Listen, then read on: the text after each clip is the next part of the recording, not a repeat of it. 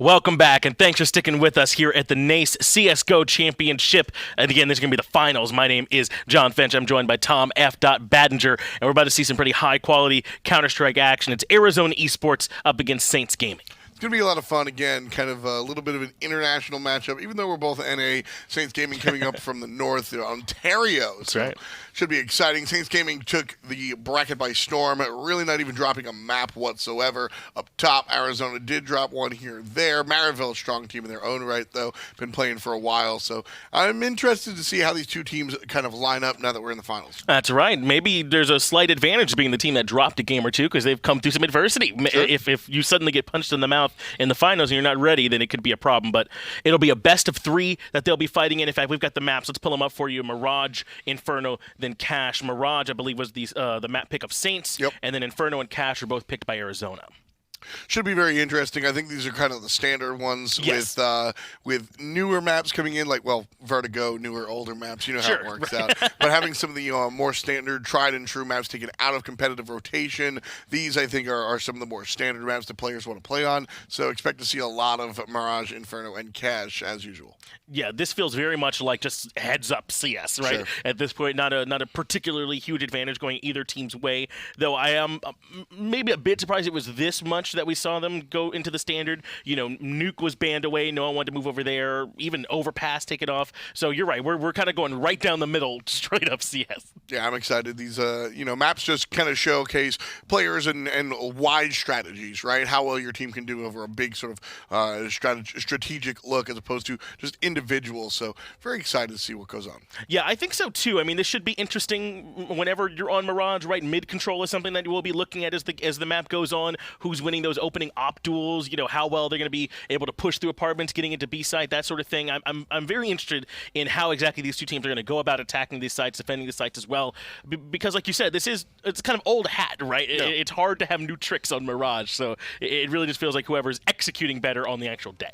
Multiple paces, multiple approaches you can take to this map. You can go fast right into main A or even over by B and rush that side, Sure. or you can take it a little bit slower. Mid gives you a couple of different option plays you can sort of pick and choose. Important smokes in mid, of course, but Yes. that's really what I'm looking for, is to see which team sort of wants to play fast, which team wants to play slow, and then we'll see that later on as we move from map to map. And this does feel like one of those maps that, and I think you kind of alluded to it there, where like the way that you're using that utility really can kind of determine sometimes the better teams. Like when you execute an A properly, like you're mollying off stairs, you've got a CT smoked off as well. It's really, really difficult for those CTs to hold on to the site sometimes, and it can be a tough one even to retake. So the way that you're making those initial like pushes onto the site, the way that you're controlling it off of utility, that can be so important. That's what we're going to be looking at, these teams kind of bringing it in. And we're going to get pulled into the game very, very quickly. When it comes down to it, Arizona and Saints, what I'm looking for is utility and execution, as we mentioned. So a lot of different maneuvers and options to take a peek at.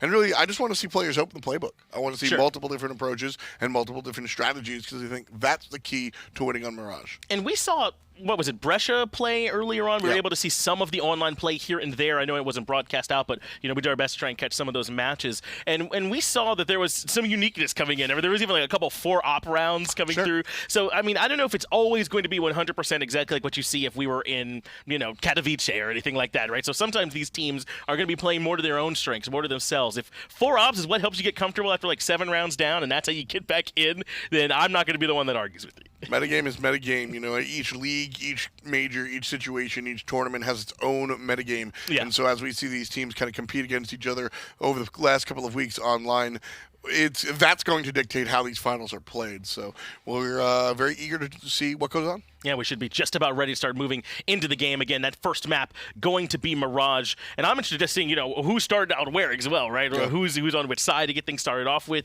and who could do a little bit better before they end up going into the halftime and then swapping. So let's move into it. Arizona Esports up against Saints Gaming, map number 1, just about to get underway, and it looks like it is going to be the Saints Gaming who are on the CT side to get us started. Everybody's sort of joining the server right now. We'll get going in just a little bit. Yeah, they got to take a little time, get everything ready. We can go through talk a little, well, we don't know the players as well, but certainly introduce the guys. You got Arizona Esports. That's Retro, Corbin, Satellite, Benny, and Sports. That's going to be on their squad. Saints Gaming, Zapper, Nutella, excuse me, Con, Sherzay, and Cypro. Those players are going to be there as they're warming up right now and getting ready to get the match starting up. So yeah, this is still the warm-up for our players. They're getting ready to get everything started, so hasn't picked off just yet. Nutella looks like he's going under the name Cookie today. Oh, is that right?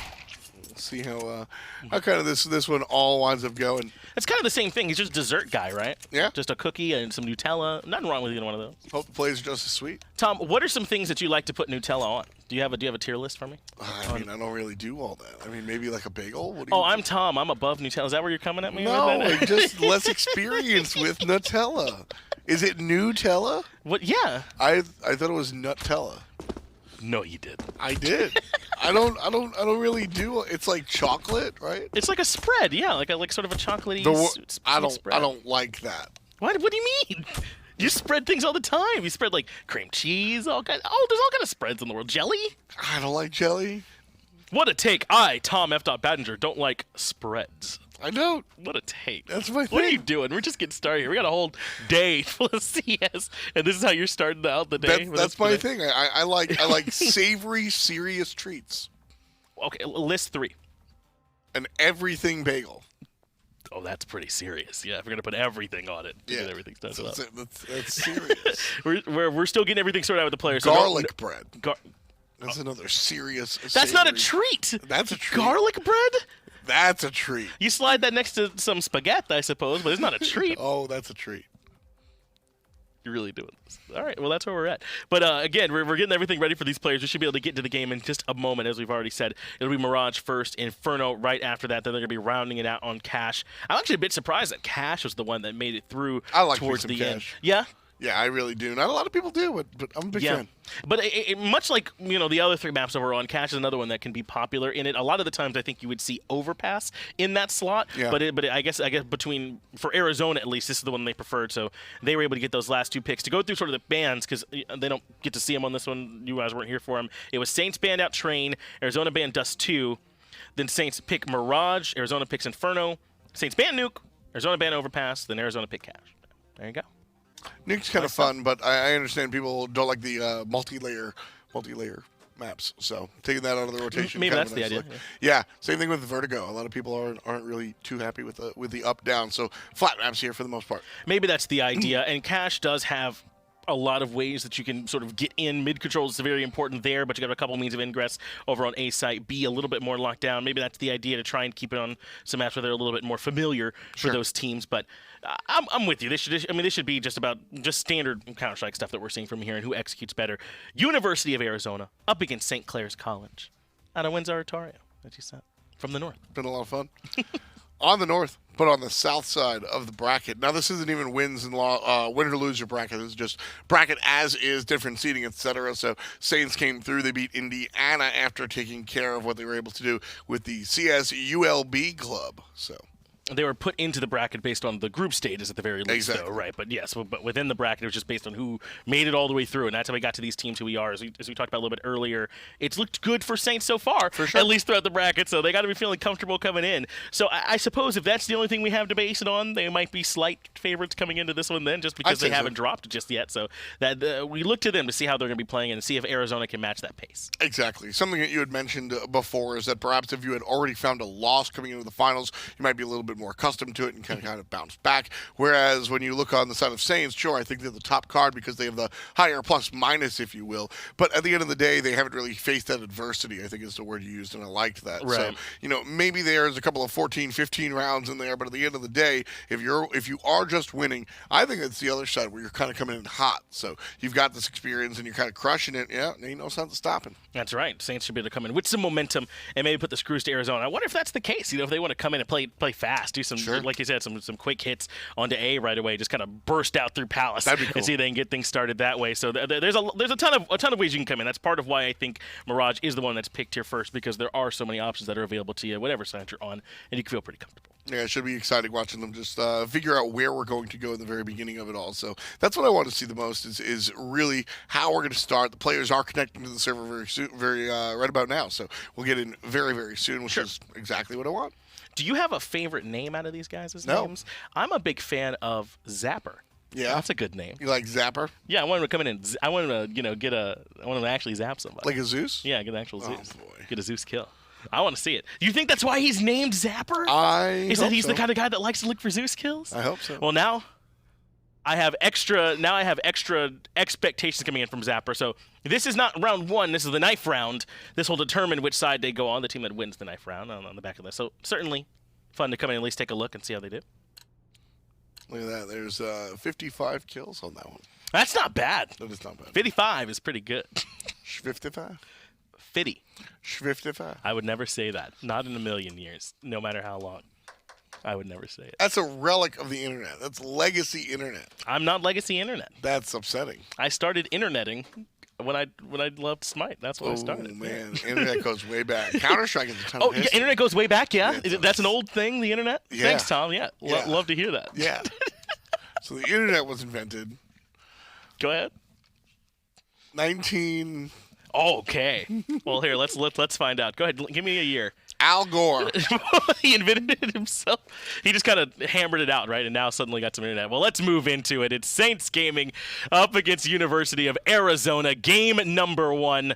Let's get things started. Looks like it is going to be Saints Gaming then that are on the CT side. University of Arizona on the T side. They get things started. The pistol round, important, but perhaps a little bit less so now. Everyone starts essentially as if they already had one round loss. Sure. So that means that on the second round, you come in with 1,900 instead of 1,400, a little bit more cash to help you out.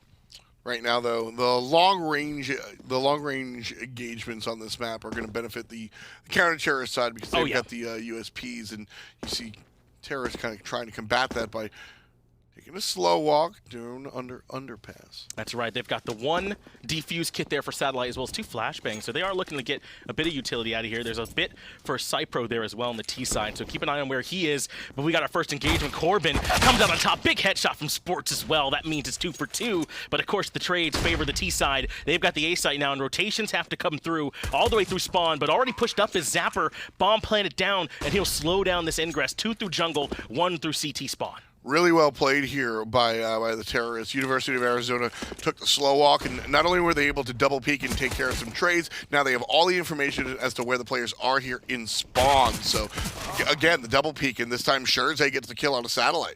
But I don't know if they knew how many people were coming the other way, but Cypro holds it down. He needs no backup. He's got the last member in critical condition. Zapper and Scherze, they're a little bit too strong, but if Bennyquan can hit headshots like that, maybe he can do it. 1 HP in a dream, just not enough. University of Arizona come out hot, grab round 1. A nice try there. Bennyquan might be somebody to watch out for. That was sick, wasn't it? Yeah, really almost brought it back there, John. But University of Arizona Double peek and take care of some some trades plays here. And this is what I like the most. Again, making sure to come down here. You know where there's a player here. Face him with 2 separate barrels. And that's how you take the win. Easy job for you. Not so easy, actually. Saints Gaming with a good look, but University of Arizona with a clean win. And I talk about the second round a lot as, like, you know, sometimes can be that bonus rounds. Nice smoke does land and smoke off window. But they've elected to go largely into rifles full on here. A couple AKs, a couple Galos, and only the 1 UMP there for ConCon. But it's already worked for them. Retro was able to grab that end up falling for that very first kill in favor of Zapper. Saints Gaming now on the terrorist side. Teams are backwards, so please bear with us as we deal with the UI. But Saints Gaming now on the push. ConCon looking towards A site. There we Go. Things should be looking a little bit better for you now. In the right spot, University of Arizona again on the CT side. It's Saints on T that came out with that nice start.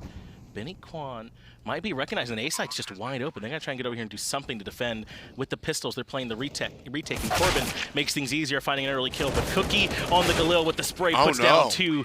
Con finds another one, and Saints Gaming grabbed the round. And see, that's why I do like the choice of the rifles, specifically the AKs when you're here on Mirage. The longer range engagements are really what you're going to be looking for, and you can just demand that victory. Benny Kwan with a nice situation here is really utilizing the economy well. So if you buy nothing at all for the first 2 rounds, even if you win or lose, you can buy this op. Right. And that's going to try, hopefully for University of Arizona, even things up in these long-range engagements. But it does mean that Saints Gaming don't have this round where they have some leftover SMGs coming into round 3. They were able to rebuy into rifles. They won't have the op to quite match Benny Kwan, but they'll still be certainly well equipped. The AKs, obviously, with that 1-tap headshot potential, could cause some problems here for these CTs. And they've got 2 guarding the site, but Con with good support is able to find Sports. That means the site now a bit more opened up. Only 1 player from Connector. That's good shots from Corbin to bring down 1 more, but they're already in. Nobody looking at jungle, but with enough smoke, it seems to be all good. Saints Gaming making their way onto the site. Corbin just firing through the smoke. He has no idea that Saints are on the left side of the site. He's firing towards his own teammates. Well, Arizona have everyone here. They certainly know that this is where it's happening. Firebox been mollied, and that spells trouble. That forces out Cookie, and Corbin finds a very nice shot of his own. Now with the 4v2, finally a good chance for University of Arizona to move in, and Benny Kwan on the op holding down suppressive fire. Defuse is in, and Cypher has to find some kind of way in. He actually gets 1 spray with the smoke, but it isn't enough. University of Arizona now on the board.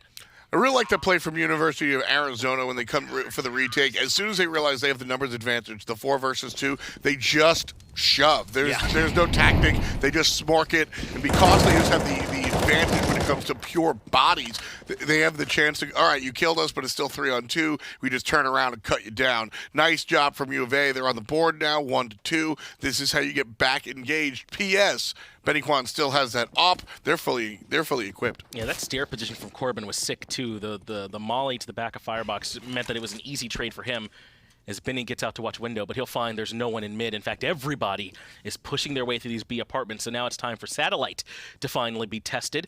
He's got some help, though. There's 1 member towards Catwalk who can rotate back over, but he wanted to throw in the molly in time. Now he recognizes he's under siege, has the FAMAS up close, but in comes Saints Gaming. He gets 1 at least. Retro there to clean up the other 2. That's a big trade for U of A. Sure, is they going to go down? No, still alive with 7 HP. Zapper wants to go get a bigger gun, but the Deagle will have to do. 1 versus him in market. Bomb goes down. Deagle still misses 2 shots. Equipped from 2 sides, and he loses the map. So University of Arizona okay with giving up the bond plant there as long as they were able to come into the site safely afterwards. They knew they had the rifles, and that before they let Saints get too entrenched, they could push in once they had an idea where the players were. So that is a little bit extra cash going the way of Saints, especially because they saved into that round. We'll see if it'll be enough for them. Everyone on rifles except for Cookie, who's on the P90. And even still, Tom, we've not seen an AK or an op yet come out from Saints. Not yet. The AK is really strong as is, and Saints are playing this mobile game. They don't seem to really want to, when they slow it down, they're still moving. They don't really seem to want to pick an angle and stick to it. They want to just kind of get in there and get for the early plant. And so if you're playing for that, I think the AKs are probably a little bit more advantageous. Forced off window already with 1, so it's up to Corbin from Connector, but he can't find it at all. Cypro with a disgusting shot catches him from top mid. That puts things back in favor. He pays a hefty price though, 99 taken away. Cypro only now at 1 HP. And still a bit of a slow play. Bomb still back towards T apartments. Saints have not yet committed to a site. They're trying to see if they can open up this U of A defense a little bit more. Still pushing now. It's 4 on, well, Cypro barely alive, so still a 4-on-5. So confusing there with 1 HP. Oh yeah, but he's still holding on, buying himself some time. And this is where we're finally seeing Saints kind of wait a little bit further into the round. And remember, when you're on the T side, you're the one literally with the ball, with the bomb this time. And you can decide the pace of the game, where you want to move, as long as the CTs aren't too aggressive. And it looks like it finally will be an nice A-hit. shots. Cookie working with Zapper finds the man at Ticket. That opens the site up. Now the rotation have to come through. 2 on Cat, 1 still at CT spawn. But Sharze punishes the 1 from Cat. That means Retro down, and only 2 from U of A to try and force their way back in. Benny Kwan does have this op, though, and if you're trying to retake A with an op, I don't think it's too awful. Unfortunate. Doesn't have any more. Shot in the back. He gets caught out from from window, and that This is means a now fine Satellite will certainly just have to hold back, maybe play for exit frags to see if they leave out of the A site, come near underpass, and catch them off guard. But Charzay does, walks right into the crosshairs and ends up falling, so that's nice to find one. But now Satellite has to reposition. And I like the call here to just go ahead and save. It's a good look. He's just going to walk away and wait till the end of the round. He's he's going to go out there hunting, and he will pick one up. Good job for him, but the goal of looking for the defuse certainly not going to be there. Saints Gaming are able to take the round. Satellite even found another one. That's a good bit of damage he was able to do in that post plan. I think he got 3 more people. Now, of course, Charzay was quite low. Came in with 1 HP, so an easy one for him to clean up. But that's still big to at least hurt some of this T-side economy. It's already a bit advantage towards the T's. Obviously, it's so much cheaper to just get the AK and not to worry about defuse kits and everything like that. So any damage you can do is big. I'm going to be dropped back here. Not picked up. Saints Gaming going to be looking for some of these picks, which now is where I would expect to see an op come through. But instead it's still all AK, so I wanted to keep up on that mobile game. Benny Kwan, still long range, but rifle this time with the bullpup. He's got it out. Been very popular here on the CT side, even though it was raised up in terms of actual cash. It was cheap there for a while and has recently been dropped back down. Sports playing up close with the UMP. He knows that SMG, he's going to need some close range. That's a bit of an off angle, even with the flash. If he plays it correctly, they might not expect him there. Apartment smoked off. That slows down any B push, but it's really just one member lurking there. And Saints still haven't committed, though they've got nice control of mid as well. They've been able to gain quite a bit of ground that U of A have given up. A much more defensive game than we've seen out of Saints for the first couple of rounds they took. A much different game now as Charzay's taken care of. Cookie is easily picked off as well. Players trying to seep into this bomb site. And Benny Kwan able to hold him down with that AUG from range. That means it's just Cypro left with 6 HP. Going to be very difficult to claim the round from here. They'll circle in on him and close him out. And I love what Sports is able to do. I know he ends up getting traded out, but recognizing he was low on cash, comes up with that close angle, is at least able to find one with that UMP. That really does help soften up Saints. And that's what they're looking for. Multiple hits to take down single players, especially when you've got a couple of different angles on the single target. So now that we're tied up here, Saints Gaming going to go for the save. A couple of CZs, a couple of Deagles, and an SMG. So trying to play for big money here. Expect a fast and furious approach as the team tries to grab a couple of kills. Well, this is very nearly the full eco, except for the UMP that's there for Zapper. Still disappointed. He hasn't pulled out the Zeus, but that's okay. I'll stick with the UMP. Looks like this time it is a much heavier commitment to A, though. I think you're going to be staying a little disappointed there, John. Very likely. Saints Gaming, 2 up in Palace, 2 coming up the ramp, and we'll see how these guys, if they're able to walk in. They're doing another good job of staying very quiet. This is similar to how they opened the game. Just walking the entire time. Corbin's going to get in position underneath Palace. One shot in the back. Everybody knows where he is. That's huge. Zapper and Concon are able to take care of it. Sports with the long range can handle it. So this is all Saints Gaming's plant time. That hurts, doesn't it? Sports got 2 to start things off, but because they didn't get back up for Corbin and tickets. Oh, no. You've got to get that peak. That right there from Cypro was just poor play. Benny Kwan had the secondary shot. That should have absolutely been a Cypro kill, at least one. Saints Gaming had that positioning. They took that spot. I think they missed their shots, and they lose the round for it. That's unfortunate, too, because truly they're given a bit of a gift there when Corbin couldn't quite close that one out. But Sports had done enough to start things off, and that means now U of A still in the driver's seat, and Saints Gaming yet again going to have to say, remember, Zapper invested some into that round, so even he's still struggling with that economy. And with just the pistols, looks like we'll be seeing the classic B rush through apartments. And they don't quite have the hard read. Satellite's here with the molly, which you saw him use last time. And that could slow this down. Tosses it out. It is going to catch a couple of people. That just means they're coming through faster. Charzay and Zapper get one. Zapper actually does damage with a nade. And Cypro going to go for the quick plant. Oh, but he gets burned. He ends up falling on the site. And he was the one that picked up the FAMAS as well, so that means it's still just the pistols. Now, finally, Cookie picks it up for himself, but Bomb still not down. Finally, Cookie will be able to grab it. And look how slow University of A are on this rotation. They've got a couple coming in through Cat, and Retro wins that one, and another one through Market. They want to wait till this post plan, try and push in. Nice job there by Corbin, just taking the fight and making sure to win it Easy job there for University of Arizona. So this is what they're doing. Yeah, shoot those corpses. You deserve it. Saints Gaming won a couple of rounds off at the beginning by playing very sneaky. This team likes to give no information in the early game and just shift walk the entire time all the way to a bomb site. And what that does is they don't even use the utility early in the round. They just kind of wait. What that does is that forces University of Arizona to stay back and stay spread so that Saints Gaming can usually get 1 or 2 picks and then rush a site because everybody on U of A is across the map and then take care of business that way. Problem is, University of Arizona have adapted and now they're just playing for the retake almost every single time. And guess what, John? They're winning that retake pretty often. It's worked for them quite well as the 2 that have pushed out through mid are smoked off. That means an easy cat pick from Retro to find 1. But Cypro answers back 4 against 4 now, 1 for 1. And again, as always, those even trades usually favor the T side, so they decide where things go. But Sports not happy with the even trade. Scherze goes down as Sports finds 1 more. The M4A4 from range cleans him up. Sports with eyes on A. Cookie trying to walk it, and Corbin has him right here. And if Sports didn't get him, Corbin would have. An impossible position to be in at the moment. 4 players versus 2. And Saints Gaming, although they didn't drop a map during bracket play, here in the finals, University of Arizona seems to be a little bit stronger. Check my math here. 4 is greater than 2, just like numbers-wise. I think so. Yeah, it's probably favors here U of A, but it's not guaranteed. If they can make their way here through B apartments cleanly and get this last straggler they have left to try and anchor down B site, then they could at least force U of A into the post-plant situation, try and find a retake.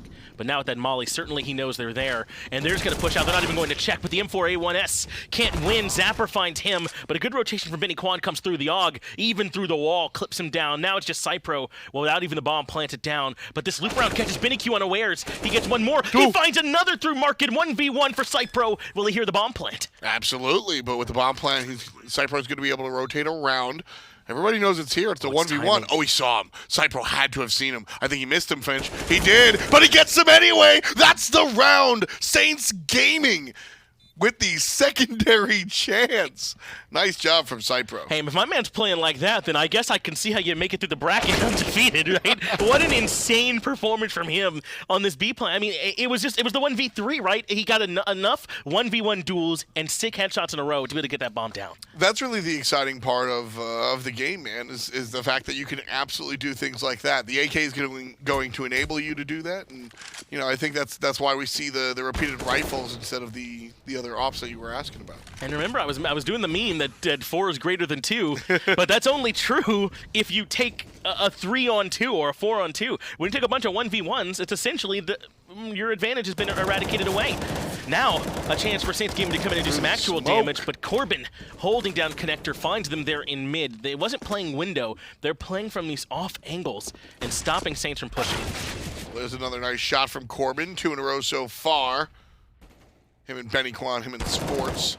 And Corbin gets 1 for himself. A nice headshot with the M4. That's going to be 3 belonging to Corbin. 1 goes to someone else. And Corbin with the 4K. Corbin, we like that. 6 for U of A. Corbin blue, maybe even, at least from some of the performances we've been seeing here. But unfortunately, Con couldn't quite pull a Cypro there and complete the 1v3. He goes down, sandwiched there in between Connector. And that's more like what we saw from University when they were able to string a couple rounds together, right? That slow play of the round from Saints and them just holding down that defense. Gotta watch out for the change in game plan, because Saints Gaming now is seeming to do different things. Now they're playing a little bit faster. Wow! Which is why this rush from Benny Quan. That's a nice look looking at how U of A, or excuse me, how Saints have been playing in the past. But now they're a little bit faster, and Benny Quan's gonna get in trouble the next time he does that. Sports likely has the information that they're on pistols, but a great flashbang opens them up.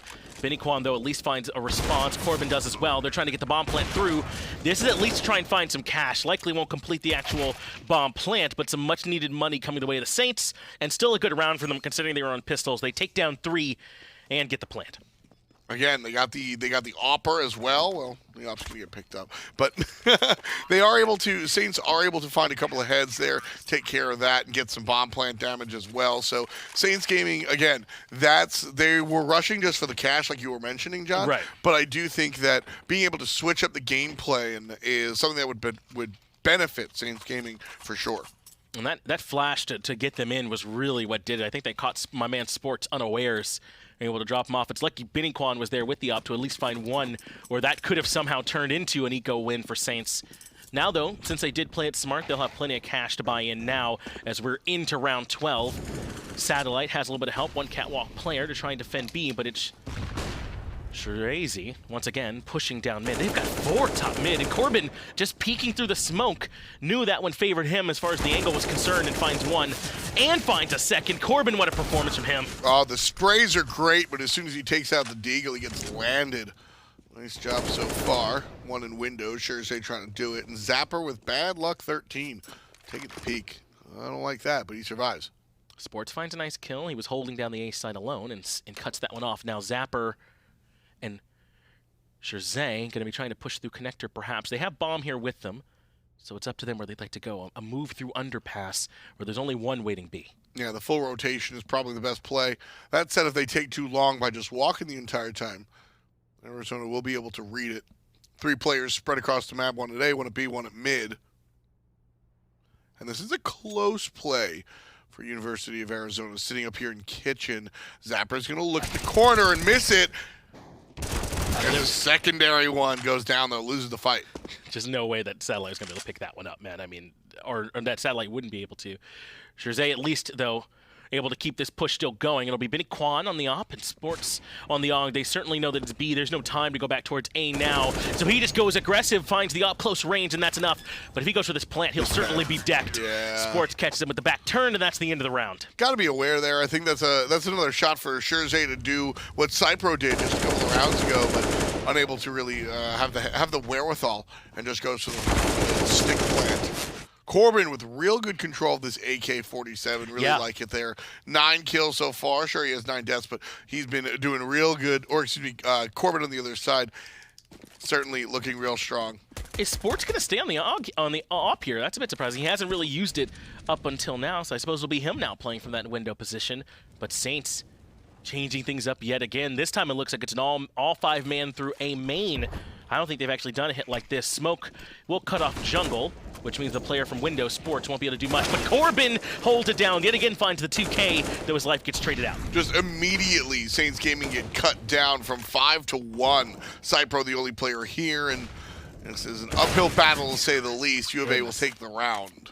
Big flash coming out from Satellite as well. That sets up Biniquan there towards the end to find 2. And Tom, now things starting to look a bit rougher for Saints Gaming as we near the end of the first half. They're out of cash. That means almost certainly they'll go to 10, and then a tough round trying to clean up the last one. It's going to be a little bit tough here for Saints Gaming. I think that last round did not go the way that they wanted. I think that was a round that Saints had kind of put a lot of money on, looking for a different style strategy, going into a different spot, and really trying to throw the opponent for a loop. But Corbin just does a fantastic job of doing exactly what he's supposed to do and cutting the opposition down no matter what the strategy. He's been such an anchor for this team, always trading his life out 2 for 1 for the most part as Sports cuts them down mid. A nice flash from Corbin, of course, opens that up, and he has to fall back from window. That means mid now opened up a little bit more. Corbin pushes through the smoke and finds 2. What a flick from him. Make it 3 as he shuts down another one. Retro comes in to clean up the round. University of A yet again mowing through him. Absolutely beautiful. Corbin just with a fantastic flank. It takes care of 2 and doesn't even do it efficiently, but the opponent just didn't have the wherewithal to go ahead and finish him off. More. Corbin right here, look at that. 1, 2, and then 2 players up on the ledge. And he's got the teammate as well. Peeks at the correct time, utilizing not just his own individual prowess to go, okay, I can walk through the smoke and kill these guys, but also I'm going to do it at the same time as my teammate so that when I do run into an issue, you saw him running the bullets and switch to the USP, he's got somebody peeking the same angle. So a nice easy shot there. Corbin and his team make it look easy, and it's 10-4. Well, once again, top mid control is there for Saints. Cypro, in fact, finds Corbin to open things up a little bit more. There's 2 on B site, but a big rotation coming through. Looks like they'll send 1 at least towards market, but they haven't moved off the site entirely. Maybe that'll work out for them. Cypro and 2 others. R&D going to be coming through B. A molly to slow them off, but they smoke it to push through, but they get slowed down. But Cypro coming through Cat, catches the one in window there in market, and then wins the duel as well out in the open. That means it's just Sports to try and keep this thing even for his team, and only on the AWP. He finds the first one and wants to keep pushing. Saints have succeeded off of trickery, I think. Their brains have just been a little bit bigger than University of Arizona. University of Arizona have been caught for a loop in a lot of these strategies, but University of Arizona have just been able to kind of answer back. Saints Gaming do take one to end the half, and I think that's very important. 10-5 can be a very different feel than 11-4. Yes, it can be, and I think we actually saw when we were watching the Brescia when it was from 10-5 they were able to come back. But that was on Train, different map. But you're right, this is certainly something that's doable for them. The pistol round will help if they can grab that first win. But I think that you're right. Didn't I feel a bit like Brain's Brawn? If Corbin was the Brawn, it felt like for them just getting 2 and 3 Ks every round, then it was sort of the maybe we'll come over here, maybe we'll switch it around, maybe we'll fake towards A that we saw coming out from Saints that at least got them 5. A lot of different strategies coming out from Saints, and that's really what I like to see. I mentioned different pacing, I mentioned different approaches, and we got that. We got some A rushes. One thing that I did kind of like but didn't work out in their favor was how slow they played. I think slow play is kind of fun to watch, and watching these guys just shift walk the entire time, it got them the first 2 rounds, but as we said, University of Arizona did wind up adjusting, and I don't know if Saints ever made that secondary follow-up adjustment to really match that, and I think that's why they lost a lot of the half. I think so too. They've got to do a little bit more to stop them. I love that incendiary there from Sports, though. When he recognized he couldn't hold the window anymore, at least drop it there to cut them off from rotating through Cat and getting to B site. It's a lot of these smart decision-making in the moment from University of Arizona, I think that sees them up in this game. Because remember, I think Saints are the ones that came out initially and kind of hit them in the mouth. But University of Arizona held on for a couple rounds in a row, started building up a bit of an economy, and were able to get back in it. Exactly. It was really just about the adaptation that University of Arizona made. They started to hang back. They realized that Saints aren't going to necessarily rush us, but they're going for one plain sight. They're not really going to play for picks. Mainly what we saw was that slowdown and walks towards A or B specifically. Right. And that forced University of Arizona to hang back and then keep all of their options open. Then eventually wind up fighting about 3-on-5, 4-on-5 because of a pick here or there. And what we saw from Arizona was the adjustment was to just sit all the way back and let the terrorists kind of take control of the site. You're right. And they just focused on the retake more than anything else, and that allowed them to take not 1, not 2, but 10 full rounds away from Saints Gaming. And I wonder if we're going to see that same kind of, comfortable, safe pace from them when they're on the T side. Because what I really liked from them is it felt like confidence going, okay, you guys can have the site. We're confident that we'll be able to come back in and grab it. Can they show that same sort of patience and understanding on this T side? That might throw the Saints, who sometimes looked a bit twitchy, for a loop. I'm actually really afraid of what's going to happen with Corbin with an AK in his hand. I think that might just be really quick. If University of Arizona can win this first round and get AK's round number 2, it might just be over. It's very, very, very important for Saints Gaming to get a couple of early rounds like they did in the first half for what it's worth. I need to see that in order to really get excited. And that's a good point, man. Now Corbin with the AK more reliably, and he was already getting it done from range anyway on the CT side. That certainly could be scary for him as we start off here in the pistol, and already a good bit of utility coming out from Retro. He'll have a smoke, 2 flashes, a molly, and a smoke there for Satellite as well, and just the one diffuse kit for the most part there for Con for Saints, so they're not investing too much. Corbin coming through Palace, and I like this look with the Glock. He'll have some medium range shots, and he's going to go out with Sports at the same time. Sports leading the way, has information on 2 in jungle, and there's at least one here. He sees Zapper, and he's going to lose the fight. Satellite takes him down. Now it's a 3-on-3. Yeah, Satellite finds 2 of his own to match the 2 that was grabbed by Zapper. Now bomb plant down, and University of Arizona, or rather Saints Gaming, had to find a way to push in and force back Biniquan and the rest of the squad. Ooh. Nice headshot, but Con immediately responds. Remember, they do have the one defuse kit on Con. They can get him onto the bomb, but coming from TT spawn was a little bit too strong. Big shot from Con. He has the kit, and that means that the defuse is coming through. Back and forth. Saints Gaming grabbed this round, and that one really was just a mess, in all honesty. There were a couple of different weird trades, some interesting spots, but Zappa really impressive winning this fight from afar and up close. And that's what initially put them in a good spot, but unfortunately they could not quite hold on to it until they ended up falling later on. So, of course, it was the CTs that grabbed the win. Now they'll be able to buy in. We see the SMGs coming out, the 1 M4 there for Zapper, the AUG for Con, and, of course, the full save from University of Arizona. Even with a little bit of extra cash, they're going to wait things out as Con opens things up, takes down Corbin. Zapper right there to follow up as Retro goes down in trade. And as expected, These SMGs and rifles coming out on top so far. That's what they're here for. Look for those quick money spots. Now it's 10-6, and the Saints do have the artillery advantage, so they should just be able to take this one.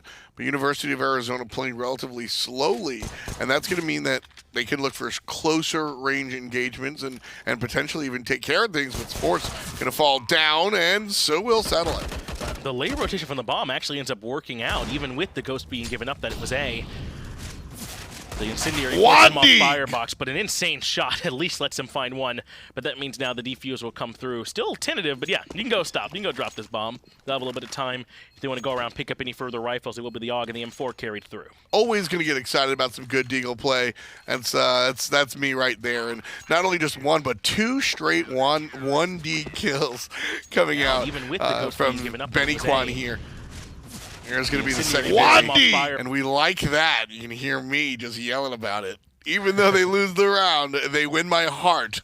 I like the play there from Benny. And this was important from Saints, able to grab the pistol round, and then very likely the round right afterwards where University of Arizona were on the eco. But now, though, the full buy comes through, and this is still Saints buying up to a couple rifles of their own. So they have the FAMAS there for Scherze and the AUG, so they'll be ready to come equipped. But there is an op there, importantly, for Benny Kwan, who looked good on it on the CT side last time. Let's see if we can make the op work for the T as well. Zapper with an eye on Palace, and Benny Kwan going to be peeking out of it very soon with a big boy up. Other way. And the fire underneath is a good look. That's going to tell Zapper 100% that he knows somebody's there. But the other shot from the other side, love it. The teamwork coming out from University of Arizona, making sure to peek and let Benny Kwan get to op safety. Just like that, this site's opened up. Cookie in the 1v3 can have a very difficult task re-entering this one. He wins the first duel and the second at Palace, but it's just too much. When Satellite comes in from Connector, that puts the round down. University of Arizona answer back as soon as they get some guns. Again, wonderfully played. Cookie has an all-star moment here. He sees through the tiny slit that there's an offer up there at Palace. That means that other people are going to peek, but 3 layers of protections. I'm behind 7 proxies, man. You're not going to touch me. He takes care of 2 players and still winds up losing that battle. I mean, what do you do there? Just great preparation from University of Arizona to take round number 18. Well, it'll be 3 pistols and utility coming out for Cypher, Scherze, and Zapper. Concon and Cookie both coming in with equipped with guns, an M4 for Cookie, and it looks like the SSG for Concon. So this is a bit of a force buy from Saints. They don't want to be entirely broken if they can try and stay relevant. This is a good chance for University of Arizona to run away with it. And with rifles, with utility, they want to try and get it done coming here through apartments. The bomb is there, all 5 members there, and it's just one lone member anchoring the site, playing back by Van. He's got to have an idea, though. It shares just with a pistol. Even the molly, that means he's going to cook, but he finds 2. That's real good. Way more than you can ask from Scherze. Surely the rest of the team can get in here. Cookie with the M4A4 finds 1 more, and suddenly University of Arizona and a round that should be there starting to crumble. Yeah, just all stacked up together, and, well, you might have power in numbers, but you're also easier to hit. Fantastic gunplay coming out from the P250, and now Retro, the only one left with an AK. Cypher and Concon collapsing on top. And there it is. Wow, Saints hold on to win that round. I think they should be buying a drink for Scherze wherever he's at, because he's the one that sets that one up, of course, if he's of age. What an impressive play for him with the pistol coming from Van. I mean, especially with the molly there, too. There's no way he should be able to find 2. Look at this right here. I mean, just absolute fantastic job. Bunch of body shots. That's what the P250 is perfect for these later rounds where you're going to be looking for the close round engagements, close range engagements, and you know they have armor as well. So just aim for the meaty spots and you'll be able to get the shots. Very impressive. That allows them to sneak one away. The force buy successful for Saints, and that's enough to break University of Arizona. A couple CZs coming out, a couple Deagles as well, and sparse on utility. That'll make this a difficult A take for them. As immediately Sports goes down, soon to be joined, though, by Satellite and Retro. A very clean round for Saints. It's exactly what they needed to build things up. Now, with 9 rounds, they're closing in on U of A. Remember, they came into this one 10-5. Yeah, that was a little bit rough there for University of Arizona. If I'm coaching this team or if I'm in-game leader, I'm sitting there going, never happened. Just quarterback mentality, as we say. Just forget about it. Move on. That was so uncharacteristic of what we see in the past 20 rounds that it doesn't even matter. Just forget about it and let's try again. Cypro and Zapper have been able to hold on to AKs for a couple of rounds now, which could potentially pose a problem for U of A. They don't have the op there for BennyQ. They're all on AKs. And they'll send a couple towards mid, one to lurk towards apartment, and two to at least confuse them towards A. Bomb still left back by T apartment, so they have not committed yet. And now finally the slow play that U of A is known for. Con doesn't have the op. He's watching down window with the AUG. And with no utility sent his way, he's given up the position on his own. It'll be very difficult to re-peek now. Sports is here, but I'm not too concerned. Got some help to the right as well, so won't be lonely peeking the window. But really, no clear strategy from University of Arizona yet. They're fanned out, the bomb is down. So really just looking for a pick anywhere they can find it, and the second they're able to kind of punch through this armor, that's where we'll see the all-out push. We saw the molly used, but it missed on catwalk, so had that been the plan, U of A could have pushed right through. But instead, a perfect flash leaves Scherze defenseless. That sets up for Benny Quan to find a nice kill. One player bench, as now the apartment's push comes through with a little bit of help from Cat. He does have some help coming through from Market to try and play from the back, but Sports too accurate. Retro as well finds another one. Cookie goes down before he finds a kill of his own. That means just Cypro left up against 3. Bomb is down, and an easy shot from Sports. University of Arizona, this one's back and forth. They grab a win of their own. Really intelligent. Again, going back to the intelligence of what University of Arizona are doing here in this match. So they lean back and they wait for Saints Gaming to be overzealous and make a mistake. Get bored and push forward. Saints Gaming do correctly. They're disciplined and they don't push into it. So University force an engagement. They toss out a flashbang, and that allows them to get one pick. If that pick winds up on the left side of the map instead of the right, it's an all-out push into A. That pick is just about which side is weaker. We'll go rush to wherever that pick went, and that's why University of Arizona went to the B site after we saw the situation on Catwalk. But it's because they gave up the window position. I wonder if he was flashed off it as Corbin ends up falling. Because of that, they're able to push from apartments and Cat at the same time in the previous round. They grab the win. Either way, though, it's on the board for University of Arizona, and they push their thoughts towards better things. That'll be picking up round 22. A more difficult task, though, that they've already lost Corbin, who's been a bit of a star for the squad so far. We'll see if he can hold on as there's battles happening over towards apartments, it sounds. That's where all of University of Arizona are, so it must be there. Spam coming through the smoke. And they'll slow down the pace here. Saints Gaming have brought Scherze over, so they have an idea. But University of Arizona are not committed. A couple of them are still lurking away. So is Saints Gaming. There's a couple of players over there at A site as well. University of Arizona are largely on the B side. A couple of players shifting towards mid, mainly looking for information. And again, even though it's a 4-on-5, I mean, if anything, it's even more so what we saw last time. We'll get a pick, and as soon as we get the pick, we'll know which side is a little bit weaker. But Scherze has to watch his flank. Right there gets 1, and right there gets 2. Scherze, ole. Nice job there for the rifleman for Saints Gaming. Too much focus trying to smoke off Cat there. And that sets up for Scherze to find an easy kill. Cookie as well finds Satellite in apartments. That just leaves Sports with the bomb.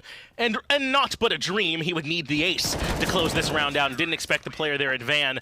Bomb goes down and Saints Gaming answer back. And just as it has been, no team's been able to build up much economy. It's been back and forth. It really has been, but something very telling about that last play there, Finch. So, well, we saw a player coming down the hallway of apartments, and he gets killed by somebody at Van. Cookie takes care of him. Yes, they should have had the information he was there. Yeah, and so lack of information, lack of communication is what seems to be afoot. I agree with you. There certainly should have been some information. The player's Van maybe expected him because he got the kill at Van to rotate off, and then he thought he wouldn't have to check it, but that gamble ends up biting him, as that's exactly where the player stayed. Now University of Arizona, with only 2 AKs and pistols everywhere else, have a difficult round. Though with the way it's been going these last couple of times, it's been back and forth. Maybe they can grab it. We'll certainly take a look. All AKs on the side of Saints Gaming so far. 2 of them, actually. So nice look there for the snatch up of the opponent's equipment. Always love the AK at the on the CT side. All about just picking an angle, sticking to it, and pull the trigger. Con had a chance, but he shoots a little bit too early, gets revealed, and that means Benny Quan can find him with the deagle. Now the question becomes, can they recover the weapon? That's the caster's curse right there in action, folks. Sorry, Con. Unfortunately, did him dirty, as Benny Quan is able to move up and find one more weapon, so they improve their station. A good molly. That is exactly where young Cypro is hanging out, which means he'll be forced off from that window position. And now they'll consider connector. A flash came through, but no one was there. but a spam through the wall. Retro, great awareness, and that's where Zapper must be moving, finds him as well. And yet again, on the force buy, somehow University of Arizona have started to open things up. There's 2 from CT spawn, 1 going to be coming through jungle, but it's Molly Dan smoked. University of A should be able to move up. Yeah, and plus Bennyquan's right there. He's going to get the kill as well. So even though 7 HP for Benny, he's still able to find the player at jungle.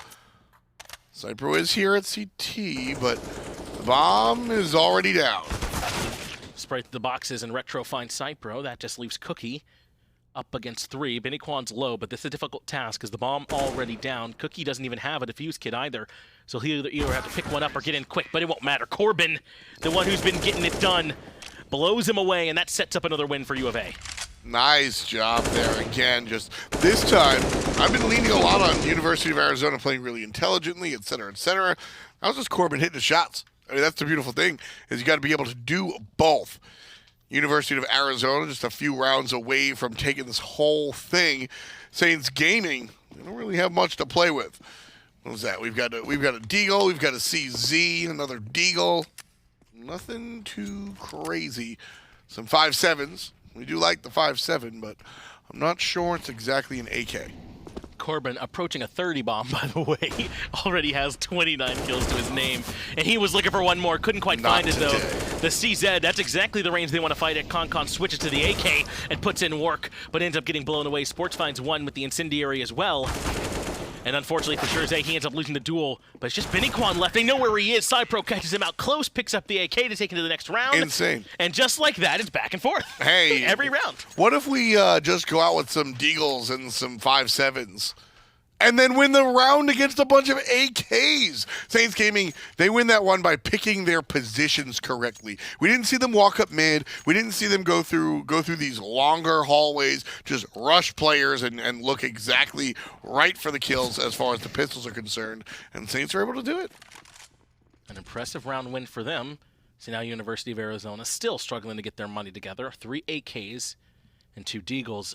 Unfortunately for them, Saints Gaming are well equipped. The op there for Concon, M4s and AKs all around. Cypro and Cookie pick those up courtesy of the T side, and they're feeling good. They recognize that there's someone here at apartments, so when HE goes down, it gets good damage on the Corbin.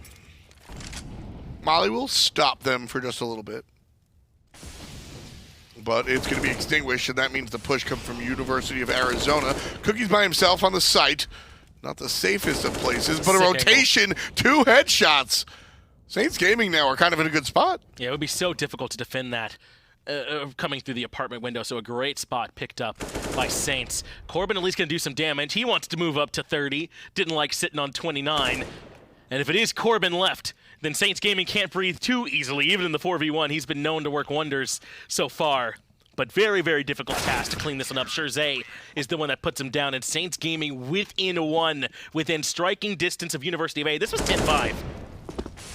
Saints Gaming with a really nice setup here as well. Not only do they get at the beginning of the round, Cookie just does work, and then at the end of the round, they just completely all surround exactly where University of Arizona are looking. You've got 1 in Market, 1 in Catwalk, 1 by Van, and all players are just laser sighted on that spot. So nice job of University of Arizona to knock out the rest of the team, and then find the opposition. Concon can't quite get to window in time, not up against the speed from Retro. And just like that, he's been forced back. There's still Scherze near Cat. And now that he's got the angle, it'll be very difficult for them to peek from behind those boxes. Remember, this is just the pistol round, the full save for University of Arizona. What a HE. Retro, his ears ringing a little bit after that one. Kobe. Certainly no, it'll be difficult for them to grab this one. And if Saints can indeed win this pistol round, they'll go up, or they'll go to 13-13. They'll even this one out as Concon finds a nice shot onto Sports. Scherze finally does clean up Retro, and the slow play from U of A on pistols has proved nothing so far. Yeah, it's going to be a little bit rough for them to do this at this moment. Saints Gaming equipped to the teeth. And a 1 tap there for the AWP out of Concon. Not much surprise at all. So University of A now likely considering what it is they're going to do next round when they should be able to come through and buy. But even still, their money not excellent. 2,000, 2,400, 2,000, 2,000, 2,000 as well for University of Arizona. So they won't have a bevy of options, and Saints Gaming will be well stacked. 13 all. As John said a couple of times here, 10-5 is how we entered And Saints Gaming going to tie this one up at 13 here in round number 27. Well, if their CT side's this dirty, then that might explain how they've made it to this point. 8-3 so far in their favor. This is the third round of the loss bonus for University of Arizona. So at least be able to buy 8Ks for everyone and a good bit of utility too. But their economy quite fragile. They cannot afford to drop here again. Yeah. Or Saints Gaming will have reset them and put them back on very little money. An important one for Saints to finally push themselves out in front here in this map for the first time since early days and try and grab this win. Retro playing this carefully because of the smoke. And a molly will be tossed his way, but no damage just yet. Another slow play from University of Arizona, and again, I like it. I think the slow play kind of befits Mirage. If you've got a big mid, I think it really allows you to kind of play multiple different directions, kind of force Saints Gaming to come to you. But like last time, Saints Gaming not taking the bait. Not particularly antsy. They have two towards connector, keeping an eye. They think it might be another mid play. University of Arizona have done a lot of that so far, and they've given up the window position, so they don't have much information there. But now the utility comes out, so U of A have given up the ghost. It will indeed be the 8-hit, and Zapper is ready. He finds two. Cypher right there with him to get another, so that makes it 3 for 2. Saints Gaming, though, still the ones on top, but the ones on the actual site are University of Arizona. The rotations must come through. Saints drop mollies on the site. That means bomb can't go down. Uh-oh. U of A still have to slow down. Still 2-on-3. Saints Gaming do have more players. They're all in the same spot. Benny Quan, able to grab one as well, but it's a this is Corbin. 2 versus 1, and Cookie's low. But like you said, it is Corbin. If any of the members of U of A can get it done, it's Corbin, but not if Scherze holds a nice angle like that. Corbin has to peek out. Unfortunately, ends up falling, and that means Saints Gaming do go up to 14. And even with that max loss bonus, it's just not enough cash for a full buy from University of Arizona. Barely enough to get AKs on everyone. So how do they play this one? Do they eco here and try and buy into the next round and force a tie situation? Because they give this up at 15. We're going to see the half buy here. Diggles and CZs, so University of Arizona can play fast and maybe even get a couple of shots, take away some guns, and try and play for the round. So this isn't a full kind of throwaway round. The University of Arizona understand they're under the thumb here, but they just can't afford more stuff and still be competitive next round. That's really what they're looking at, in all honesty. They've saved enough, though, that they should at least be able to compete and try and win 2 rounds in a row. Benny Quan, though, losing the trade quite handily down to 18, and they have the information that he's there in mid from underpass. That molly might actually do good work to force him up towards connector, but no one waiting to take the shot, so he'll live for now. But what kind of life is on 18 HP? Hey, man, we've seen incredible plays. Use your life total as a resource. Corbin goes down. Cookie extinguished that resource nice and easily. A spray through the smoke as well over apartments, but unfortunately a bit of a bait. No one pushing up yet. But the bomb is there. Bomb is in apartments, but by itself for the most part. So Saints Gaming might not still understand exactly where this push is coming from. They still have 3 lurking near A. 1 cat, 1 actually on B site proper, and Scherze might be in the key position here to catch one rotating from mid. It's certainly going to be the look, but Scherze going to toss a well-timed fire. It'll catch a couple of people in apartments, and all 3 members of University of Arizona can sneak out, but Sports dies, so does Satellite and Benny Quan. A firing range for Saints Gaming as University of Arizona jump through those windows. Retro with the Deagle finds 2. That's very impressive towards the end, but it matters not. Saints Gaming now on map point with a chance to close this one out as we're on round 29. University of Arizona have to get 2 just to tie at this point, Tom. You know, I like that play. I really did. I thought that was the kind of right move, watching University of Arizona play this way, play this direction, and look for all that. But unfortunately for them, Saints Gaming just kind of in the driver's seat as far as the amount of players and the positioning already done there by the bomb site. So that's an important turnaround for Saints Gaming, who started this map off really hot and then let University kind of take the mid. But here in the late game, Saints Gaming is coming back. Yeah, this CT for Saints has been just dirty so far. And remember, Saints have plenty of cash. They bought 2 ops into this round, so even if University of Arizona grab this one, round 30, Saints can happily buy into and still fight them yet again. So this will not be easy to grab 2 in a row and string them together for University of Arizona.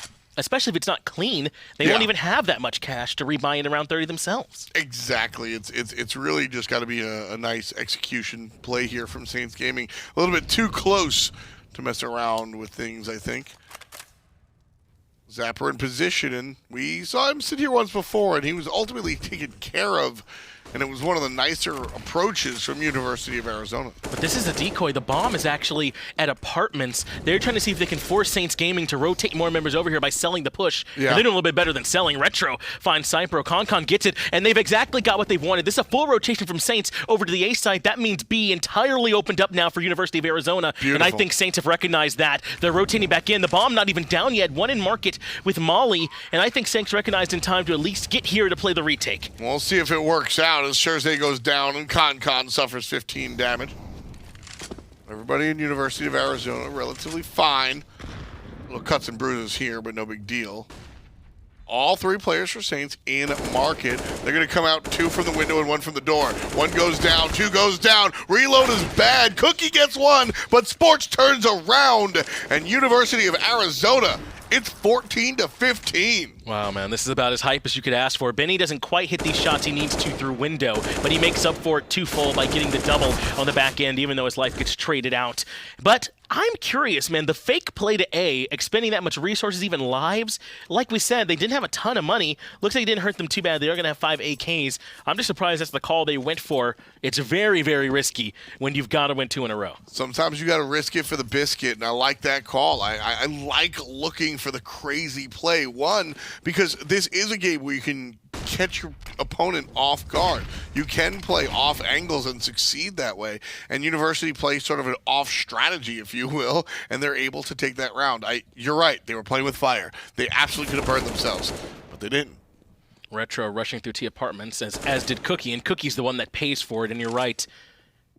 They come out very well, and now that might sell a little bit that they're actually heading towards B, that he was able to win that duel, and they still don't have eyes on where the bomb is. One player towards bench could cause Retro some problems. He'll have heard him land, heard him shoot, and that means Scherze is able to catch him out with no problems. Another one pushing through apartments, trying to make sure it's not another B hit, but that means they only have 2 playing towards A. 4 on 4 now. University of Arizona coming up through the main site. Meanwhile, Benny Kwan. Man, what a player. What a play. That was filth. That was clinical, right? My man came out, pop, got a couple kills. Concon, though, not ready to give this round up just yet. He's moving on to the site, coming through A main, but bomb already down. A difficult task for Concon to try and slow this down. That's a great molly to force him out from underneath Palace, but it will not win in the round. Corbin, as we've come to expect, cleans up the kill. We're moving into overtime, Tom. Man, look at that one. Concon was just sitting there, and the second he changes his gaze, out comes University of Arizona and finds the shot. OT should be interesting. Saints Gaming and University of Arizona all tied up here, 15-15. And that duel that Retro won just past T Apartments, that was so important because it pulled some members of Saints back towards the B site because then they weren't so sure if there actually were a bunch of members rotating over. That kind of opened it up a little bit for them to grab some duels as well. I mean, Retro just making that one individual play really did change the whole complexion of that last round. There were a couple of rounds, I think, that really just changed things. Yes, Retro making the play last round changed things. I think we saw the same thing out of Con once or twice. We saw the same thing out of a couple of different players, and that's always exciting. Shout out to the P250 play. Really like that. That's right, Just a double kill right up front and center. I think that was really important, and that was a real momentum shifter as well, being able to deal with multiple angles and multiple approaches and still take home the victory for at least the round. Well, now it'll be Saints that are going to be a bit on the rope. I don't know if they've had to go all the way towards overtime. Yeah, remember, they've done it 2-0, and it's felt relatively comfortable for them. Now, with a chance that things could drop at any moment, how does the team hold everything together as University of Arizona have taken them all the way to the brink? That looked very tough for them, having to win 2 rounds in a row there to close it out, and they absolutely executed. Well, we're going to get into the overtime in just a moment, and when we look at it, really, overtime is interesting, and I am excited to see who comes out quicker, because I feel like overtime has this feeling where you just want to get it over with. That's right. You come in with plenty of cash into overtime, so they should be able to full buy in a couple of rounds in a row. The question is, how well can you maintain that economy through? You got to win 4 in overtime. That's a lot that you have to be able to grab because each side are going to be on T side and CT 3 times. So it's difficult winning it. We might be in for a couple of overtimes here.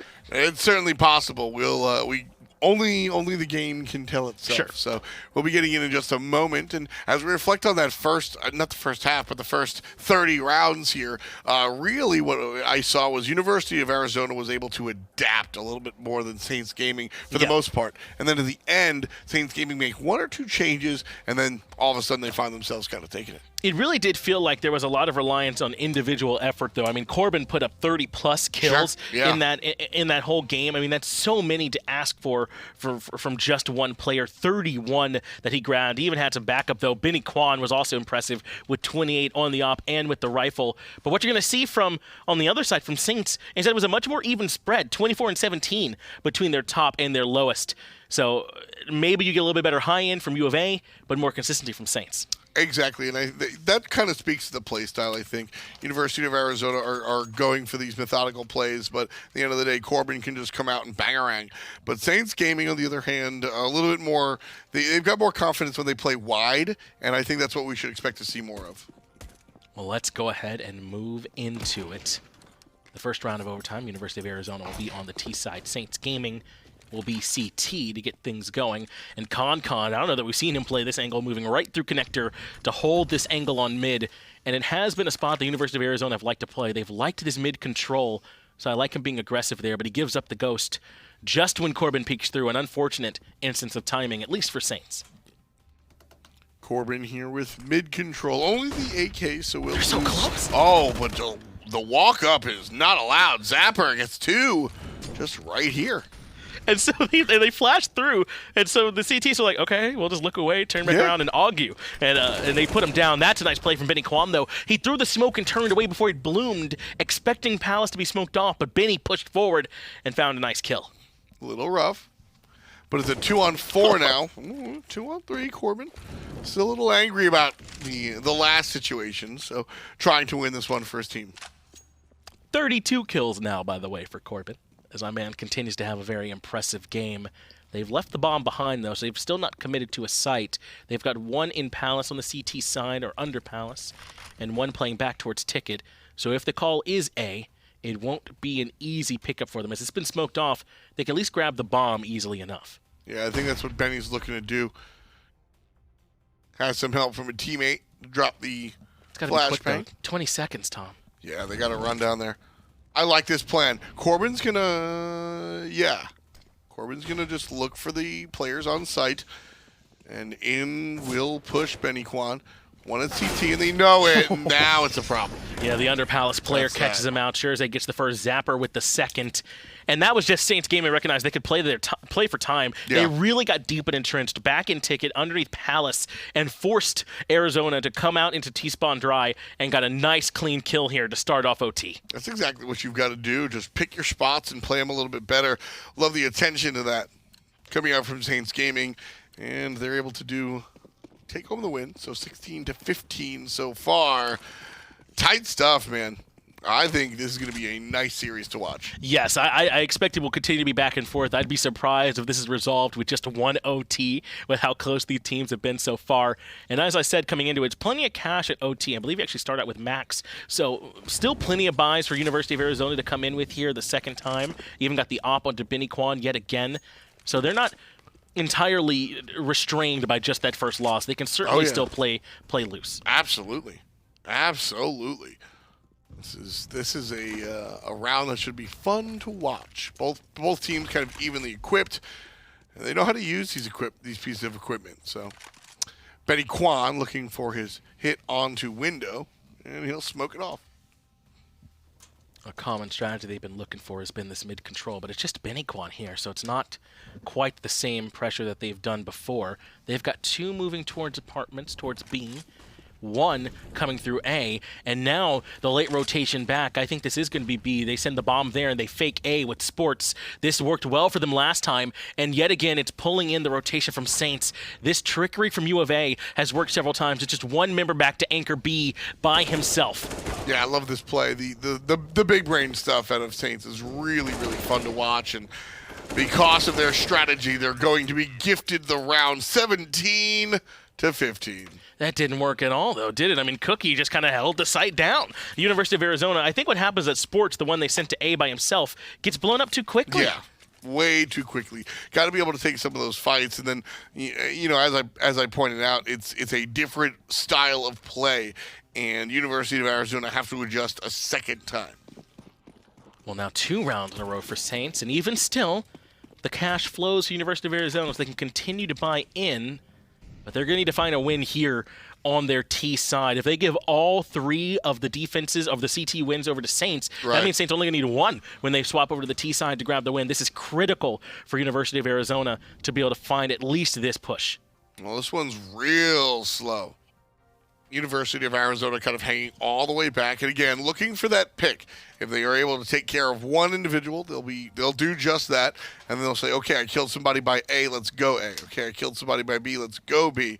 And this is going to be a very slow wait here for University of Arizona. That's right. They're waiting out this whole full first minute. In fact, they haven't even fully moved out of T-spawn yet. The bomb's still there. Finally, they'll throw in some grenade to try and smoke off stairs on the A site. I don't know if it quite reached, as Scherze finds Corbin, the heavy hitter for U of A early on, but Satellite responds thanks to some of Corbin's damage and trade. Con wants to hold window, but the Molly forces him back. That means one more player can move up mid, but the rest of University of Arizona are trying to push through Palace. Zapper finds one, but Satellite's there for the trade yet again. A little bit more trouble for Retro, but he actually finds the shot. This could be huge now for University of Arizona. Saints only have 1 member, and he's way, way back still in market. This A site's opened up for them, and I think Saints are giving it up. Yeah, this is how you get back into it here, John. University of Arizona going to take this round. It'll be 16-17, and Cookie with the AK. We'll just kind of wait it out. He wants to save this item, so he'll do just that. No death for him, as long as he plays it smart. He's going to go in, though, and try and contest. He finds the first one. Retro goes down, but he expects there to be one mid. There is not. It's Satellite instead. Playing from that bench position, puts him down. And that means University of Arizona at least grab 1 on the T side. It's 2 on the CT side for Saints, which means they certainly go into this next half of the first OT with the advantage. Not my least favorite play. I think there is still money for Saints Gaming. It's overtime. You can go all the way in with that. It's obviously the last round. You're going to lose your item. Sure, I'm down. I don't mind all that. I think that's a good look. Well, they couldn't quite close up that round, or close out the half in their favor at the very least. That one does end up favoring Saints. Now, with a couple more minutes to think, now U of A have to go, okay, so we couldn't quite come up with enough creative ways to get in on T side. We were struggling with that. The CT side from Saints is what let them back in so heavily in the actual 30 round that they lost. Now, how can they, when they're on the CT side, the side where they did well, grab enough wins to close out this OT? That's got to be their focus. Exactly. And I think you just repeat what you did last time. Just do what you did to win. It's that simple, I think. Just repeatedly look for the outplays intelligence-wise. Look for the slow pushes. Now, both of these teams seem to have trouble kind of making the long, late rotations. And I think that's what you've got to look to exploit. Yeah, you're right. It was University of Arizona that I think was able to play the CT side so patiently and wait for Saints to kind of get a little bit antsy and start moving to the sides too early, taking bad duels, and they're able to get those wins by being kind of deep in entrenched. Oh, yeah. They can try and go back to that here again, but Saints are the ones I feel like that are coming in hot. They had such a huge CT side. They just came out 2-1 on the first half of OT. They got plenty to push with. That's what they're looking for. Just continue the momentum forward. Watch this one go in their direction. Hopefully, if, obviously you're rooting for them. And then move on to game number 2. I think that's really what you're looking for, is end this one quickly for both sides, to be honest. That's a good point. We are still on the first map here, still on Mirage. We still got Inferno and potentially Cash awaiting us. But these players, though, even though we can maybe take a moment to look forward, they still can't just yet. They've got to clean up this Mirage map first and get that first point. It has been so close between these two. I don't know what more you could have asked for in the NACE CSGO championship finals between these two strong teams that have fought their way through group stages, through brackets, all the way to get here to OT in the first map. Yeah, honestly, not too much more. This is exactly what you sign up for when you're looking for this sort of level of competition. So very excited to see where this one goes. 16-17 here, Finch. And Saints Gaming will be playing on the counter turret side. We'll see how this next one goes in this next half of the first OT. University of Arizona should be the ones who are playing on the CT now. Saints should be T. And we'll see if they can restrain themselves a little bit more than we saw way back in the first half here of Mirage, where they were overstepping a little bit. That'll be the question for the fellas. How do they play this one a little bit more controlled than we saw from them before? Controlled is a good word for it. I do agree with that one. I want to see that. 5 AKs, though, from Saints. It's going to be anything but just walking fast towards apartments. Corbin sucks, looking towards this mid. And Bennyquan already starts off hot and takes care of Cookie. Runs up to window, pops him, and then falls right back. The utility comes out from Saints Gaming to cut that off. But look at Corbin holding this angle through connector. You can see them if they come through underpass, even a little bit towards Cat. A great spot he's holding. But as that smoke fades, it might be less safe. Yeah, I got to watch out for that location for sure. But again, Saints Gaming playing slow, this time looking towards apartments. 3 players. You get chased out. Good location from Satellite. Con answers back, and here's the late rotation again coming out from University of Arizona. This time a better look, though, because it's 4-2. Nice shot from Cypro to come down, at least take down Retro, and then another one tap. Corbin crumbles underneath the weight from Cypro. Cypro finds another 3K for him so far. 4. Someone slow my man down. Saints Gaming come roaring in. They just need one more. That's how they're going to do it, then that's what they should do. Ask me all about strategy. Ask me about that tactical location. Nah, forget it. Just give this man an AK and let him do his thing. Cypro, man, this is the shot here. That one tap, that really seals it for me, man. He gets the 2K, the 3K to close it out. And you're right, sometimes, you know, you can do the slow B apartments push, and you're like, okay, that didn't quite work for us, now we're down 4-2. And then sometimes Cypro just kills people. Yeah. And you end up winning the round. That puts them up to 19. Wow. The Saints Gaming now have all their chance to close this out. Yeah, really, really nice spot for Saints to find themselves in. And they're going to be pushing. They're going to be defending the spot already, and nice shots. It's a 2-2. Bennyquan still the only one here, and Con has to play defense. Con up against Benny Q, the 1v1 to close this round out. He knew where he was, but it wasn't enough. Con grabs him. Con grabs the win, and Saints Gaming grab the map. Mirage going in the way of the guys who have not lost yet, and it looks like they don't plan to start now. No, not at all. And, you know, we do a couple of different games. We've been in competitive gaming for a while, and there's this extra, there's this X factor, this intangible, whatever you want to call it. Sure. And that's what that 4K just felt like. It's like, you know what? We're going to win because I say so. And a really, really big play that invigorates his squad for the next round as well. And that's how they take care of the round. You know, I'm going to move over to traditional sports for a moment, if that's okay. We just saw the end of that series, right, with Golden State, where they were like, the reporters like, how do you stop Kevin Durant? He just got 50 points. And they go, we tried. Yes.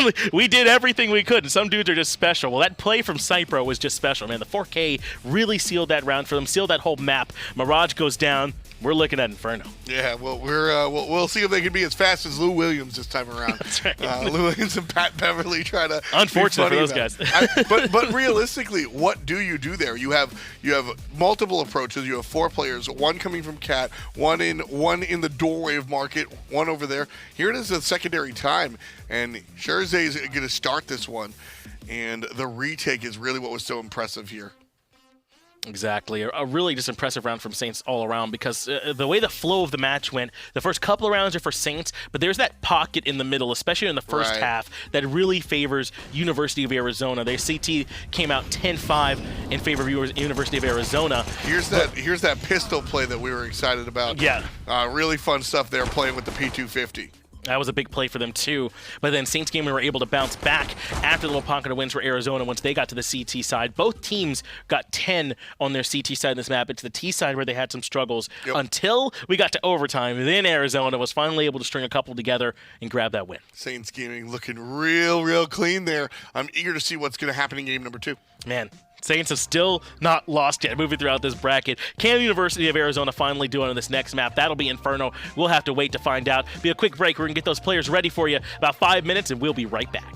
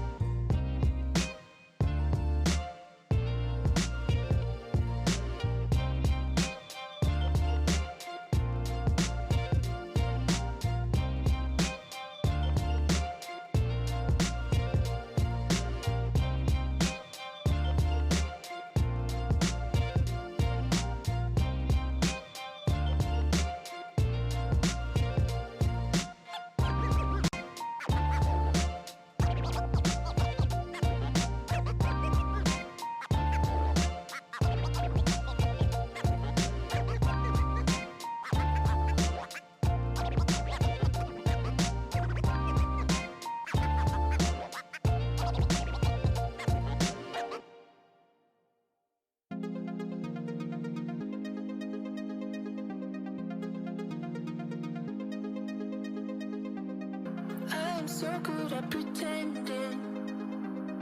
Keep on smiling in my tiny bubble, like a movie without ending.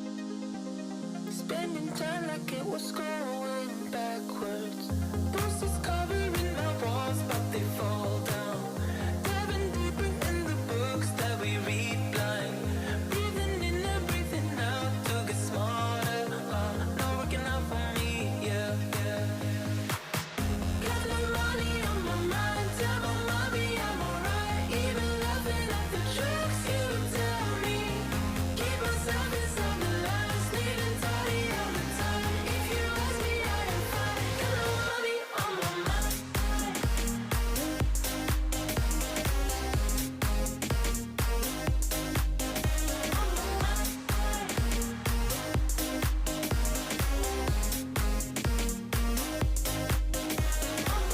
Repeating patterns like the others.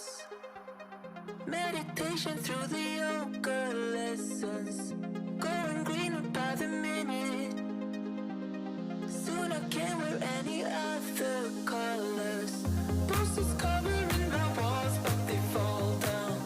Diving deeper in the books that we read blind. Breathing in and breathing out to get smarter. Not working out for me, yeah. Got no money on my mind, tell my mommy I'm alright. Even laughing at the jokes you tell me. Keep myself inside the lines, neat and tidy all the time. If you ask me, I am fine. Got no money on my mind.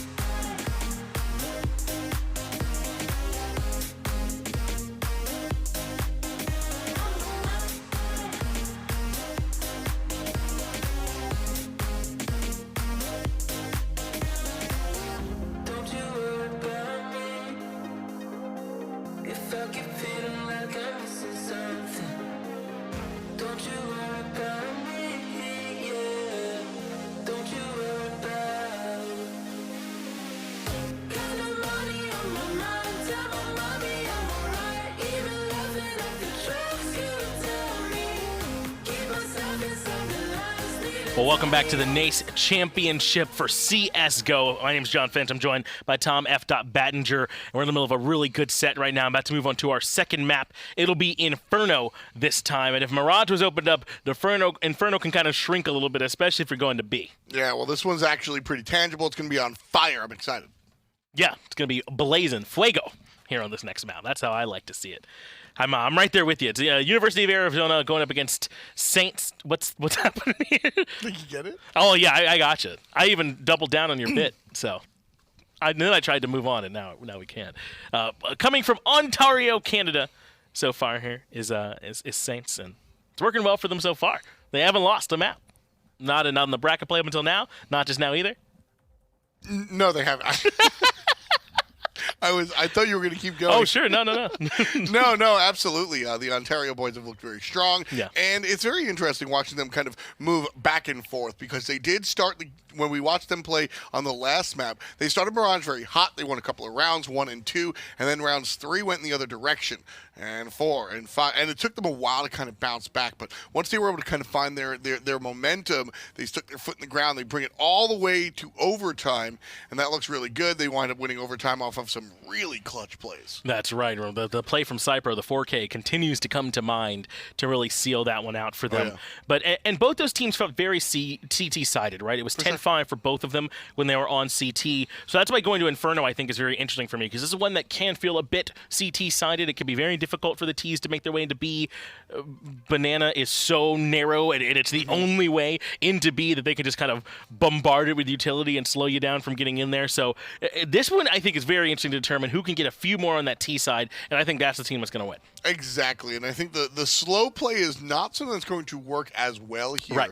Like you said, Banana's really one of the only entrances over there. So if you're looking for mid and mid 2, I think that might be a nice look. But if you're focusing more towards on that curved section, it's going to be a harder task to play it slowly if that's what we're going to see. And especially if the CTs get ahead, if they can be the ones with the resource advantage in terms of being able to buy more utility, then things really can get tough for trying to push your way through Banana. They start chucking mollies and and HEs down there, and they can stop you before you even start making it in, and they can even delay you if you wait late and they know you're pushing through banana. Then they can choke that point off, and you have to make a really tough push through the flames. It can be very tough for the T's. For sure. Got to watch out for all of those situations. Then you move over towards mid, and it's not really like Mirage where you can play mid and then look for two different directions. If you're going to push up mid, you're kind of just going in the direction of the site. So got to be able to be aware of that and watch out.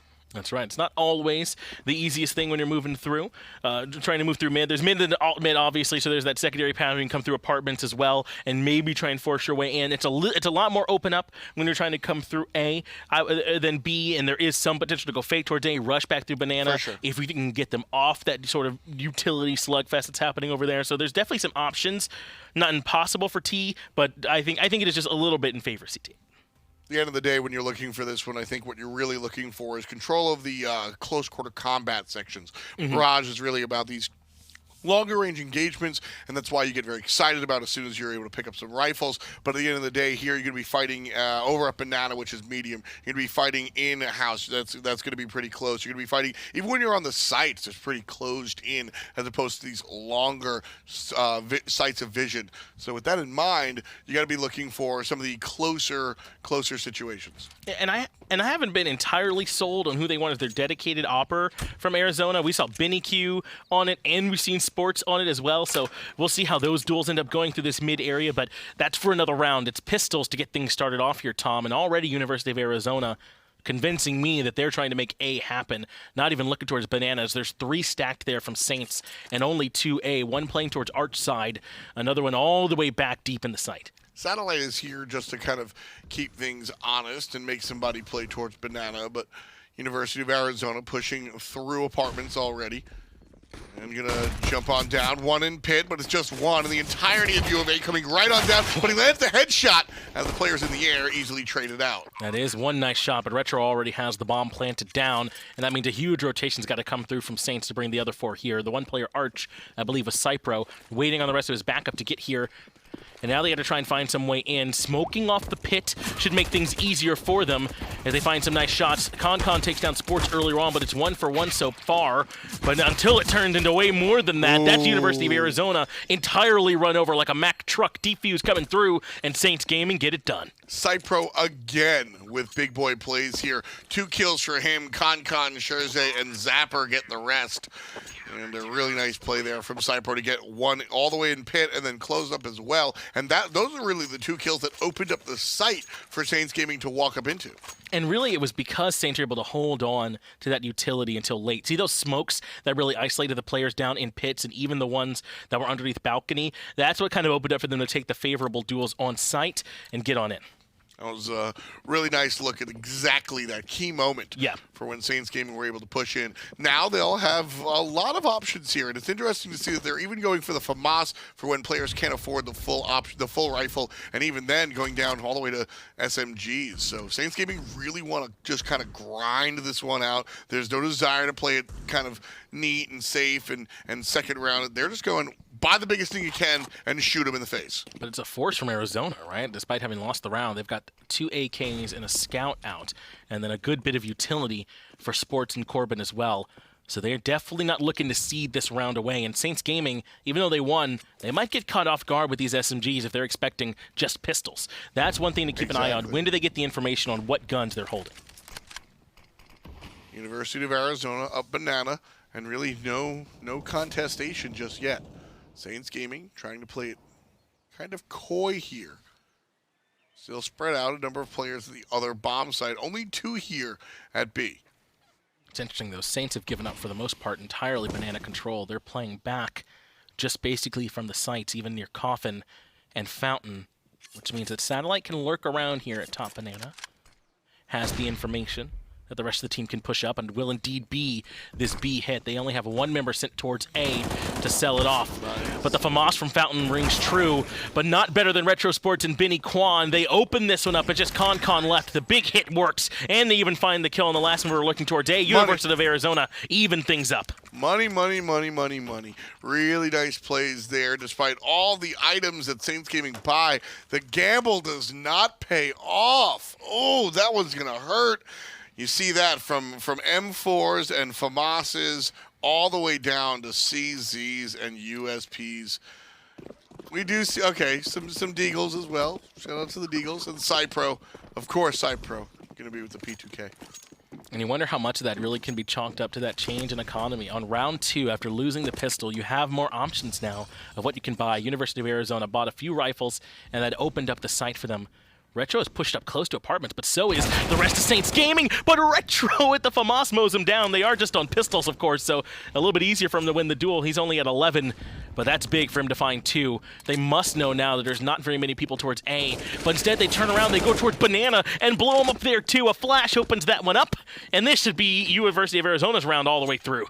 Certainly looks like it. Cypro is below half HP with a pistol against the entirety of University of Arizona. The whole school? The entire school. That's crazy. They're all here. Even yes, arts, humanities, STEM. Everybody's here. That's a lot of people. That's quite a bit. Cypro's good. I mean, he got the 4K, but he can't There's take out a whole school. 400 people in apartments. Yeah, that sounds like a dorm. Yeah.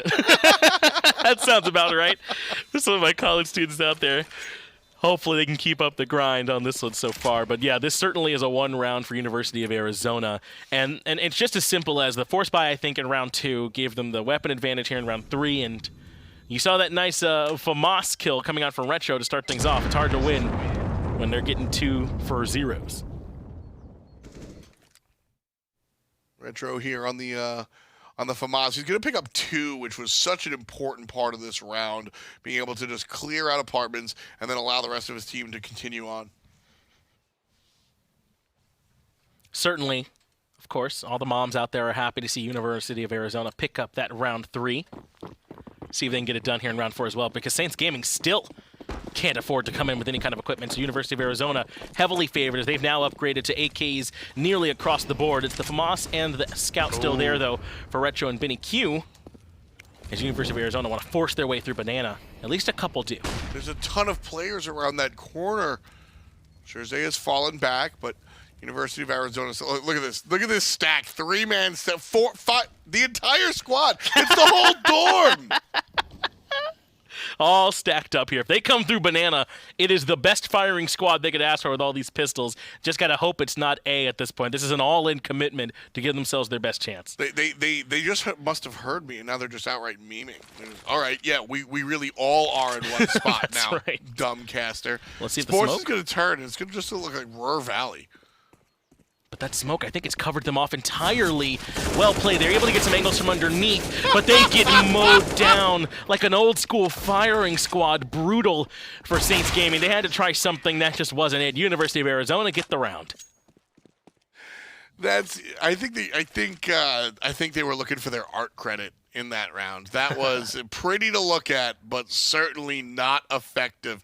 Going up against the rifles, I mean, that's as obvious of a throwaway round as possible. But to dive a little bit deeper, I mean, there's Saints Gaming, sure, you can go for a pick, and the intelligent thing is to try and strip away some money from University of Arizona, but win or lose that round. Worst case scenario is what happened, and Saints Gaming were saving up for this round where they can come fully equipped with rifles. That's really what you're playing for here. That's why we see such a silly play kind of go down, because they're just looking for this round. They're looking for round number 5 where they can actually compete, combat, and look for something similar to what U of A has brought them. That's right. If University of Arizona run in there unsuspecting, then those pistols can kind of chop them down. But unfortunately, a good bit of utility cuts that strategy in half. Now both teams on well equipped. They've got the M4A1, 3 M4A4s, and the AUG down there for Zapper. So no reason why Saint Gaming can't hang here in this round. Flashbang goes out, and nobody runs. Apartments is a dangerous spot right now. I don't know if I'm loving this call from University of Arizona. But a lot of ground seated up. Saints Gaming didn't fight for mid. They didn't fight for Banana.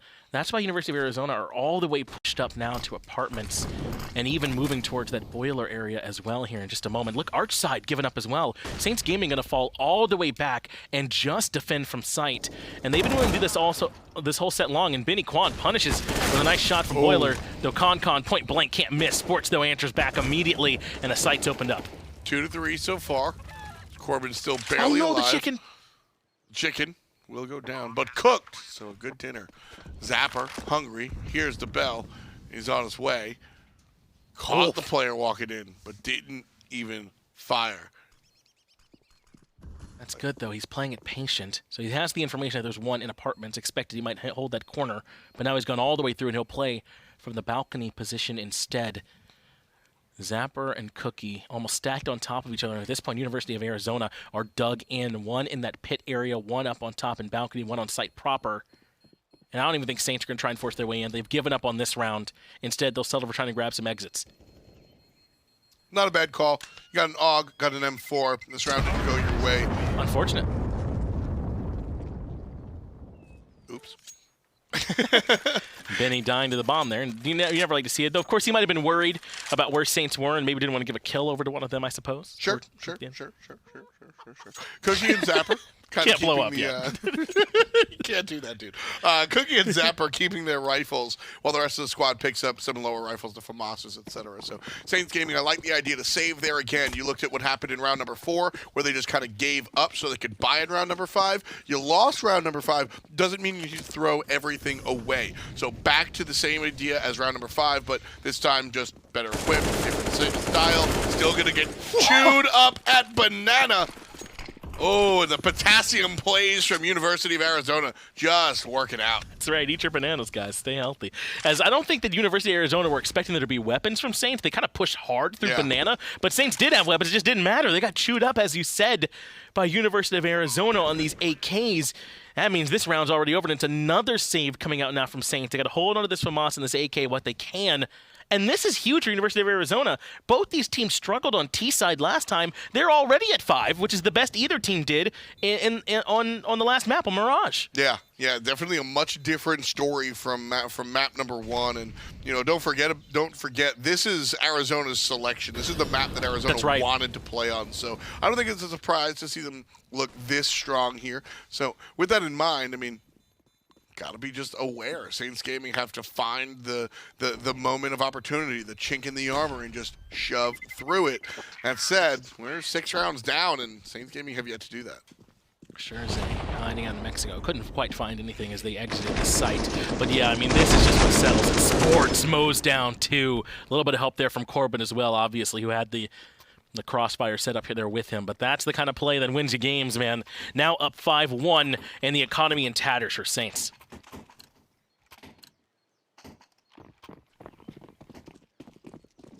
Different approach here from Saints. They're going to keep some of the rifles that they brought from last round, but the other 3 are going to save. So with the unbalanced equipment, I want to see what their strategy is. We're just going to see a spread. One of the rifles goes one side, the other rifle goes the other side. Nice deagle here for Zapper. Cookie going to follow suit. Cypro still with the 5.7, and I'm fine with that. Cypro's looked real clean on the recoilless pistol, so I'm with it. We'll see if we can hold down the site this time. The molly to force them back, and it does work. Cookie will indeed give up top banana. Zapper holds on top of new box and waits and waits and waits. But it's a slow push finally from University of Arizona, and they've got banana control. They still have 2 lurking towards apartment as well. And look where the bomb is. They haven't fully committed to banana. They'll see if they can grab some picks here, but with the flashes, they find nothing except for Benny Kwan, who of course does. Another op shot sprays the wall behind him, and that's the first kill going the way of University of A. Nice, clean plays so far. Cookie unable to answer back. Fire on the backside. That's going to push anybody out that was over there by the boxes. But Zapper and Con able to get one as they push out of the site. And University of Arizona will kind of suffer for it. One CT in apartments as Retro and his teammate make their way to the bomb site here at A. Another good job from University of Arizona selling so they can get to the site. But Saints Gaming have plenty of numbers with which to look for the retake. As Retro bunkers down in pit, Benny Kwan will be coming through from Boiler. They're using some of this utility they've saved to keep the site closed off for now. Retro and Benny find 2 very, very critical kills. And Retro, even on 2 HP, still holds on. Satellite finds another one. And now with just Zapper left, it's going to be very difficult indeed to get into the site. In fact, just save the AK, my man. You got to run. University of Arizona finds 6. Man, I know that University of Arizona had picked this he's map, hunting. but this is all the way turned up. I mean, this is a much different game than we saw in game Yeah, number you're so one. right. This is insane.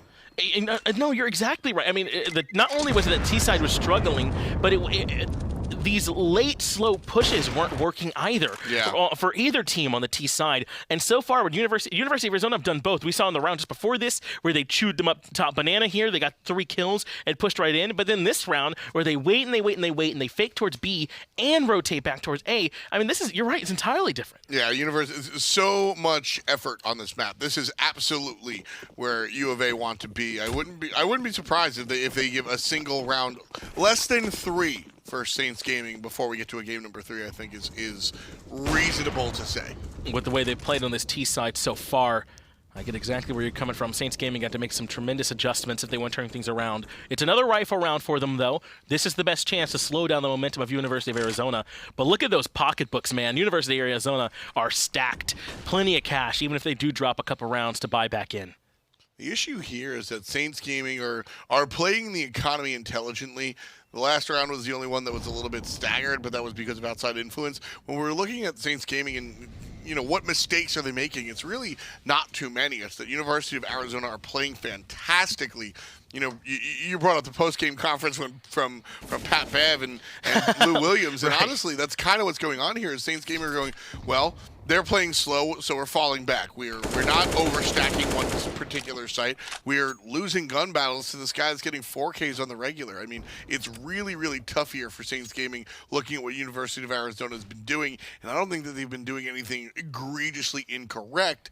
Sure, things could be better, and I could probably point to a couple of different options, but at the end of the day, I think Saints Gaming are just playing against this team that knows this map intimately. But I like this better from the CTs, though it's not going to quite work for them. Maybe it is. They played up more towards this choke point, one from Archside, one from Boiler, and used that utility to stop University of Arizona from getting in for free. Sports goes down, and Saints only lose 1. Finally, they get another one on the board. 2-6 now for Saints. That's an important one, and I think the biggest difference here was this smoke and the play, obviously, but the utility from Saints Gaming was really the big difference. And again, talking about how this is a map that University of Arizona just seemed to be in control of, that time around they didn't really seem to have a straight plan. Just walk up mid was a little bit more straightforward than some of the other options that we've seen from them so far. So perhaps one of the earlier pages in their playbook, and it just didn't look that clean. Well, mid smoked off yet again. We'll see if Saints Gaming can hold on to the same pressure that worked so well for them last time with that Archside boiler play. They've got a couple members towards B, up the top banana as well, trying to hold off this push. There's 3 there, but look how far back the bomb is. University of Arizona, even 30 seconds in, have not committed to anything. They can go to either site still, very much so. They're going to try and see if they can get some more information, gain some control of the map. They're already up near top banana, and they force Zapper all the way back towards Fountain. And they might go ahead and bring that bomb through if they can find a pick. If. It's a large, large if. University of Arizona still completely spread and no one moving. Again, just looking for impatient Saints Gaming members. Zapper has no more utility, though, to try and slow down this push. If University of Arizona do come through banana, they might not have too much to worry about. And it looks like that indeed will be the play. Utility comes raining in, and they know he's made the call. One more member coming from CT side, but they even smoke it off there. This site's been entirely smoked down, and now only the spray can come through from Zapper. Cypro somehow finds the shot, but Sports finds one of his own. Another one takes him down near Ruins, and that's another big shot. There's a follow-up from Cookie, 2 for the AWP user. It's Satellite and Benny Kwan. Cookie, Zapper, and Con fighting for Saints Gaming. All just of a like sudden. that. Yeah, just like that, or all of a sudden, either way. Just like that, all of a sudden, everything is gone. And Saints Gaming, man, this time they did it through brute force. Last round, we talked about how we liked the play they did around mid, and they finally showed some presence a little bit further away from the site around the choke points. This time, though, University of Arizona had the execute there done quite cleanly. That site was way smoked off, but Cypro hits an insane shot to start things off. Another big fight for them around Church area, and they get a couple more, and they just mow down University of Arizona. That said, for this round, I think their University of Arizona is certainly well equipped. You got the AWP and 4 AKs. I like this strategy. I think any more ops make these engagements really problematic. Your AK is going to excel right in these hallways, these short situations, but Benny Kwan, who's already been hit once or twice, he's the one that's going to be playing and looking for mid, etc. They're pushed up again. They've recognized that this change in strategy has made the A site harder for University of Arizona to break into. Shares A with this really off angle here on Boiler. Usually you hold up where you can at least see the door from apartments, but he's holding back. He barely won't be able to see until they're already pushed through mid. He'll be relying on information from Arch side to make sure they don't come too far. Now with the flashes, this is the push, and he loses. Sports knew right where he was and finds that first kill. Cypro, though, answers back with the op coming from sight. A nice shot from him slows down the push from U of A. I love this positioning that Saints Gaming have here. Cypro is going to be able to walk back and forth between those two entrances to A, whereas Library is just stared at by this player on balcony. Corbin's going to flash out, and this could be an issue. Con just waiting for him. Going to walk right into it. Did they sell enough, though? Look, a lot of them are moving back towards B, where there's really only one member, but I don't think Saints Gaming are entirely sold on this. Now they're bringing that member back who's moving towards CT. It's Cookie who smokes it off, and now University of A are slowed down. They have to push through the smoke. That's going to bloom for more than this next 15 seconds. It'll be very difficult for them to find it. They push through the smoke, but the op close range struggles. Satellite only gets one, but Zapper comes up big with a 3K to slow him down. And Corbin's still alive, but we'll see what he opts for. University of Arizona just a little bit too slow through there. Ops for? Yeah. That was good. Like opt like OPT, but opt like AWP. Is that what you were doing? Yeah. That was really good. That was funny. Yeah, thanks. Yeah. You're giving me a look that makes me think maybe you aren't going for it. No, I was. Okay. I damn well was. That's right. That's just on my brain. That's just how it do, man. Well, another round for Saints game. They've gotten 3 in a row now. University of Arizona stuck on 6. Again, even if they don't get another round, it's better than they did on T-side on Mirage earlier on. But all that momentum they have deteriorating, and now finally their economy in trouble. Cookie with the AUG finds 2 towards the bottom of Banana, and that should slow this round down right away. I think this really just comes down to Saints Gaming being hot or cold. University of Arizona opens up the playbook and pulls out some really interesting strategies, and it takes Saints Gaming a couple of rounds to really get their legs underneath them. Yeah. But now Cypro's got a weapon, Cookie's got a weapon, Con's got a weapon, and we're hitting these 2Ks, these 3Ks, these long-range headshots, these one-taps, and that's how Saints Gaming got this far. As soon as I say that, it goes the other way, and Scherze dies. But Saints Gaming has been really impressive with their guns. Nice shot from Corbin, but at this point he's quite sandwiched. They know where he is towards the default bomb position, and he will place it there indeed. Goes back through the smoke and even wins a duel, but he ends up falling, unfortunately, to Cookie. Unfortunate if you're a University of Arizona fan, and that means Saints Gaming. They're going to bring this one back to 5. What is it about this team? Whenever it feels like there's some adversity, they just push right through. Clutch Kobe, man, Clutch Kobe. You brought it to basketball, so I'll bring it back to basketball. A long time ago, they did a pretty unscientific situation, and Kobe Bryant's stats were higher in stadiums that booed him rather than stadiums that cheered him. That's funny. Some players just like the face of adversity, and I think Saints Gaming, sure, it might be some of that. Realistically, I think it's just getting your legs underneath you. Teams play different maps differently. Arizona played very intelligently, and Saints Gaming had to identify that. And then they had to get some guns, and now we're seeing them just kind of raw skill what's going on as they take these gun battles and just look to engage. Retro looking for pre-fires as he moves into apartments. But look at this, University of Arizona can full buy into this one again. No ops, but at least 5 AKs and a good amount of utility available to them. That's what giving up 5 rounds in a row will do. It'll make that economy quite sturdy. 1-for-1 traded out so far, but it's Banana where Saints Gaming are finally pushing up. They haven't played up like this all game, and they're not giving this map information, this positioning away to University of Arizona for free. Still spread, though. Nobody really committing. There's a flash on the outside. Sport's in a weird spot, very far away from kind of anything that would go on. He's just sitting here in mid 2. Trying to catch somebody straggling along and crossing, maybe. And still, University of Arizona played this one slow. They've still got a good bit of utility. CTs have a good bit too. It's mostly on Con, though. So the rest of the squad won't have nearly as much to slow down when this eventual hit does come through. And it looks like with only 40 seconds left, it will indeed be A, and still 2 members looking towards B. So this one could certainly favor University of Arizona if they can make it in cleanly, Tom, and win these initial duels. The pit player, though, Con finds one already. The AUG rings true, but he goes down in trade. Satellite finds him. Now, with the Molotov, they force out the last member. That was Sherzay. He goes down too, and they'll have to come through Library to try and close this one out.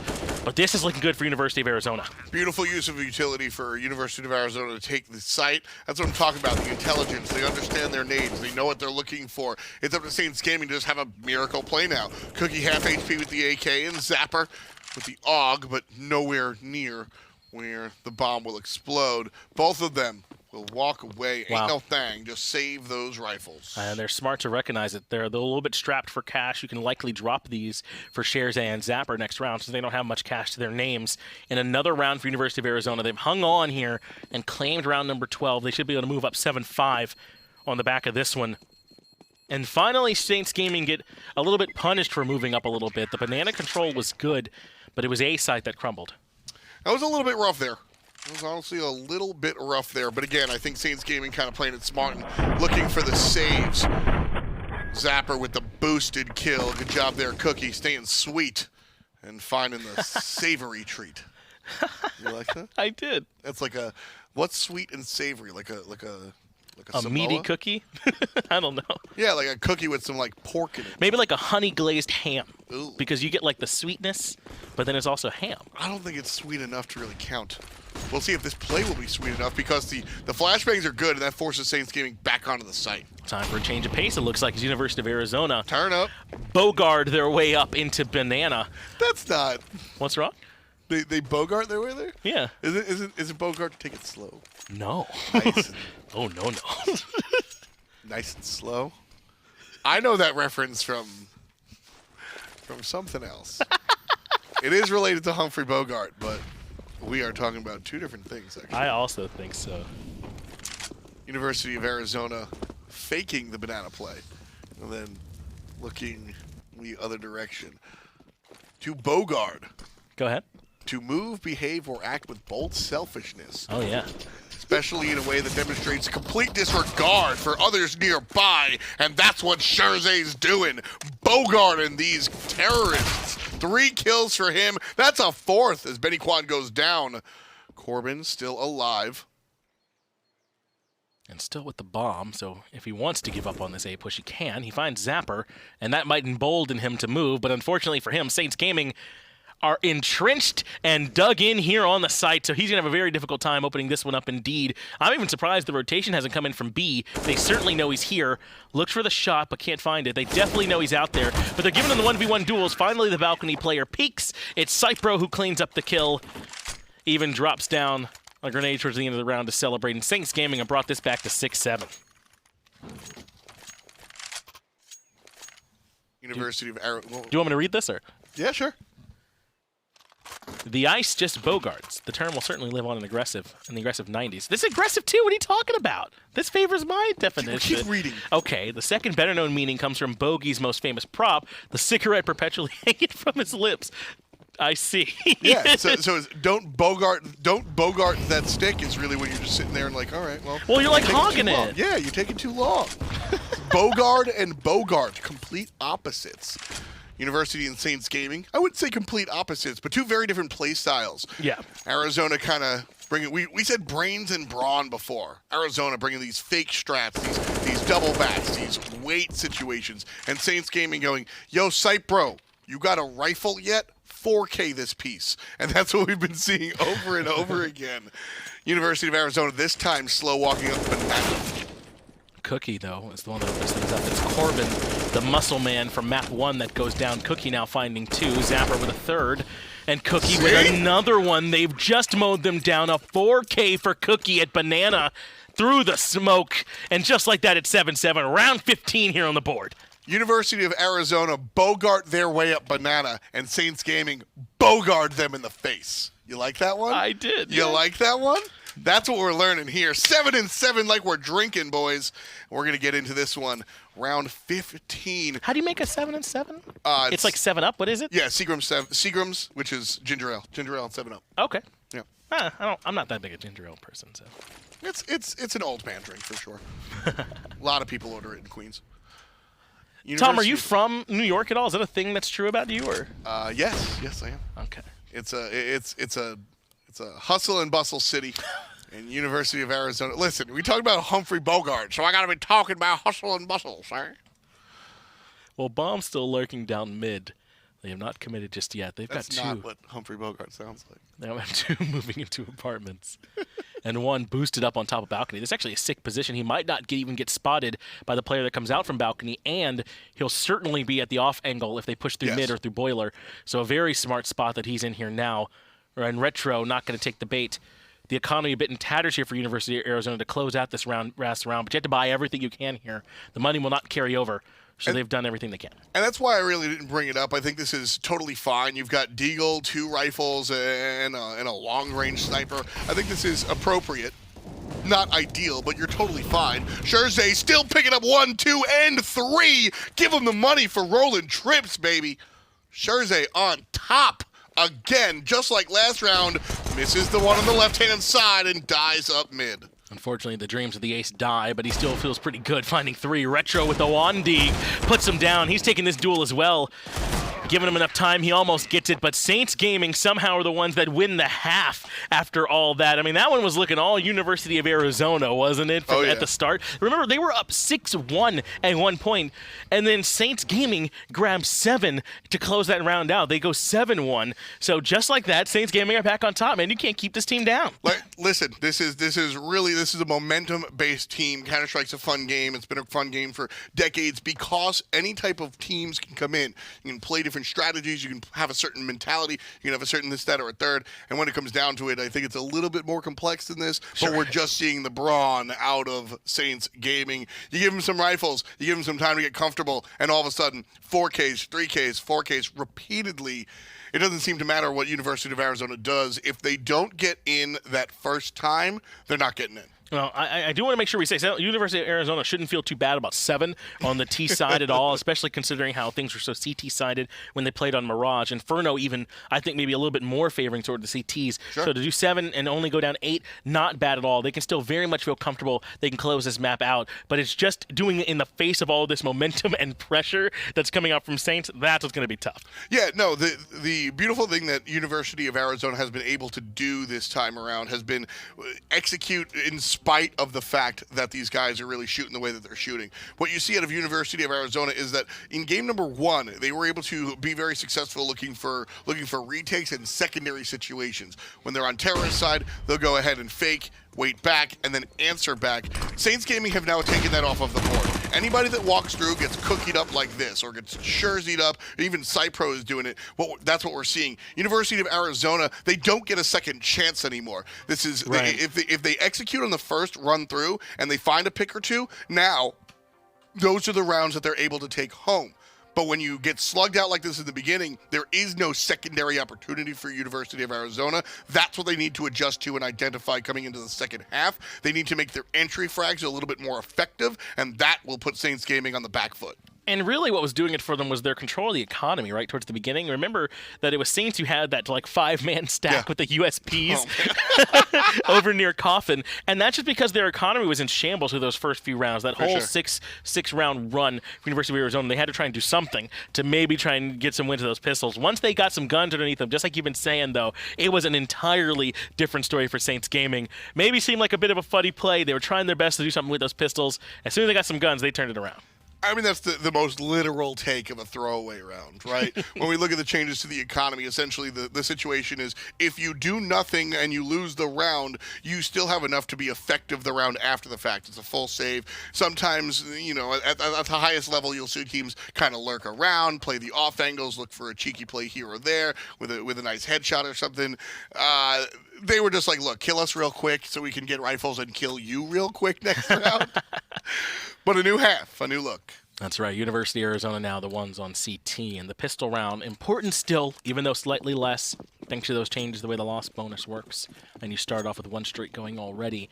But still, you love to be able to come in, get this first round, get them stuck on pistols, try and force them to an eco. and get a couple of 2 rounds to start things off and give themselves the lead. That's huge. That's huge. Retro sees 3 players walking down mid 2. That's a large amount of information. Sports is going to one-tap. Benny Kwan gets the other off of some assist by Satellite. Thanks to the blind. Another good shot from Sports. And Saints Gaming only have 2 players left. But the rest of University of Arizona need to rotate over. There's really only 1 man actually on site. It's a good thing Retro hit that 6 shot on Concon. That slows this push down considerably, and Cookie can't get the kill fast enough. That means the University of A should be here in short order to punish the man. Oh my goodness, Cookie. That what an insane battle there.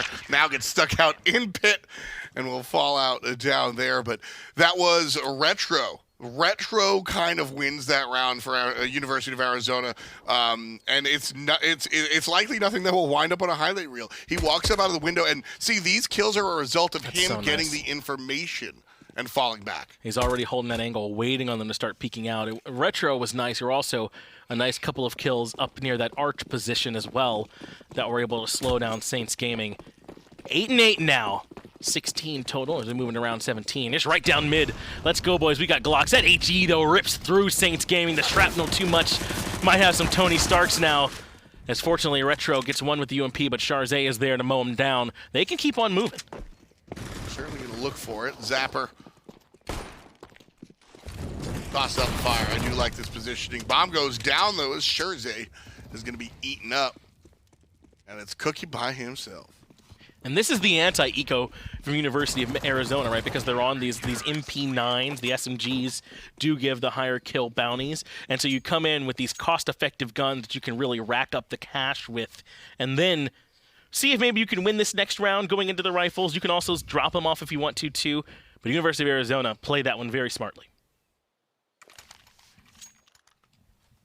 Saints Gaming now with 5 AKs. Again, this is kind of what we've come to expect in these past 2 maps. Watching this team, Saints Gaming, they're not all that great when they're kind of starting up, but once you get them, and what's interesting is that later on when they're playing ecos, they're fine with pistols. So it's not even like it's just a weapon choice. It's like they need a couple of rounds to get things going. It's a bad look for Corbin. This Banana's completely smoked off.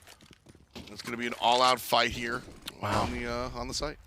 Well, Corbin's able to switch over to the AK. This feels like a must-win round for Saints because University are on the bonus. They don't really rebuy into rifles except for Retro, and Corbin picks one up off the ground. So Saints Gaming invests this much cash in and lose, and then University are chilling on their stacks. It's going to be real tough for them to come back. So Saints definitely need to pick this one up. Well, Saints did this last time as well, kind of full buying in the bonus and then losing. And then what happened was they were able to get Cypro had a fantastic 4-man kill over there on Mirage on the pistol on the complete eco, which allowed them to get back into it. And again, that's what Saints Gaming rely on, that high caliber play, but you don't want to have your entire game hinge on a pistol, on an eco round 4K.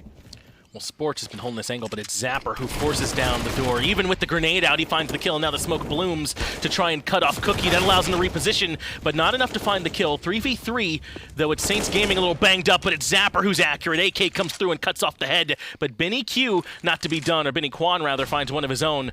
2v2 now as U of A try and find their way back into the site. Love the way that Saints Gaming took this site over. Multiple players coming out of apartments at the same time, not to get chewed up, and then another player coming out from the bottom side as well. So obviously, Counter-Strike 102 perhaps is double peak instead of single peak, but the way that they were able to maneuver around and take advantage of this area in particular of the A site was really, really impressive, and that's how they tied up 9-9. Yeah, once the Saints are actually on the site, it's so difficult in the 2v2 for University of Arizona to get back in. They had a bunch of flashes, but they weren't enough. They couldn't quite peek at the same time, just as you were saying, that they should be trying to double peek, and that means they couldn't find the trade. Saints Gaming even the rounds back up again, a must-win for them. But remember, because University of Arizona stayed on those SMGs, they do have cash with which to buy back in. Benny even has himself an op. It's a little bit rough for Cypro to be stuck on the CZ. Corbin does have a long-range op here on Banana. First one up is going to be a rotten egg for sure. Corbin, though, falls back after all of the equipment. And it's going to be Saints Gaming here as they push up again slowly. Nobody had Coffin, though, so now is their time. If Saints Gaming want to push up here, that's really where they got to go. Unfortunately, even though they went with this double op setup, they couldn't hold their angles. Like you said, Corbin forced off thanks to the flashbang earlier. And Saints Gaming, considering giving up Banana at this point, or at least a couple members I like this call. I really like this call, Finch, to kind of double back and look in a different direction. Sure. They're not going to get it. They even heard the op shot down here for Benny Kwan, so they know that there's this giant threat. They throw a couple more nades here to say, we're still here, but JKLOL, everybody look at my other hand. Bomb site A completely taken over by the terrorist force. Saints Gaming. They're going to lose one, but that is a play. Man, the call might have been good, but it doesn't matter. Sports just hitting his shots. UMP running and gunning, and that puts him down. University of Arizona on the CT side grab it. Now they're up 10-9. Yet again, we're back to that back and forth that we saw back on Mirage. You know, a very interesting situation here. This is kind of the opposite. We just had a play style swap. University of Arizona are the team that usually kind of, if you outsmart them so far in these past two maps that we've watched, you kind of win. And Saints Gaming are the team that are kind of just beating you up with great plays. University of Arizona get kind of outsmarted by Saints Gaming, and Saints Gaming pull a nice little turnaround, full rotation. University of Arizona, just sports goes nuts. Whoa, Corbin finds the collateral and the deagles through. That's 4 coming out for him to get this round started. He's shutting down Saints Gaming. Now, of course, that was the eco, but that's an ace for my man Corbin putting down the hurt. Bang! Beautiful shots there. Looking insane. Corbin, what are you going to do? I mean, 23-9 for this gentleman at the moment. Certainly the team kill leader, the game kill leader as well. And, man, people ask me why I still like the Deagle, baby. That's why, man. That's why we like it. I don't think any other guns could do exactly that, but you're right. I mean, what an impressive performance there from Corbin. And he was the one, remember, on Mirage, especially in that first half, that was the muscle for them. He was the one that was over 30 kills, that was just getting it done for the team. This time, though, a good molly should mean he can't stay in that op position, but Benny Kwan finds a kill anyway. Top Banana, at least forced back, but Saints Gaming already limping in. Corbin and Benny with some nice angles here. And Sports going to stay up on balcony. So University of Arizona seems to have their spots. Retro with an eye towards the door. Benny with another eye towards the door. Sports on the balcony. And then the other two players on the other site. Saints Gaming trying to figure out where and when when they're going to go. The bomb coming up, taking up the rear in apartments. And I expect this to be an all-out blitzkrieg. This is just going to be a rush. As soon as somebody says bop, here it is. Hey ho, let's go. Saints Gaming rushing the site. Cookie from the left side and the right side and the front side and the back side. Surrounded, but it's a 3-2 as University of Arizona have found some shots. There was a really nice molly right there on the door of balcony coming out, so they all got cooked as they made their way through. Importantly, though, Saints Gaming do at least have the site. They have the bomb down, and they can try and defend. Everyone has to come from that arch side direction, so they at least know where they are. Molly pushes them deeper back in the shot. Oh Cypro found a nice one, but it's 2v1. He's on the moped, doesn't realize it. Cookie gets a shot. He can still win this one for his team. He finds the headshot, puts him down. Saints Gaming find another. Hot damn, young man. That's the shot you're looking for. And again, that Saints Gaming play style, just, all right, we're all in, baby. Let's just rush. All players come in after a calculated decision of where to go, and they're able to take over that site. University of Arizona's credit, though, a couple of shots were hit. Benny Kwan cuts everybody down to 4 players in the beginning of the match. Really intelligent, or really just clean shots, I should say, coming out from University of Arizona in the beginning of that round. Saints Gaming able to make it count, though. I got to make sure that I stress for you guys, Saints Gaming are already up a map at this point. They absolutely need this win to University of Arizona if they want to stay in this set and force them down to that third map, which should be cash. It's a 1-for-1 trade to get things started off, and Saints Gaming maintain control of their cool heads to see if they can close this one out. Well, Cookie's already dead. So is Retro. 4-on-4. It's the new version. We'll see how this one works out. All the players from Saints Gaming stacked up there in Banana, and the bomb going to be coming up the rear. 2 players holding that place down. Yeah. Corbin with the op. What? And that's going to claim the life of Con. 3 players strong. Saints still going to push up, though. Their plan intact. Benny Kwan has the op too, but he's been smoked off, so the man from CT won't be able to do much. But Saints Gaming are already on the site. They haven't done much here, but the op sprayed through, can't quite find it. He had the idea, but could not deny the plant. And now they have 2 ops in a post plant, and they're trying to retake. It's just not easy to make their way in, especially with Saints Gaming this dug in. Sports is making the rotation. He is here, and he's taken care of by Sharze. Benny Kwan's going to go as well. Corbin, the only one alive with a 3 versus 2, has the up and misses the shot. And he misses the shot at taking the round. 11-11. Saints Gaming could see another one. 11-11. Good as heaven, huh? Saints Gaming have evened the game back up. And now as they start to move into the back half, really, of this entire map, that nice lead University of Arizona had is all but eradicated. I talked about how strong this side could be for the TCTs, but it's been the Ts so far that have looked the better. University of Arizona got 7 on it, and now Saints Gaming picking up quite a few of their own. And now without any money, it's going to be largely just pistols from University of Arizona trying to defend. In fact, they're stacking up on this A site underneath balcony, 1 in pit. And another player coming through to play from Library. If Saints Gaming just go all the way over to B, there'll be no contest here. This one will just be over. And I think this is I like this call. You know, if you have the pistols, just stack one spot and kind of roll the dice. You're going to lose the round anyway, and that's the way you approach it. Of course, if you have an opportunity to win, you're going to look for it, guys. But you're saying, okay, so it's a bunch of AK-47s and Satellite doesn't even have a weapon. Yeah, sure. We're going to go. That's pretty wild. You start with the USP. There it is. All right, my man. They're just throwing around their guns, man. Having some fun. They're trying to throw, like I said, literally a throwaway round. Just whatever we got, try to keep, and we'll get the money for the round ending, and we can look for a different move later. And the reason University of Arizona are doing this is because it's so late in the map. It's 11-11. Saints Gaming going to be able to pick up round number 12 here, unless an asteroid hits. And so with University of Arizona understanding that, they just go, we can't run out of money round 14. Because then you just don't have a prayer. You need to take your money into the next round here when we look at round 24, and that's a situation we can work with. Worst case scenario, we'll run out of money when the game is over. You don't want to run out of money in the 8th inning. You need to really finish this one out. That's why University of Arizona just go, hey, see you later. And it denies them all that extra money from the kills as well. Try and keep Saints Gaming at least within striking distance. Exactly what you're saying there. So that's the plan from University of Arizona. If they go A, they give themselves their best chance. If not, though, then they struggle. As now Saints Gaming up 12-11, and there should be money for the buy to come through for University of Arizona. But even still, it's not full.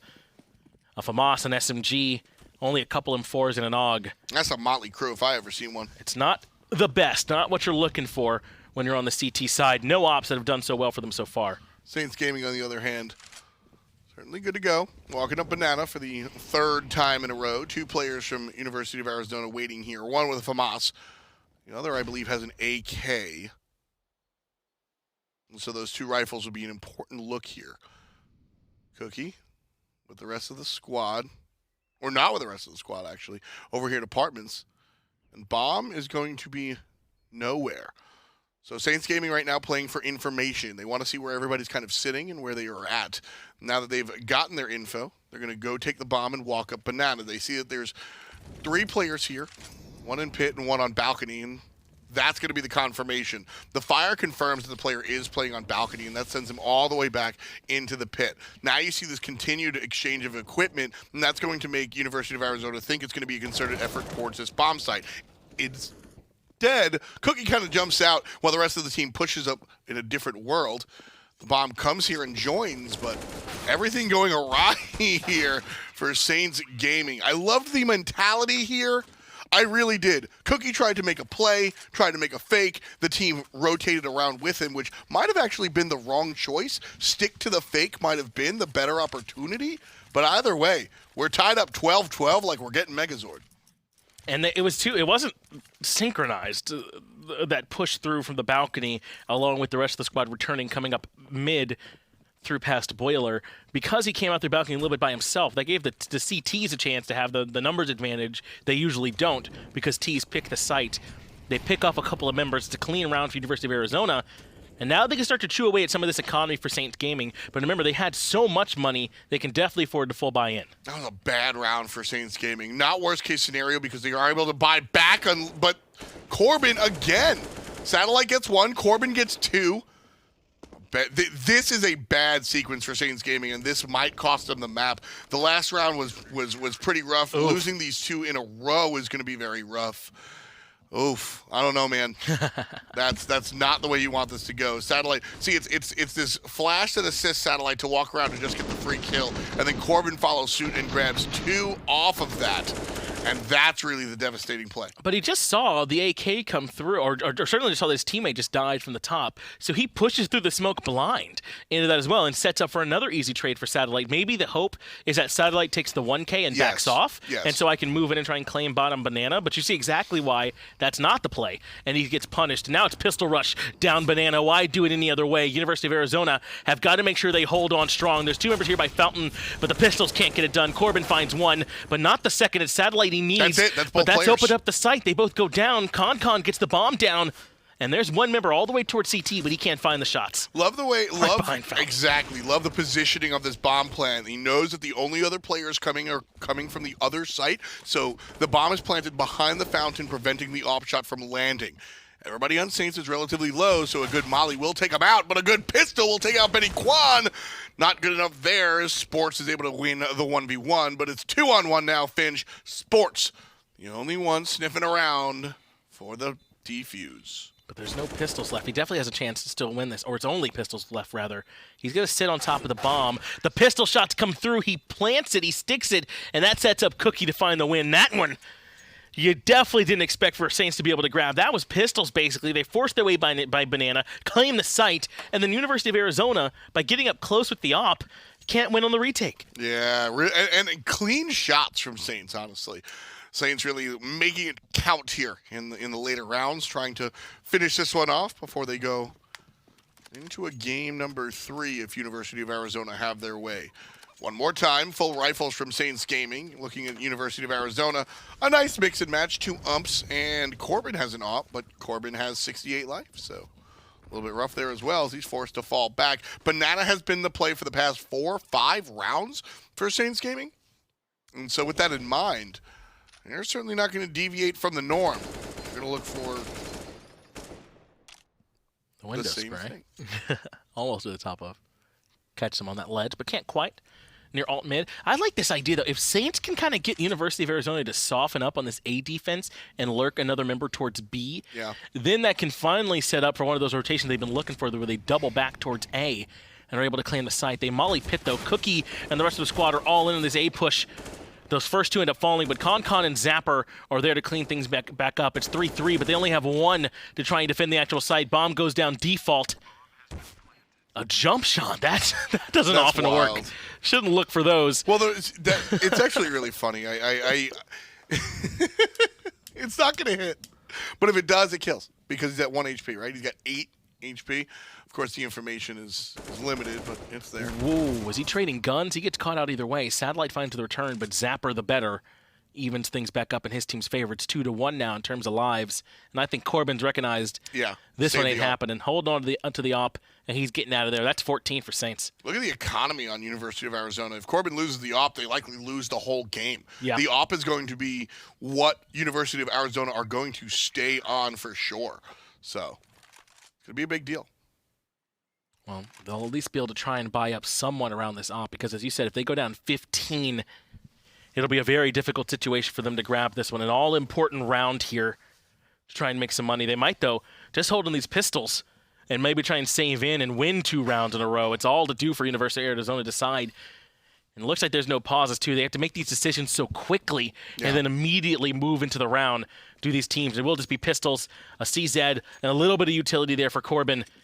They need this round. It'll be tough to get. This is worst case scenario for University of Arizona. Not only are they on match point, but Saints Gaming have 2 rounds to win. Saints Gaming have all the money in the world, all the guns in the world. Next round, if they lose this round, they can still rebuy. U of A, on the other hand, already 1 player dead, not a lot of equipment. Saints Gaming have this in the bag unless we see an incredible play of University of Arizona, which, to be fair, Corbin has done. We've seen that out of sports. So it is possible, but it is, to say an uphill battle is to put it lightly. I think that you're right to say that this is Saints' round to lose. And they'll be on, I believe, in the max loss bonus for this one, at least University of Arizona. So they should be able to get a decent bye into round 29 if they drop this one. But you know they'd much rather they didn't have to. Nice smoke to cut off the path from CT. That means they move into site. Cypro's already put one down, and the B side opened up. That should spell the end of this for University of Arizona. A retake with just an AWP as their only main weapon would be difficult, but why not at least give it a try? Can't find the shot is Corbin. They're going to try and lock down Cypro, but he gets Retro. Retro's still alive as well. Corbin cannot land these AWP, and Cypro with the pistol puts him down. Gift over and off to the T side. Why not? Saints Gaming go up 15, and they should have a chance to close this entire set out soon. Yeah, man. Oh, man, those plays with the AWP, not a great look. Not a great look. Cypro, gonna toss the AWP away. Say we don't even need it. Interesting. Arizona just staying all the way back, gonna save the 5-7. No, it's a P250. Just gonna save the P250. Okay, good job. Really wasn't much he could do there realistically. Oh, he's running to go pick up the AWP. Okay, I give it to him. That ends up working for him. He finds it, so that's a look. huge grab for the team and actually gives them a fairly decent chance, I thought. That's very big. It was thrown out, but it's still in the map. Yeah, no, I was mocking him a little bit, but a nice play there from Sports. I'll take it back. I'll own it. My bad, homie. But Saints Gaming here on match point is a big deal. It is a big deal, but it is at least a near full buy for University of Arizona, except for this FAMAS there for Satellite, but he can still get work done with it. We've seen him do it before. Saints Gaming have a small cushion to work with. If they don't get this one, they can still get 30 and close this map out, close this set out, and go through this entire bracket without having taken a loss. So that means now Saints Gaming have to try and stay calm here. They're going to go for this B push. At least they're considering it. The bomb's actually towards A with the apartments. And Retro finds a very necessary first kill, but Shirzay gets another one in response. But Sports keeps this thing on the table for University of Arizona. Saints Gaming lose the fight over at A site, and so that means the bomb is going to make the long rotation. That said, the bomb is going to meet in mid with the enemy on the counter-terrorist side. Bomb goes down, and Saints Gaming go down largely. And say 3-1, Zapper can pick it up, but University of Arizona look like they're not going to just go quietly into the night. They're not going to surrender without a fight. And I think they'd be right to hold on to this one. What an impressive performance of them. They've almost brought this back to overtime yet again for University of Arizona. Could we get our second overtime between these two teams here? It's certainly in the cards, though Sports very limited in terms of his weaponry, and Saints Gaming have everything that they could want on their side. It still favors them, but University of Arizona fighting back to try and make this happen. Love to see it, man.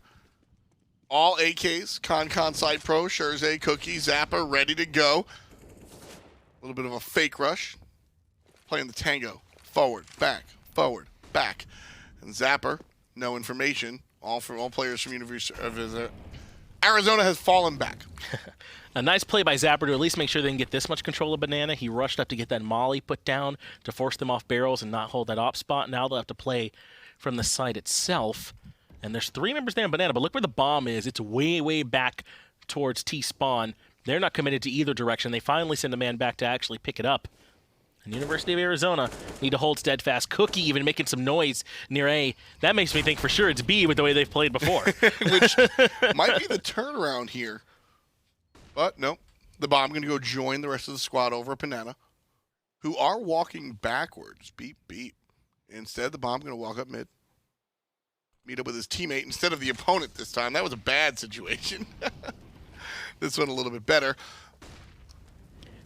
But it is going to be A this time. They've got 4 members here, but Sports and Benny Kwan are putting it to bed. Retro finds 1 as well. Only 2 members left from Saints around this A site to try and force it down. That's a big shot from Zapper to open things up a little more. They find the man on the site as well, and now they have a chance for a realistic bomb plant, but Benny Kwan finding that shot is huge. They leave Zapper in a very difficult 1v3 to try and pull off. It's going to be real tough. Fire on the left-hand side. Everybody else going to rotate on the right side. Zapper has the right idea.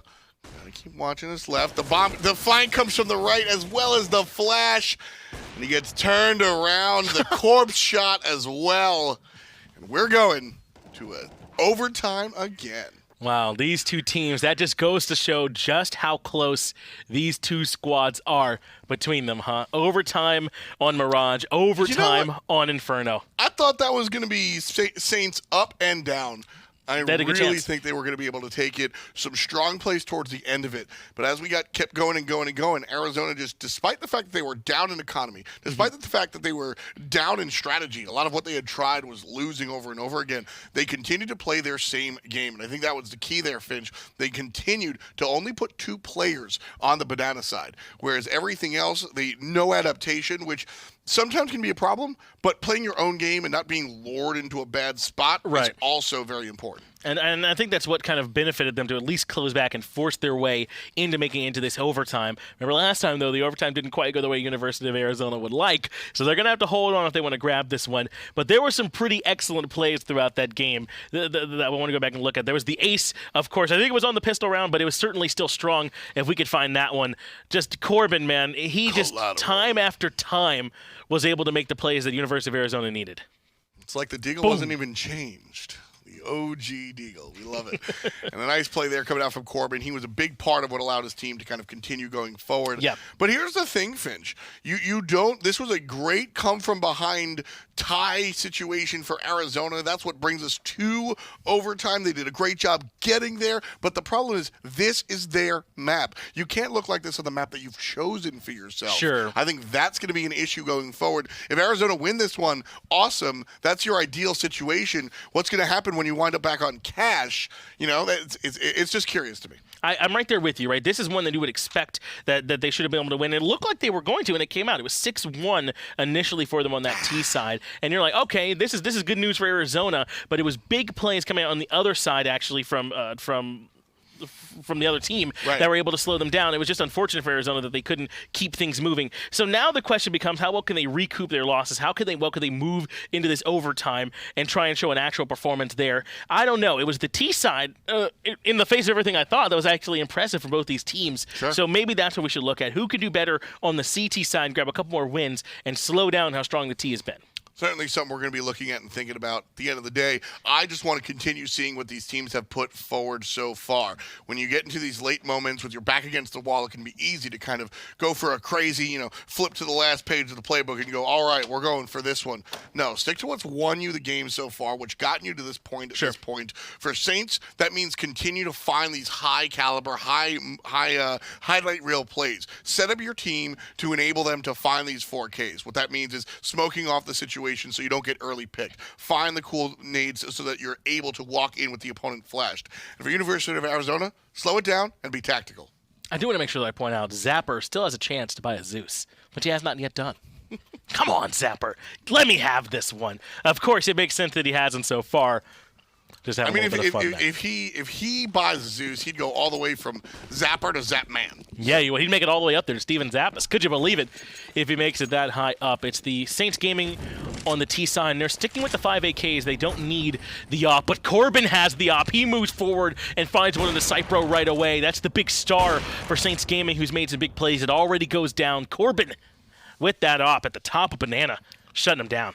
See, not that I disagree with you. I think Cypro has been an absolute star for Saints Gaming, but the scary part about them is that Scherzay's done it, Cookie's done it, Con, he's not going to do it this round as he gets taken down by Retro and Benny Quan. So that's the problem. Saints Gaming have multiple players available to make these sort of plays. University of Arizona, though, looking tactical here. And really just dismantling the opposition player by player. This looks like some Hitman nonsense, just one by one. Oh, oops, he disappeared. Now I'm wearing the Mater D suit. Where'd he go? I don't know. Another nice play from Corbin. He's been so willing to stand on top of that molly and burn to set up for these kills at the very start of the round playing B. And that's what opened things up for the team. They still have bomb, though, for Scherzay. It looks like he's considering trying to find a way through balcony onto the A site, but I don't think it'll be easy. He takes down Retro at the very least to rewind time and go back to when things were simpler. Smoke will close things off, and he'll have a chance to move his way out, but Benny Quan holding that off. It's Sports, though, the one that finds him. Benny Quan with a front row seat to the death of Scherzay. I thought when you said that something was given to Scherzay, you said the gun was for him. I thought you were sitting here going, for Scherzay. And I was like, no, don't say that. Oh, thank God. No, I did not say it. No. You're not that guy? For Scherzay, babe. No, that ain't me. Like, Waza. That's not you? No. University of University of Arizona are out in front now. Cypro still going to continue to come challenge Corbin, but Corbin's not even there. He's moved up positioning, and looks like he's over here on the apartment side, checking if they come through alt mid. And look at this, is a stack. There's 5 members of Saint down at the bottom of Banana. Yeah, one player will go and check mid to see if anything nonsensical is going to come around from the flank. But other than that, here it comes. Status Saints Gaming, all AKs. The initial shot going to miss, and they're just going to rush onto the site. AK-47s, but it's Con getting cooked up by the fire. And Satellite goes down for the count.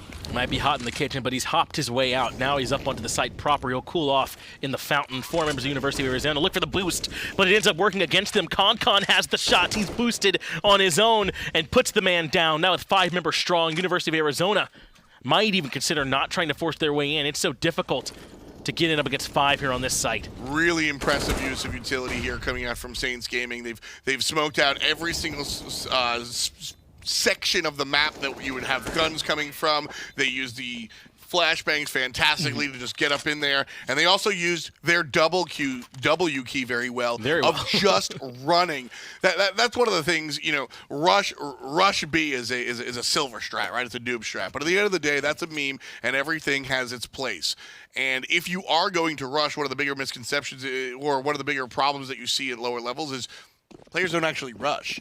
Now, you want to be able to stagger that, and you saw the team move as a unit. That's the most important thing. Fast, slow, medium. Make the call as a team and do it as a squad, and that's what empowers you in those rush situations. And you're so right to point out the utility usage. Even on the take of the site, it was so clean. That's what the way it it had was. everything smoked off, and that they moved as a unit, and there was really no way for University of Arizona to respond on the back end.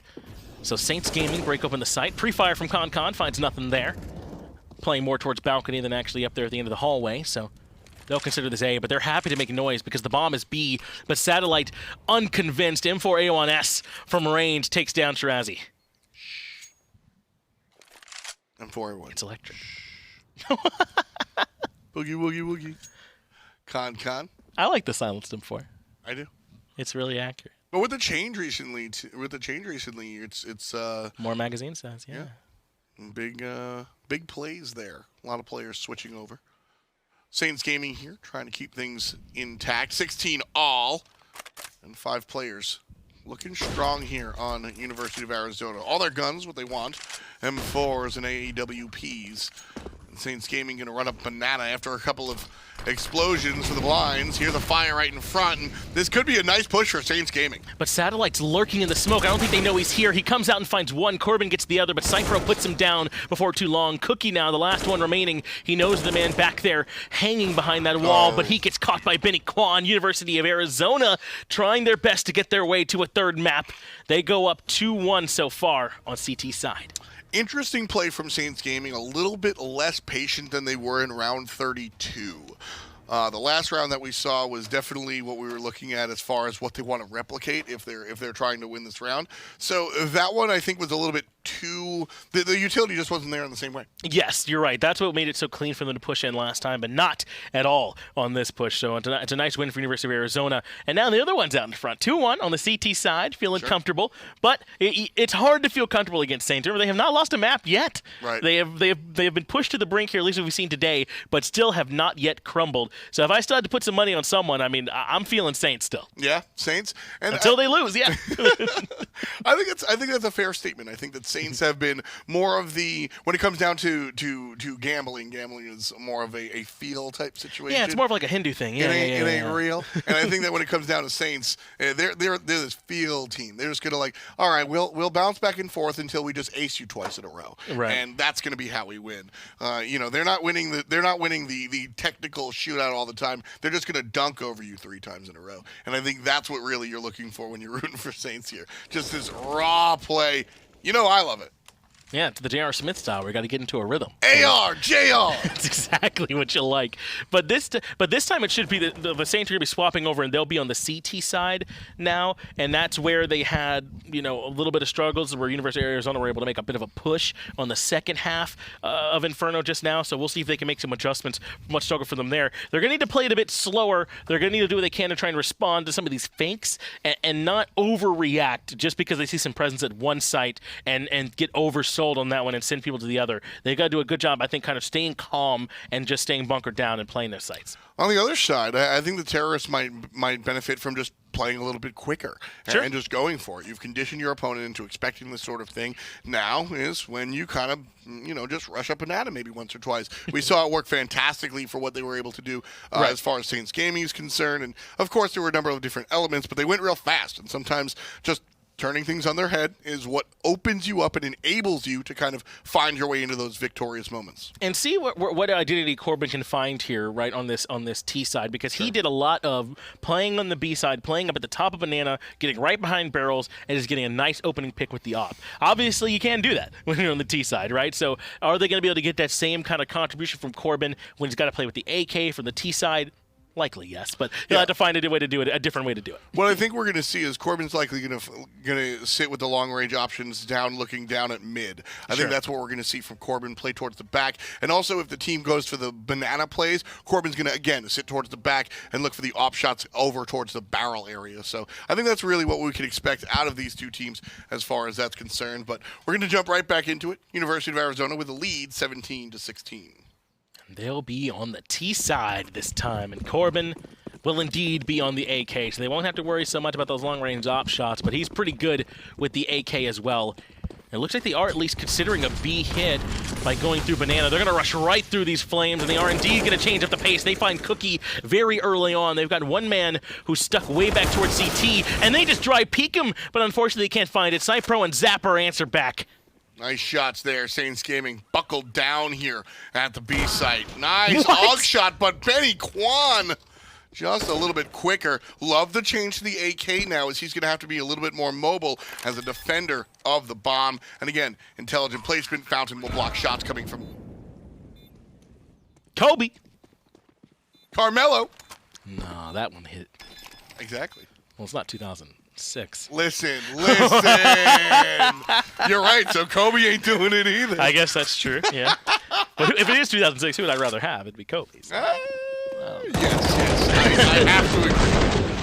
But yeah, and destruction. That's the part that confused me, is that normally you smoke that pathway off from CT, but they just kind of walked right up and dry peeked, and they end up losing. That favors the CT. They're holding those angles already. Saints Gaming even it up by grabbing that first round. The mentality there is that the thought process is that the opponent is repositioning, but instead University of Arizona did a great job and didn't get sort of scared is the wrong word, but didn't flinch. Essentially, they stick to their spot and they get the shot. They get rewarded for sticking to their spot. Saints Game was hoping somebody was flinching and would catch somebody repositioning, as they did with the first kill when they entered the world. Remember, if you're watching along at home, we're trying to see if you can get to 19 here first, and both teams at 17, 2 in a row would do it for anyone. Doesn't even have to be in a row. Just get 2. And you'll be able to secure this map for yourself. For Saints Gaming, that'll end the set. For University of Arizona, that'll get us loading up cash and moving to that server, so we'll see. I'm always down to load up cash. Yeah, me too, man. A little bit more cash could never hurt. As Corbin is pushed way up to the top of banana. Smoked off, though, so he'll slow down this push for now. Bomb still not committed to either site, so they got plenty of time. Cookie with the rifle here. Con one more time. He's been really sitting on this balcony pretty much the entire game. It's worked out real well for him for the most part. And now University of Arizona gonna try and return to their old strat of slowing it down. I did like the tempo turn up. It was pretty cute. It was a nice look, but now a return to their play style is exactly what I expected, and honestly, if I'm their coach, kind of what I want.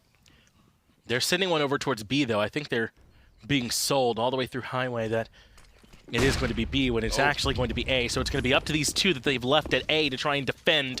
The information should be coming through, but Shirazi going to have to come up big for the team. Pitt has been entirely mollied off, but on this position on the side, he at least finds one, but is that good enough? The rest of University of Arizona now crumbling as Saints make their way to the site. Oh, Corbin with the one tap. Trouble on the other side, though, as Corbin again makes it happen. 2 headshots of whatever. And Zapper, the only one left to take the retake. And he says, nah, fam. that's going to hold on to this AUG. I mean, again, this was, I said it going into this map was not to get sold on giving up on these on your positioning on these sites too early, and they rotated off. That only left 2 to try and defend the site. And once they mollied off that pit player and he had to start moving, just like you were saying earlier, so much less accurate, so much less able to find those shots that opened up the site for him. Now Arizona are hunting. They want Zapper. They want this last member. Well, Zapper's got the chicken. Oh, Saints Gaming know where he's at. He's inside construction. And right before the round ends, Corbin finds his 4th kill of the round. And University of Arizona are sitting here in a very good position to bring us to map number 3. That's right. One more round will do it for University of Arizona. They're on map point. And by doing that, that means that really the best that Saints Gaming can do is tie this up and move us into another overtime. So either way, we got plenty more CS coming our way at this point now, Tom. Let's see where University of Arizona choose to try and take this pressure. Corbin's been the man for this team. 36 kills. He's dropped 2 30 bombs so far. Can it finally convert into a win for his team? Well, I like Cookie's placement here. He's playing banana, but he's Where do you playing, like your cookies placed? not on my plate unless they have meat. Like a savory treat. Like a Samoa. Like a mimosa. No, that's not what I'm... There's like a cookie. Anyway, Corbin is just coming up the mid lane. And the fallback from Saints Gaming. So Cookie is really... This placement is where I was Right. talking about this fall. I want my Cookie on the top of banana. Exactly. Further away from the entry point so that he's able to find these shots and still be a little bit safe. But with a lot of noise that University of Arizona is causing, that's going to force Saints Gaming to fall back all the way onto the point. Zapper holding this position on Fountain. 50 seconds left. So University of Arizona still don't have to commit to banana. There is still time for them to turn back towards A, but that time is dwindling. A little bit of utility expended to slow down any pushes, but it's actually Cypher who goes down, but Tarazi is just that much better. He finds 2. That means it's definitely just these members that are here towards B that can find a win for University of Arizona. That was big for Saints to keep their hopes alive. Now Zapper's got to come up big. He finds 1 headshot, but not the second, but Cookie is right there with the op to take down Corbin. It's just Satellite to try and close things out. He's about to be flanked. Oh, Satellite from the back line. That's why all Cookie has to do is stand still. He's going to peek out, and he's going to look for the shot. Miss it the first time. Now misses it the second time. Satellite is going to get smacked from the back end. And Saints Gaming bring us to another OT. Wow, man, these two teams, it's just so close between them. We can't quite get this one closed out. 1 OT on map 1. Again, that one was Mirage. Now that we're here on Inferno, we're getting ready for our second overtime. No one can find that last bit to edge out the other one. Nice boost there as well. Some creativity coming out from these players. So another switch up should be very interesting coming into our second overtime on the same map. And what was really important there was that they were trying to sell that hit towards A, even though the rest of the team was really going to be going B. That's where the bomb was, but it was not clean. Shirazi finds a double over there. That 2K really shuts it down, so they're free to start rotating right away. They know what's really up, and they punish them over there by B. So right now, as we look towards our next overtime, I expect to see pretty much the same approach. All these teams not really looking for anything different, just kind of slamming their heads against the wall, then trying to find 2 rounds in a row. He who finds 2 rounds in a row is kind of what we're looking here. Yes. As far as who will win the overtime. Nothing really has changed as far as strategy is concerned. I'm seeing the same stuff. Yes, I think so too. We've seen a little bit more of a slow pace, I think, than maybe we were expecting. We were like, switch it up a little bit. Let us see some of those fast hits. But they've been willing to wait later and later into these rounds. I mean, this was a nice one. Corbin went and found that kill into Zapper. It didn't end up mattering too much, but it was nice that they went hunting for him and actually were able to take him down towards the end. But these cells, these fakes for me, that's the ones that I keep coming back to.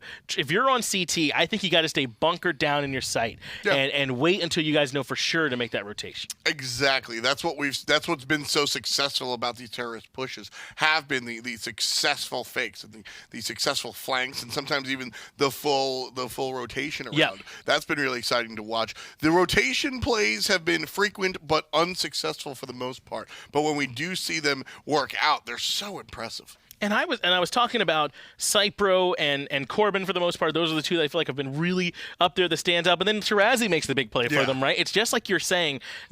These teams all have these players that can step up when you need them. We've seen Concon's name across the top a couple times. Sure. Zapper, even though he had another Zeus, has been making the big plays for these teams as well. So everyone has been capable of making the plays when they're necessary for their team. Absolutely. Let's take a second look at what Corbin was able to do earlier on here. Collat. He lands 1 shot, 2 kills, and then brings out the old trusty Deagle and just lays him down. Satellite also was a big part of that, a big flash that got everyone.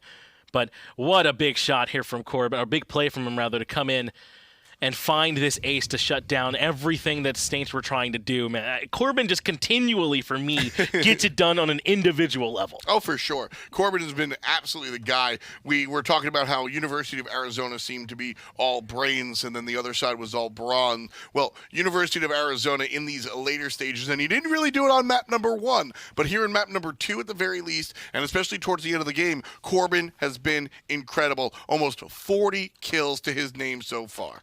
And remember, we're keeping the cash flowing here in these overtimes. 1 HE thrown to the wind, and this is our second time that we've been forced into extra time. Bomb dropped way back towards the moped as they try and decide where they want to go. This time it'll be the Saints that are on CT, that are on the defense, and then University of Arizona looking to push.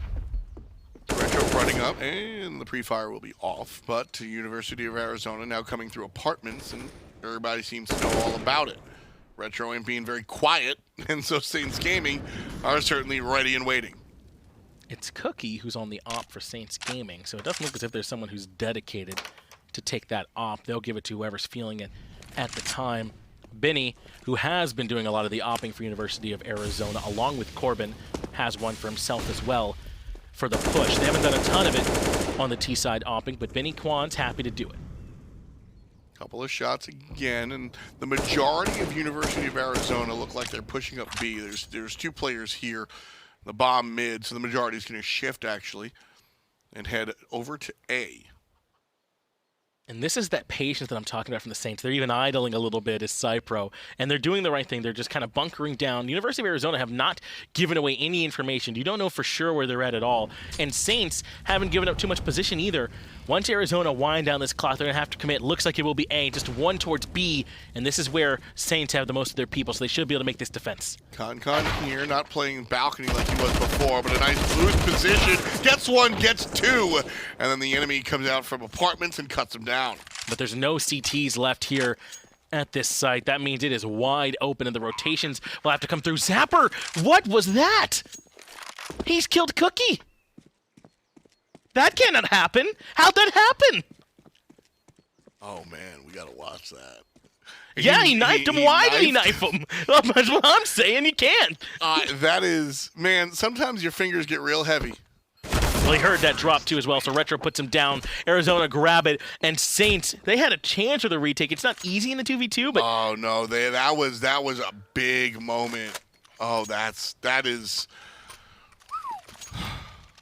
Well, hopefully we'll be able to go back and take a look at that one. But that can't. I mean, that can't happen. It definitely hurts, man. It hurts the team, and so Saints now have to try and regroup. Right? They got to come back together. Go, okay, just a small, not a small mistake, but a silly mistake. One that won't be happening again. Put the knife away, my man. We don't even want to risk it. Oh my goodness! This is the finals. This is the NACE College Championship Finals, and you're gonna knife your teammate accidentally. Like I am convinced it's accidentally. Sometimes when you're running, you just accidentally hit that knife button. The player was at 5 HP. They were low, yes. Totally accidental, without seeing the tape. I still think, but it's just rough, man. Like, oh my goodness, that can't happen, homie. Well, Arizona now going to use this momentum in their favor. Shirazi goes down to 5v4 in favor of the T side. Look how pushed up Saints are, and I think they were ready for it. Benny Kwan finds the first one. Satellite's there as well, and Cookie only gets Satellite before he's traded out. University of Arizona, they're trying to get us towards cash. Oh, and it looks like we're going to the bank. It's going to be 20 for University of Arizona. Saints Gaming can do some work here, but I said 2 in a row will likely do it. And I think it will likely do it. Well, remember, you got to get 4 total in 1 round of overtime, so 22 is that number that you're looking for. So we're still haven't even swapped sides yet. University of Arizona have just won both times on T. Now we'll see if they can grab the third. Making some noise already here is Retro, looking for some free shots towards anyone that's lurking in apartments. But he'll find nothing there. And yet again, Saints are kind of pushing up T.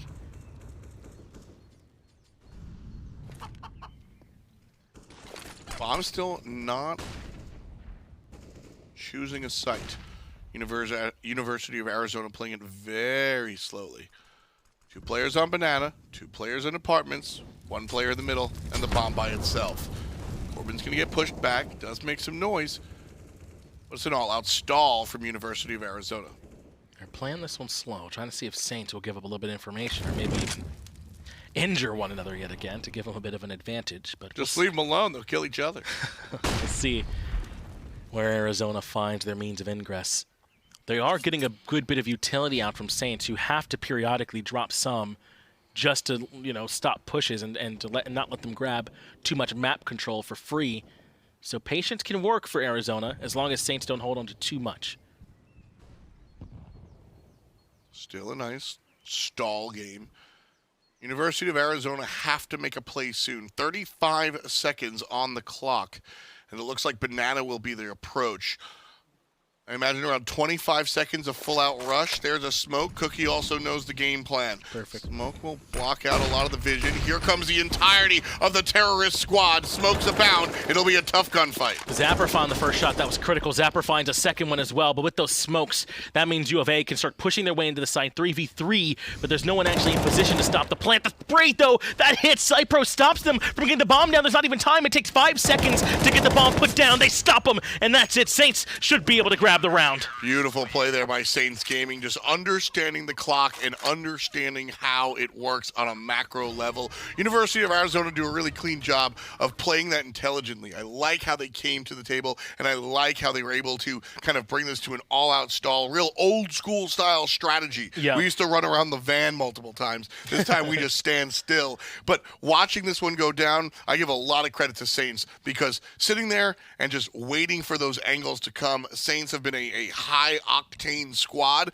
and this was specifically drawn up by Arizona to make the Saints impatient. You brought up how the Saints were continuously pushing forward and going very, very deep. They were. University of Arizona took that note, and they said, if that's the case, well, we're just going to sit here and wait.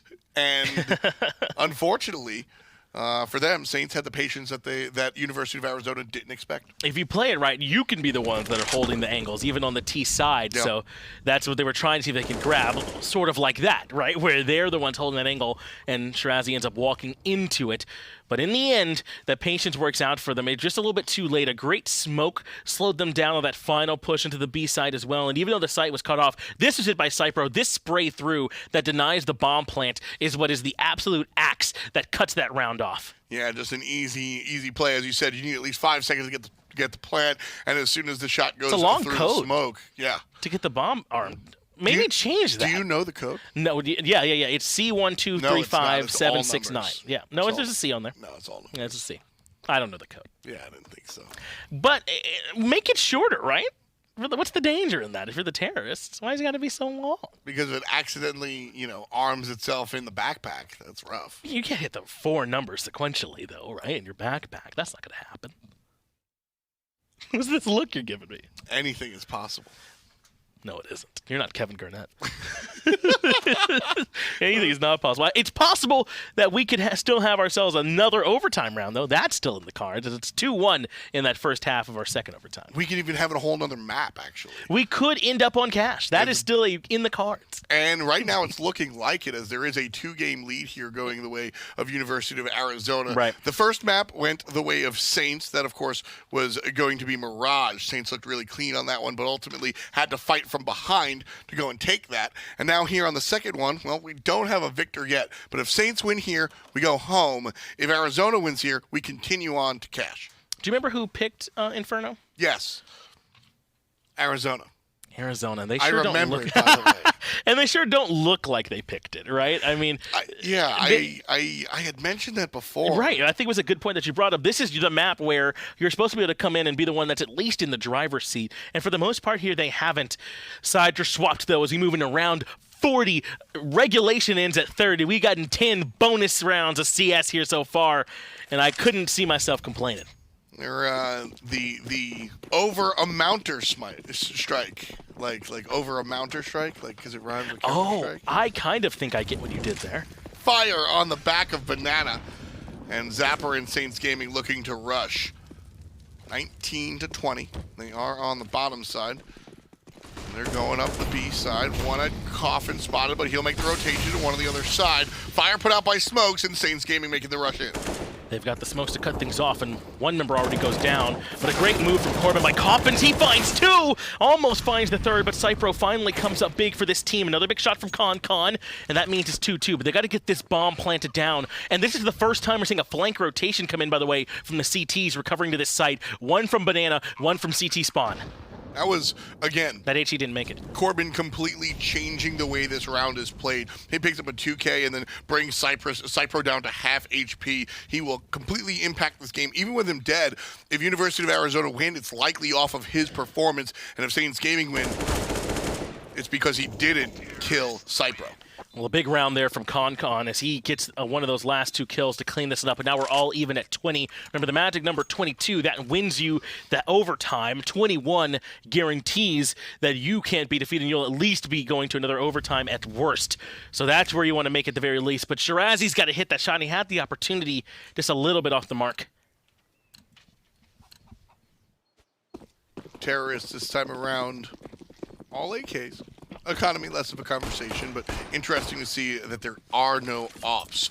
That means unlikely to be looking up mid. It's actually, we're looking up mid. Two players on Banana, a third they are looking at mid, and the other two lightly at A. So Saints Gaming kind of tipping their hand here and saying that they'd like to rotate A through mid. Shares A, finds Satellite over early on. It's a big win. Then he tries a dry peek, and Benny Q says, no. I've got an op, sir. Puts him down. That makes it 1-for-1. Saints, though, have given up on this push towards Banana. They've also given up on the bomb. That's still way back at spawn. They'll have to send someone back if they want to plant it, though they could just look for kills, obviously, and win that way. But very likely, you'd like the bomb. That's what you're looking for here. There we go. It's going to be picked up here by Saints Gaming, and A site looks to be the target focus. Zapper and Scherze combine to take down Penny Quan, and the op threat is gone. Sports, Corbin, and Retro still alive and well, although one player on the other side of the map. Con trying to find him. Wow, look at this loop. They're going to come all the way around. Pincer, the one member, Corbin, who was back at B. I love this play from Saints. That's a beautiful play. And University of Arizona caught entirely napping. Now they're smoking it off. They wouldn't even be able to make it in from CT for free, though the smoke not perfect. So there's plenty of an angle there still for Retro to contest. But bomb already down. And very difficult for Arizona to make it back in. Just like that, if Saints get this round, they guarantee themselves at least another OT. That's that big rotation play that we were talking about. Oof. The pincer maneuver is good. And Zapper cutting them down like a scyther. 21 for Saints Gaming. And guess where we're going, baby? We're going to map point. This even could be the end of the tournament. This could be Saints just winning it all right here. University of Arizona so far collapsing on CT here in the second overtime. And Saints Gaming, how do you still have plays left in the playbook? We're 42 rounds in. Great plays as well. We've seen the relocation strategy from Saints once or twice. This is one of the more impressive executions of it. But also just the shots. Great crosshair placement right there to end the round for Saints Gaming. Blackjack for Saints, and they're looking for 22. If they can grab it, that will be the end of this entire tournament. Remember, they've been playing for over a month now, since March, through round-robin play, through bracket play, trying to find their way right here to this finals, and they could lose it all right here on their own map pick. Round 407. They've been playing for 2 months straight. That's right. Not quite there. That's what I thought you were saying, though. No, I see. The entire tournament has taken place over. That's over right, month. yes. It's been 4 fortnights. We sit here awaiting the season. And Saints Gaming playing it slow throughout this early push. Already a minute has run off the clock as the spray comes through. That's some information, though, of course, you assume there is a person at B, so those shots don't reveal much. Zapper making some noise. And this is a good time to make that noise as the bomb starts heading back towards A. They're looking to fake out University of Arizona. The arch side player, though, catches him through the smoke. That's huge from Biniquan with the AUG to put him down. But they're still not rotating yet from B. Well, there's the jump through onto Benny. He'll be forced back just a little bit. And they're not rotating from B because they've gotten re-wrapped around on before. Nice shots for Scherze, making sure it happens. Saints Gaming are walking in. But that's a big shot from Sports. But Zapper finds 1-2. That means now the site's open. It is 2-2, yes. But they're going to have to rotate in from Library. The bomb now planted, and they're both coming from the same angle. Cookie playing from Pit, but can't find the shots here out in the open. In fact, it's his friend Zapper that goes down. Corbin finds Cookie, and what do you know? Just like that, we're finding ourselves yet another overtime. Yes, spray the corpse. That's what our man Corbin's been doing all day. Oh, my Lord. That was insanity. Yeah, bring him back to us.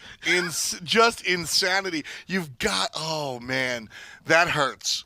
That hurts. You've got to hit those shots. Yes, he was just out there hitting walls. Hit those shots. The movement was, oh, man, that was I'm sorry, that was atrocious. It was definitely not what we come to expect. At least one of them. Both players coming from Library are looking at the site, and I full apologies, but that just can't happen. If they lose the round and one of those players dies, fine. That's Counter-Strike, baby. But you can't miss both of those kills. That's an egregious mistake that could cost the tournament. Yeah, not just that, but like they didn't even have to look towards him. They killed Zapper first. That's what I'm saying. Like they didn't even have to worry about him in the open. So that's what really is the problem. There's not even that they don't hit the shots, but that they don't even believe in the crossfire. Right? Exactly. And we were talking a lot about bronze versus brain, tactics versus just raw strength of hitting the shots and being accurate and being powerful and potent. That right there is the microcosm of what makes Counter-Strike so great. Is that the better strategy came out from the terrorists. They had a crossfire here. If players look towards the site, well, then there's a clear shot here. If they look towards Pit, there's a clear shot there. Both players from the counter-terrorists, they had the bad strategy. They walked right in and looked in the same direction. Biniquan's able to pick one off through the smoke, and this is important. But the play after this is the one we're talking about here. Yeah, Sports, man. So Sports right here is able to pick off a couple. Well, he came up big for them earlier on, it looked like, at least. I don't know if this might even be from a different round since he would have had the rifle for that one. But yeah, you're right. When he peeks out, and it is the wide peek too, right? So he's fully just standing out there in the open, and he couldn't quite close those kills out. It definitely ends up hurting the team. Yeah, my closing point to that big breakdown is the fact that the terrorists had the strategy, and the counter-terrorists did the wrong thing. The right thing. They double peeked into the same place, and that's kind of the best you're going to do in that scenario. But they definitely had the losing strategy compared to the winning strategy coming out from the terrorists. And they hit their shots, and so they win. Sports isn't able to find the shots, and so they lose. It's just that simple. Bronze sometimes beats brains, and that's why we're going into a third overtime. It's why you play the game. That's why that cliche exists, right? Because you got to hit the shots. You can draw it up however well you want to. You could even have the better player, but you got to, in the end, actually hit the shots. But whatever the competition ends up being. So, like you said, we are indeed moving into our third overtime. I do want to point out, there haven't been pauses for the players or anything like to go over the decisions, what they make before the rounds. Sure. They've been gunning straight through this. We have been on Inferno now for a couple of hours, and these guys they got to keep playing at this high level if they want to win. That's what's on the line here right now. Somehow closing this out in this triple overtime. It's been back and forth. It's going to be a fun one. Right away, we're back in. Zapper, no Zeus. Unfortunate, truly. Always just looking for the Zeus. That's right, man. I want him to zap somebody. He's not going to. No. 41 for Corbin. Insane. There's been 42 rounds. Exactly. There have been a whole bunch of rounds. But he's the only one up there, so no one else is doing it. As it is going to be Corbin, not on the op this time, but he is on CT, and he is moving right up to barrels as we've seen him do multiple times. And Saints Gaming running up and trying to molly him off that position. So they have opened up Banana. The CTs on B side have fallen back to the site proper. One playing from Fountain, one playing from that CT pathway.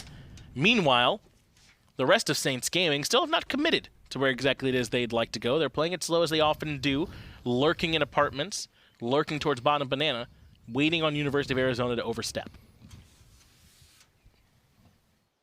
Slow push. Sports is actually here, not on the balcony like most players have been waiting. But the weapon switch is heard, and there's going to be the shot. Yeah, he steps forward, realizes the mistake, falls back, but it's not in time. Retro gets a kill onto Con as well, but Zapper zaps Retro even if he does not have the Zeus, and that opens things up a little bit more. It's just one member actually on the site, and Cypro with the loop around finds him, deletes him, and now the site's open. That means the last two, Corbin and Satellite, have to rotate through Library and Arch, but the smoke's down, the molly's down. This is a difficult task getting in. Graveyard going to be an interesting spot. Players haven't really sat here, so that's going to be a different angle for people to get used to. Meanwhile, Zapper's in pit, where players have been sitting the entire game. A nice headshot coming out from Saints Gaming one more time. It was a nice idea with the spray. He had it lined up, but it's Satellite that loops around and finds two with the M4A1. But Cookie and Zapper, they just had too many numbers, and Saints Gaming grabbed that first win. 22 now over the 21. The T side gets it done.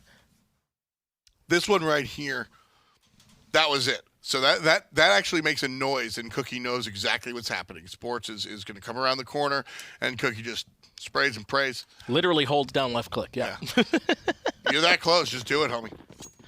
And definitely not going to miss. Well, Sports with a 30.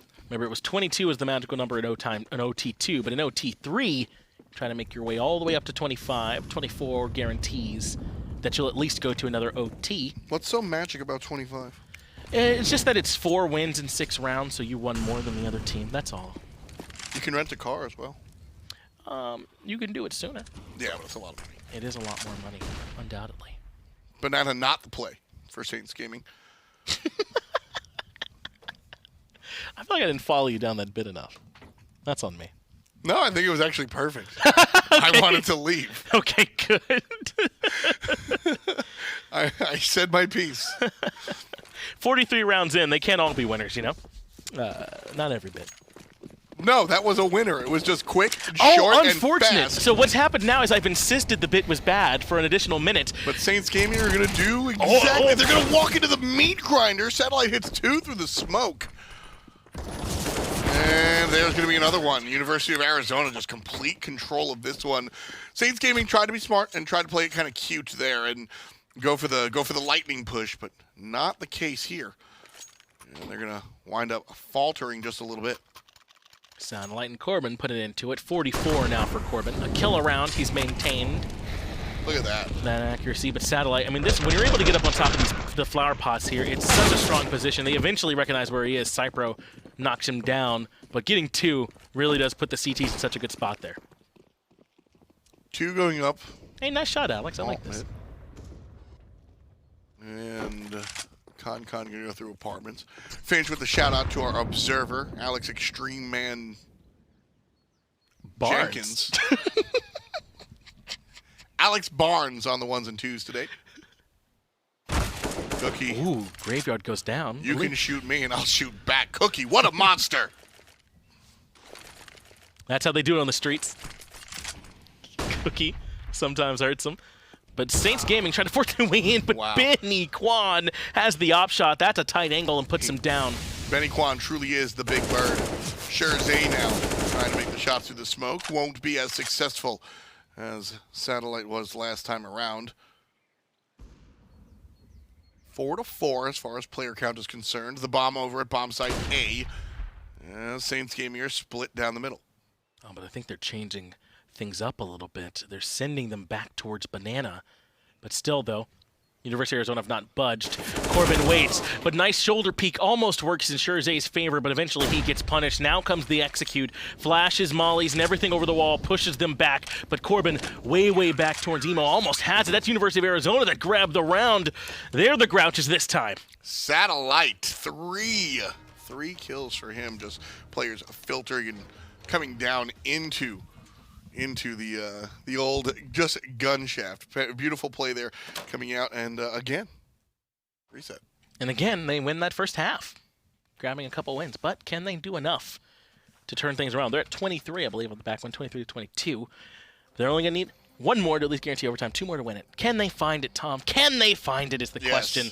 Yes, they can. They can find at least one more. Oh, one more. Yes. Okay, At I see. least. Watching Saints, they're not going to roll over. I don't think they're just going to roll over. I think if we do go to a game or a match number 3, this will wind up being extremely close, even in our third overtime. I think we can expect Saints Gaming to bite back and at least have some sort of answer to what University of Arizona has been pulling. I think so too. Saints have shown me that they have not buckled just yet. It's come down to individual round strategy, individual execution, sometimes just straight up accuracy, man. Nothing else mattered except for just hitting your shots in some of these rounds too. I mean, some of these moments. I mean, that encounter we saw in an apartment, right, where one player just kind of peeks a little bit too much. They hear the weapon swap and they're like, "Oh, well, you're there and you're going to die now. I'm going to hold left click." It's just these small moments sometimes. Yeah. Timing in CS, all that stuff can matter so much. Even here, when we go 44 rounds, you start to see it. That's always been the case. You know, it's a macro game about micro strategies. Yeah. That's really what you're looking at here when it comes down to Counter-Strike. So looking for the tiny little moments, those small pieces of opportunity. You hear somebody switch a gun, go for it. You see a misthrown nade, you go for it. That's what you're looking. Yes, that is what you're looking for. If we can find those small opportunities to close those rounds out. But we still got plenty more to go. Perhaps this could end in just as soon as 2. Or we could be here for another while still. It has been so close between these two teams. It's a lifeline, really. It's life support that Arizona are holding on to right now. Just a dream. But they still have a chance to close this out. It really is insane. Yep. It's going to be fun watching and getting back into it in our third overtime for sure. Players should be back in the game in about 42 seconds, I'd say. And wow. Yeah. You like that one? That is specific. Just real specific. I'm going to hold you to it, too. And so, yeah, you already lost count. No, it's 36 to go. Yeah, you sure? Yeah. 30 more seconds from here. Yeah, I'll bet that. Yeah, I don't think so. What do you think, then? I think that I've got the watch and you don't. Oh, 21. That's me. Your boy was right. No, you said that after it showed up. No, I mean, if you count down from the 30 I said out loud, it would have been to 21 perfectly. I would have timed it perfect. Prove me wrong. You sure can't. I have been impressed, though. I mean, we're going in now. Oh, your boy is the one with the touch. We love to see it. University of Arizona are the ones that are a little bit on top. They got 23 to 22 from Saints Gaming. So that means if Arizona can grab at least one more, as you said earlier on, then guarantee themselves an OT4 at the very least. Saints Gaming got to win all 3 of these now on CT side if they want to turn things around and actually close out the set and the tournament. I'd be careful with those knife swings. I don't care where y'all are anymore. We've already seen them hurt from earlier on. Corbin versus Zapper seems to be the matchup that everybody's talking about right now. When it comes down to it, I don't know. I'm looking at Cypro. Cookie has made some plays here as well for Saints Gaming. Benny Kwan. Benny Kwan is the long-range specialist here for U of A. It's been fun to watch so far. 23 to 22. The terrorists right now have the lead. Ooh, this is a dangerous spot for Shirzay. Yeah, it is. It's a real dangerous spot. Sports, seems like they have an idea, but Khan gets it done with brute force in the op from range. Shirzay almost finds him, but they have the information. That's even better sometimes than being able to get it. They know that he's there. The rest of the team going to be able to fall back towards the site proper. The University of Arizona still have not hard committed to any site or anything like that. The bomb down. They've got 2 banana, 1 mid, 1 alt mid as they wait.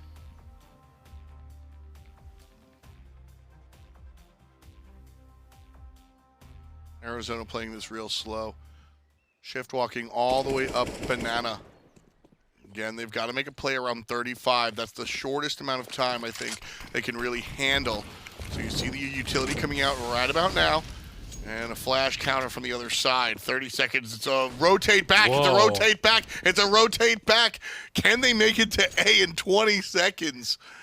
Oh, here's the question. They would have heard them running away, though, so that's how there's the information. The incendiaries are coming out to cut down on their path. 15 seconds to make it in. That's barely any time at all. Shirzay doesn't have to do much. He just has to do just about that. Cut down 2. That means Corbin and Sadler left, but you have to hard push. They don't have time to not plant. And because of that, he can't find the kill, but this still favors Saints quite heavily. Con through the box. Can't get it done. Corbin at least finds one. Down. But he still has so much to do here, Tom. It's only 2 more left. He has to try and find some kind of way to survive, and he can't. They should be able to go in and just get the defuse. They certainly could. Cookie and Zapper are going to rotate, and that's what they're They going to do. don't know how open it is. Yeah, they're just going to walk in. Corbin here's the defuse. Oh, it's fake. Fake, but there we go. And 2-1. That's going to be Saints Gaming round. 23-23. Zapper takes out Corbin. Shout out to chat right there. They even things up at 23, Tom. 23-23.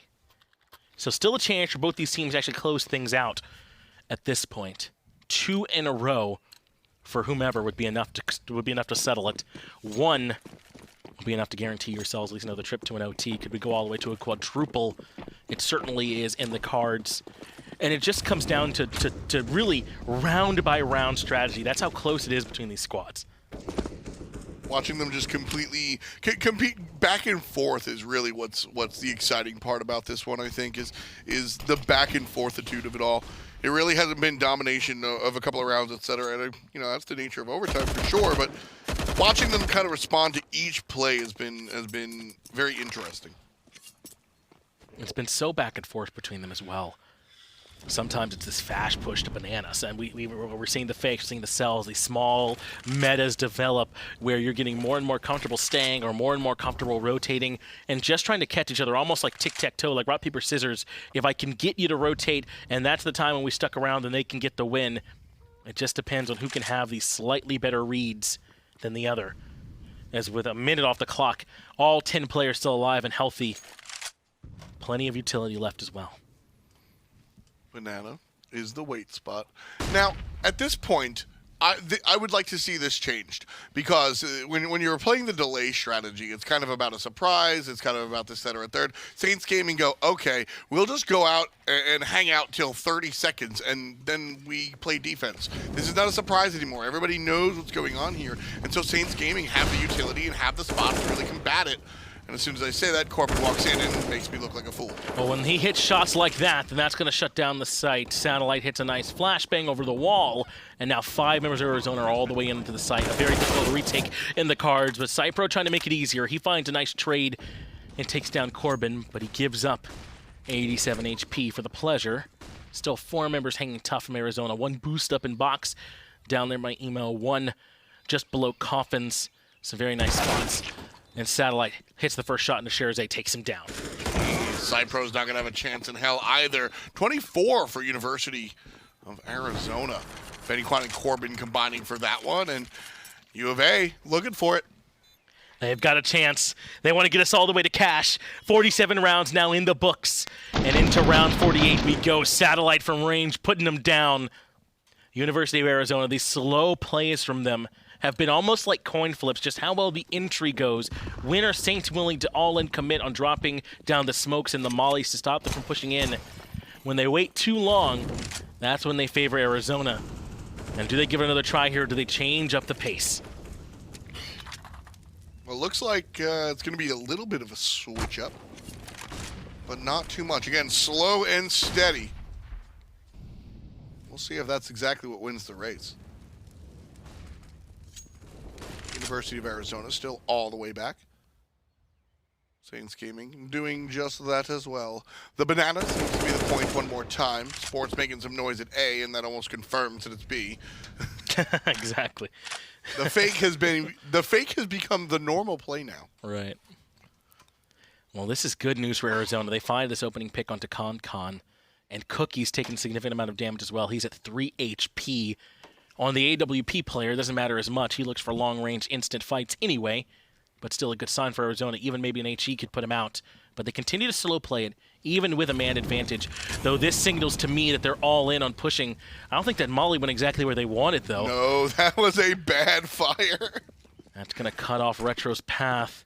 Now the rotations are coming in. Saints understand that this isn't all in for them, but they mow down everyone who comes in. Cypro and Shrazi both find kills. Satellite now in a bit of trouble. He finds 2 kills of his own, and the bomb going down. University of Arizona in the 2v1, or 2v2 rather. Cookie still low. Have a chance to get us to cash. Saints Gaming have to find this. The HE puts him down. Zapper burning on top of the flames. He's been pushed out as well. He knows he has to find a way in. He loops around. Satellite and Retro still healthy and looking for it. Zapper flashed out. There's still plenty of time, and Zapper's got a kit, so ain't no rush, no reason to rush. Oh, a little bit of a body shot is good. Big damage. Player in pit is healthy. Zapper is not. Rotating around the right-hand side. Oh, Shots no! bad! University of Arizona, they take it! They take it! We're going to a third map, baby! And it's Cash. Pull out the wallets, everybody, and get them bills out. Cash is the one that's on the table. What a big win there for Arizona. Finally able to hold on and close that game out 1-1. We got this last map ready for you. Oh, man, what a situation. The map, as you said, Cash, it's going to be Arizona's choice as well. So, you know, things didn't go well on Inferno. Eventually, they went well, but at first it was a little bit back and forth. Cash should be a different story, I think. Well, I'm very interested to see what will wind up here. That's right, and remember, this is because that the Saints got the first map had to pick Mirage, so then the Saints came back and banned Nuke, Arizona banned Overpass, and then that opened up for Arizona to come back in and pick Cash. That's why we're going there, and they got essentially 2 map picks in a row, but really it was just because they got the very first one. So we're going to be going into a third map, all the Counter-Strike action you could possibly ask for about to be coming your way. Go ahead and refill those chips, get a drink, whatever you need, and again, get right back here for some more action.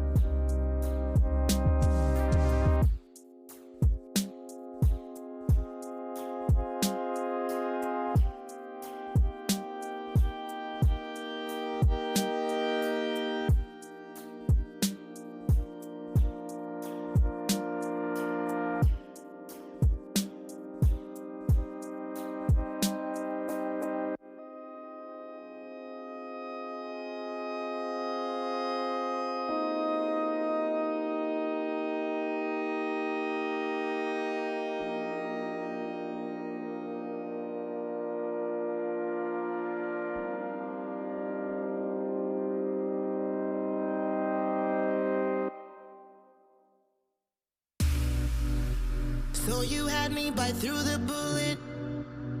I won't play a second fiddle with you.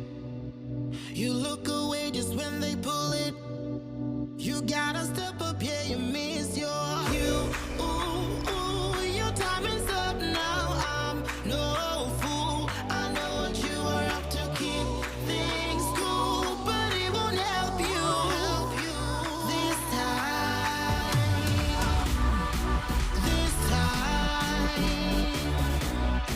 This time, no, no. This time, yeah. This time, no, no.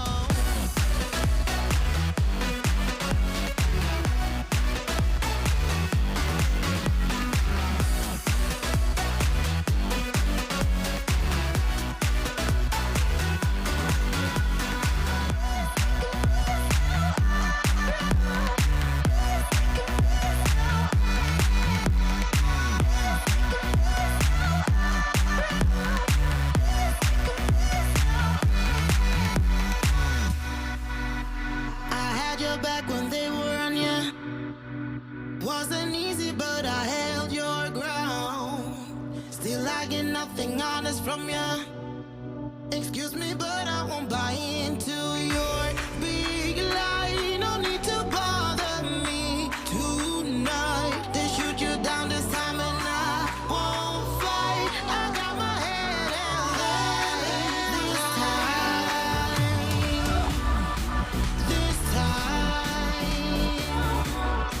This time, no, no. This time, yeah. This time, no, no.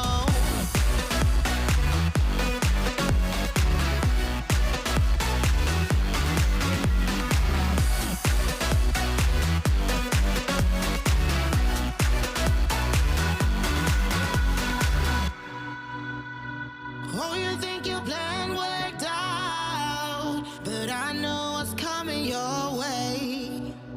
So you think you're better than everyone else, but I know what's yet to come.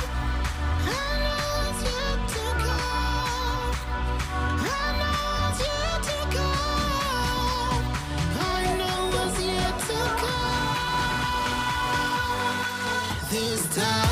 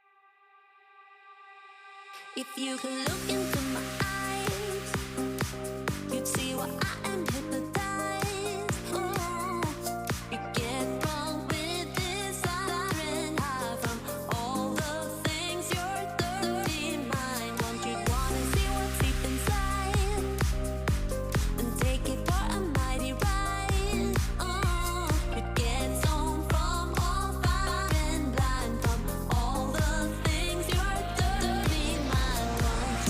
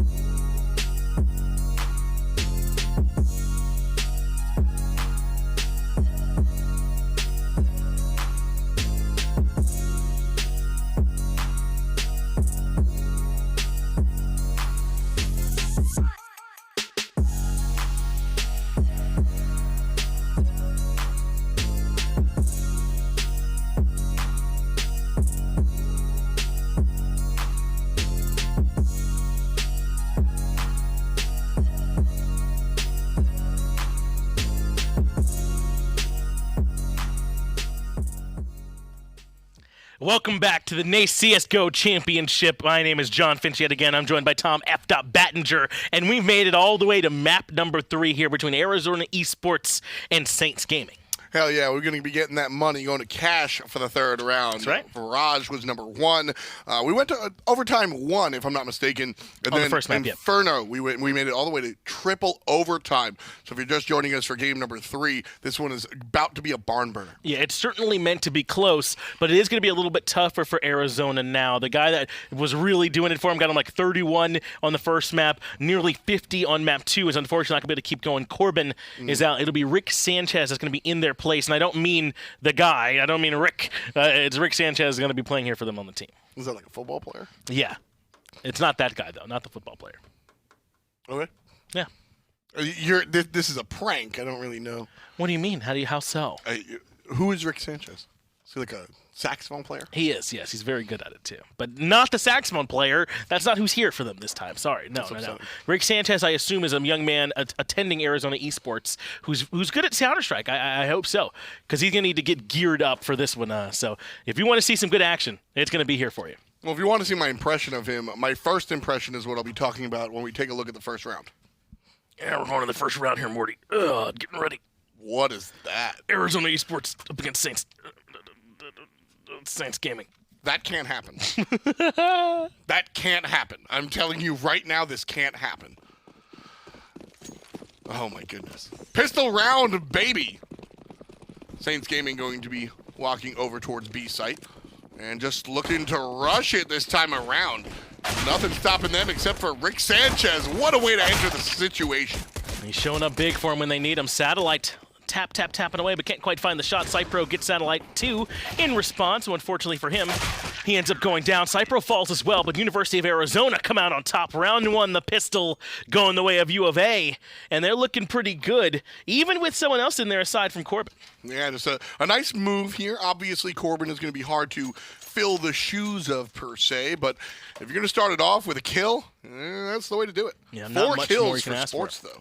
I agree. Not much more you can need from Rick Sanchez, but Sports coming in and backing him up in a pretty big way with 4 kills of his own, even able to get the M4 out because of all that extra cash.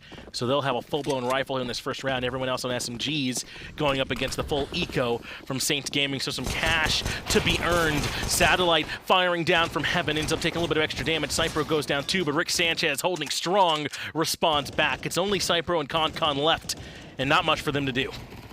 Oh, long-range shot, not going to be good, but Rick Sanchez knows where the opposition is. Con, the only one alive, bomb down on the site.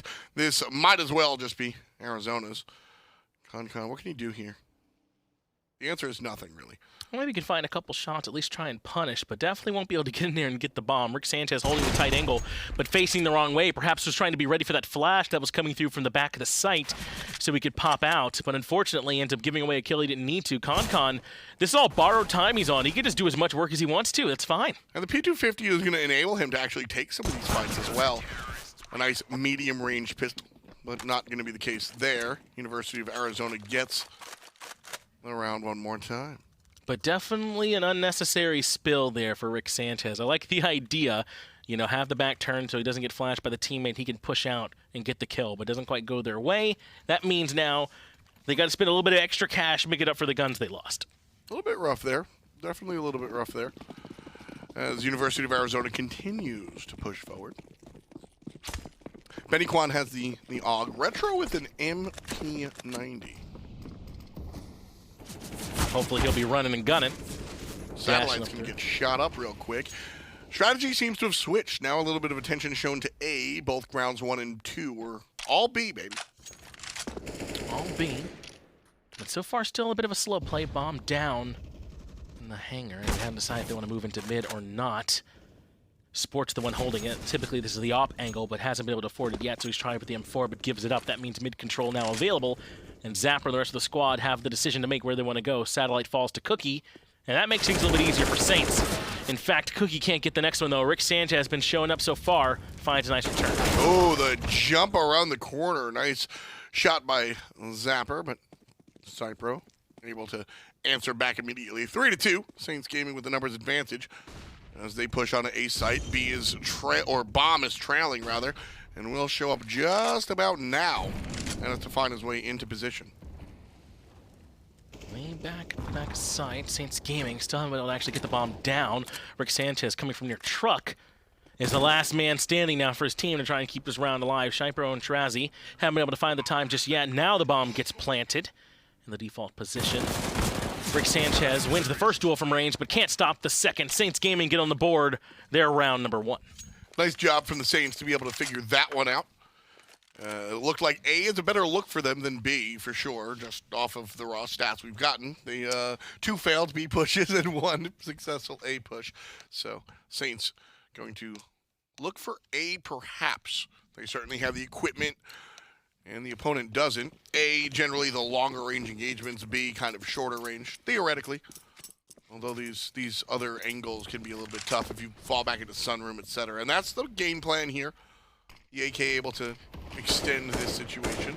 But a nice smoke from University of Arizona will cut off vision towards that bomb site. Now players tussling around mid, and Zapper with a nice rifle is going to switch over the location. Nobody's there, and the fire will be wasted. Yeah, Beniquan no longer there either. He ends up falling to the pressure from the Saints. It's a bit of a force buy for University of Arizona. They've got the MP9, the FAMAS there for Retro. So they're trying to make this one happen. Retro finds Zapper. Retro actually gets 2. Rick Sanchez finds Cypro 2. Bad timing as he was turned away. But 2 quick kills from Concon and Cookie, even the numbers back up, but it's just not enough. Retro finds 1 more. And now we're in the 1v1. Heads up between Satellite and Cookie. Cookie making his way towards this site, but he doesn't have the bomb. If Arizona can figure out where it is and get there in time, they might be able to still hold on to this. Certainly a thought process. Rotation. Cookie's going to find the bomb, and, well, Satellite nowhere near here, so it should kind of be safe. Listen. Cookie hears Satellite there. Yeah, Cookie heard him. Cookie heard him for sure, and so Cookie's going to continue to go A because he knows that Satellite's going to be stuck up here around that Z situation, and that means a nice plant for Cookie. Still playing it safe just in case. But this one looks to be all Saints Gaming. The plant will come down. And then I'm interested to see if Satellite wants to take the fight or not. What do you think, Finch? I think there's a good chance Satellite will come in and try and grab this in the 1v1. Cookie now must plant. There's not much time left on the clock. So he gets it down, closes Squinky. Might even Sully's gone that way. And now Satellite with 0 information. This is just so difficult. It's Cookie who has the one that can pick the timing on when to peek once he hears him on the bomb. But maybe now he's seen him. If that shoulder was poking out, he might have an idea that he's all the way there at the back of sight behind the quad stack. Looks like he does. Flashes go to force him off. Ineffective, though. He was forced away, so Cookie should be able to see, Nice wins shot. the duel, and Satellite goes down. Real clean shot there coming out from Cookie. Real clean stuff. Tied up at 2. Saints Gaming still have the money and the ability to buy whatever they want. University of Arizona, though, on the other hand, that's their 2nd round loss in a row, so they'll get, what, $1,300 after the change? So a decent amount of money going their way. Indeed, he did go down. We even confirmed it there in slow motion. Got him. I believe it's 19 when it's 2 in a row. And Concon getting the boost over to check out mid, but of course with little money. Checking there. Nice shot there as Concon takes one down. Concon also kills Cypro, however. Yeah, so not as good as that one, but still favoring University of Arizona. Made it a little bit easier when he gets some help from the other side. They bide their time because the rest of the Saints are entirely into this B site. They take down Rick Sanchez and his partner, and now they're easily in. That just leaves Retro and Benny Kwan with a lot to do and make a big rotation from this tree room. But certainly once he starts popping away, they know where he is. Shiraz gets 1, Cookie gets the other, 2 go down, and all of a sudden Saints Gaming have the lead. For now. We'll see how University of Arizona is able to answer back. Nice job so far for Saints Gaming, keeping them at a distance. But now University of Arizona will have some items. Sports. There he goes. Decides on the M4. So rifles abound. Satellite with a discounted one, but still strong enough for these pushes. Shirazay and Saints Gaming going to look towards mid and smoke it off. Spray through, I like the idea. but doesn't quite connect. They were mollied off for the boost anyway, if they'd even been looking for it. And Retro pushes up right close to try and hold this angle once the smoke dissipates. Now he goes all the way into vent and holds from there. Meanwhile, the rest of the team considering if they can try and make this A push happen. A couple there in A main, and the bomb still lurking way back towards mid. So Saints Gaming have not yet committed. Still plenty of options. That's information, though. Cookie certainly recognizes now there's one there in Checkers who just came through vent. Even takes a couple of shots, though. I bet he wishes he hadn't. A little bit rough there. Saints Gaming trying to maintain control and look for the wraparound that we've seen them do on so many maps beforehand. Inferno, Mirage. Going to do the same thing here on Cash. Look for this mid situation and play for the option. Con killing Benny Quan over there by A means that A will be the option in the full rotation. The bomb is still kind of stuck in middle lane. And still, the CTs either don't recognize that this is what's happening or have decided they're not going to be able to make it there in time. Zapper finds one more. It's Rick Sanchez, the sub, who's in. He goes down, and this round feels pretty good for Saints. Though they still haven't gotten the bomb down. There it is, just as I say. And the timer starts ticking. University of Arizona, I think they've recognized they're not going to be able to make it in. Retro holding fast. Satellite doesn't look very much interested either. Saints Gaming should be able to ground round number 6. Easy save.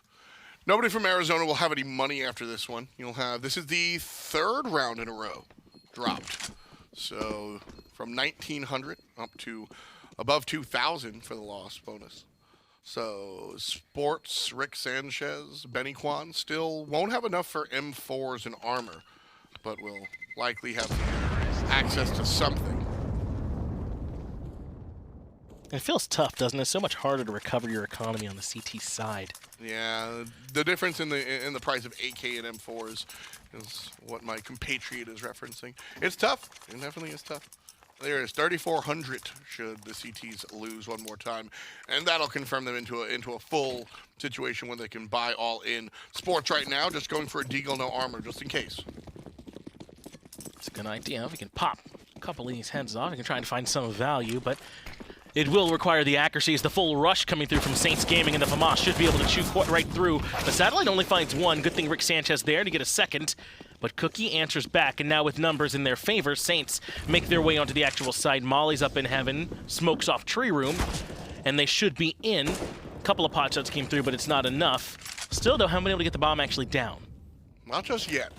That's going to be the put down right there, easy peasy. Saints Gaming looking for round number 5 and round 7. Sports going down. Cookie still a monster, and it's 5-2. Saints Gaming taking over. Has not yet crumbled, has the Cookie. The University of Arizona, who've been able to make their way all the way up to 5. Yeah, that was all right, yeah. I enjoyed that. So now round number 8's in the cards. And University of Arizona clearly should be able to buy into this one much better. A couple of Augs on the table, an AWP as well. Should be looking much better. Can you read that sign on the right? I didn't think it. I didn't look in time, so that's on me. Here, I'll guess what it said. Corbin's pretty good. Bet you wish you had him. Might be. Do you think it's on that sign? You think so? Might be. Certainly is in the chat of University of Arizona. That's for sure. With it said, though, Rick Sanchez has contributed. It's been of course. Interesting to watch him and the team adapt around him. But Corbin has been the anchor, just this strong presence for so long. It's going to be a little bit tough. And Benny Quan might just pick up the slack. 2 shots of whatever as he finds 2 people with the AWP. Yeah, the barrel stuff is working pretty well for him as he's able to close them out. But now they still have 2 over towards A when it really looks like B might be the call. That's a knife. Now that's a knife.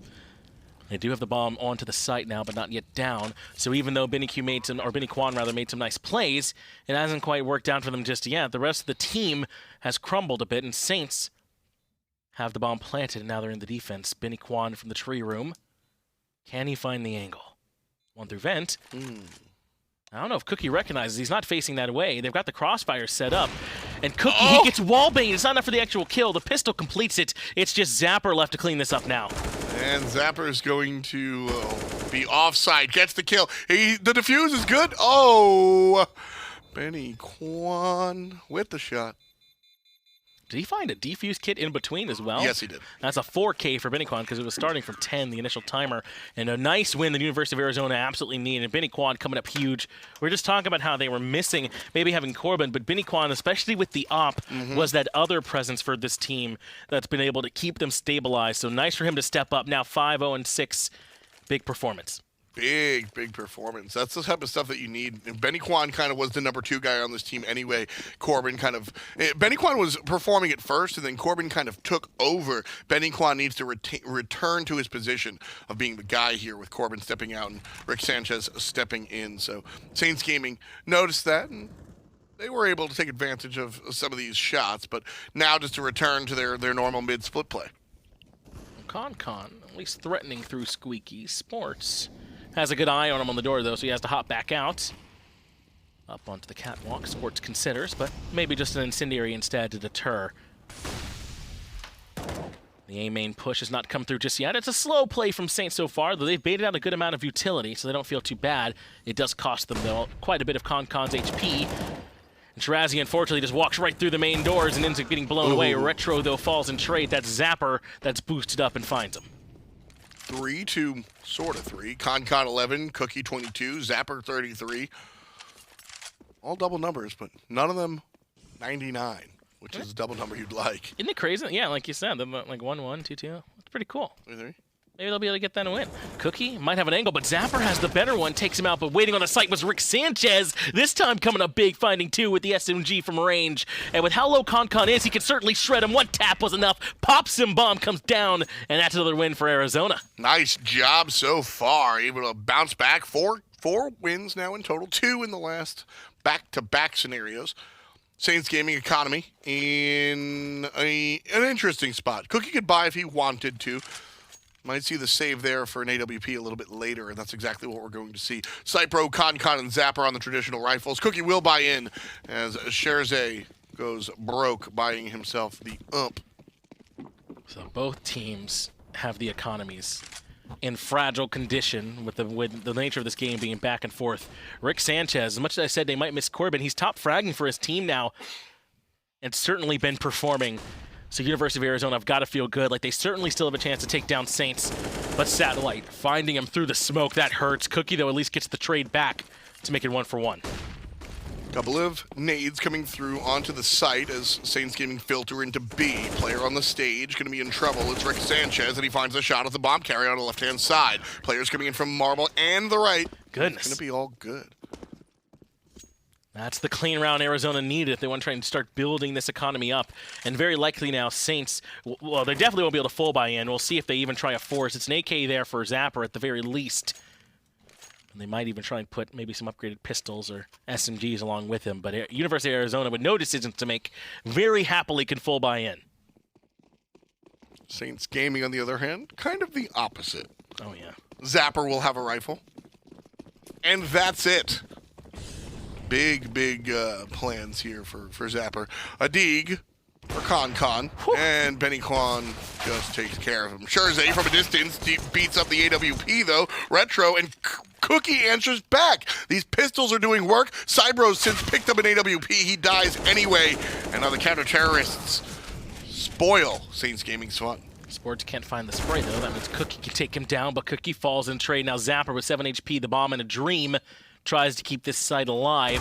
Defuse comes through. The kill from Satellite's even better. That could be into the round. Even recover an AWP. Why not? University of Arizona going to be able to ground the round and go up 6-5. That was a good look for Saints Gaming. They had a moment of opportunity, and they were able to really look strong, getting some trades, rifles for pistols, and even picking some of them up. But after the fact, unable to really commit and find those shots, that just means it's going to go the other way of University of Arizona. So Saints Gaming with a nice peek at what success looks like, but unable to really bring it home. I don't know why that was so sad. A peak at success. It just felt fleeting and hopeless. Holy. I mean, I illustrate with my words. Yeah, you're a talker. I've heard before. Once or twice. I have been called verbose. That person was honest. A-site. It was you. It was me. I'm an honest guy. A-site's the one. Oh, come on. I wouldn't lie. A-site they consider now. I never lie. I sleep standing up. That's right. They've got 2 towards B, and unfortunately, they won't be much needed, at least not yet. Bomb not still fully committed all the way over to the A site yet, though, as Retro will be trying to defend if there's a push through mid. 2 members considering it, though, from the hangar. And they'll wait for now. A slow play from Saints, and a good idea. See if they can bait out some utility. One by Squeaky and A, but they take the duel in mid. Zapper sprays, but it's Sports that gets the kill. Benny Kwan finds one as well. Arizona pushes up, Sports gets put down. A 2-for-2 answer back. Keep Saints in this one. Well, it's 3 for 3 so far. Retro goes down like a ship. And Zapper here coming through. The bomb's still in the mid, by the way. There you go. There you go. And there's the takedown. Saints Gaming. Oh, man. So they do this play every time where they play mid and they look for an option. They toss the bomb in the back. Sometimes I would like to see Saints Gaming commit. There are some plays where I'd like to see them take the bomb with them and commit.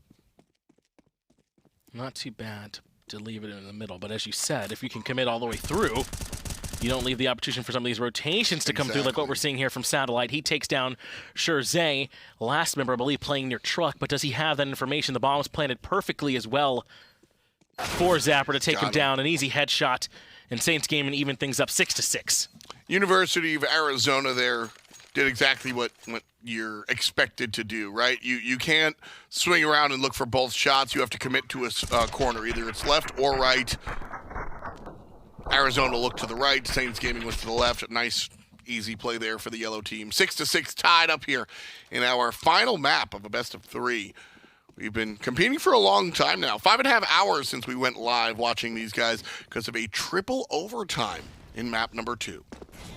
Man, let's not undersell the regular overtime in map number 1. These Also guys, there yet? Yeah, they have been back and forth, these two so far. And even with Rick Sanchez coming in, things are still dead even after 12 rounds. Isn't that crazy that he's been able to step up and play so well and that it's still this even? I love it, man, how close they've been. For me, looking at Rick Sanchez being 14-9, I mean, it's so much less about him, coming in and being a replacement for the quote-unquote star player and more about him coming in hot. I mean, that's really Counter-Strike is largely a feel game for a lot of players, and just coming in ready to roll and ready to rumble. That's the most impressive point for me, watching Rick Sanchez kind of jump into this squad and just perform. Well, the A site now wide open. Those 3 kills probably part of the reason. Cookie will be the one that plants the bomb down. And University of Arizona, with how tucked away they are in the sunroom, have very likely given up on this one. Hold on to those M4A1Ss, especially with how little cash is available for the squad. And think of better days, like maybe round 14. 6, though, already. Not bad for either side. Certainly won't be a shutout either way. Not at all. Oof. Where did that even come from? They've just been kind of chilling here in Sunroom. Look at the coordination. Are they all in the same M4A1S skins? I like that coordination. That's nice. We'll pull it back outside. Like, come on. There we go. What's that? It looks like a skin Johnny Gat would use. But that would be the other Yeah, that's team. the other team. But Come on. no, it's like they're taunting. Oh, I see. It's like they're using their guns against them, There maybe? you go. But then they can just pick them up from you, and they'll have that innate synergy with the gun. You wouldn't want that. That's not. Oh, that is how that works. Yeah. Okay. Sorry. the look of threat. John Finch. Okay, what does that sign say?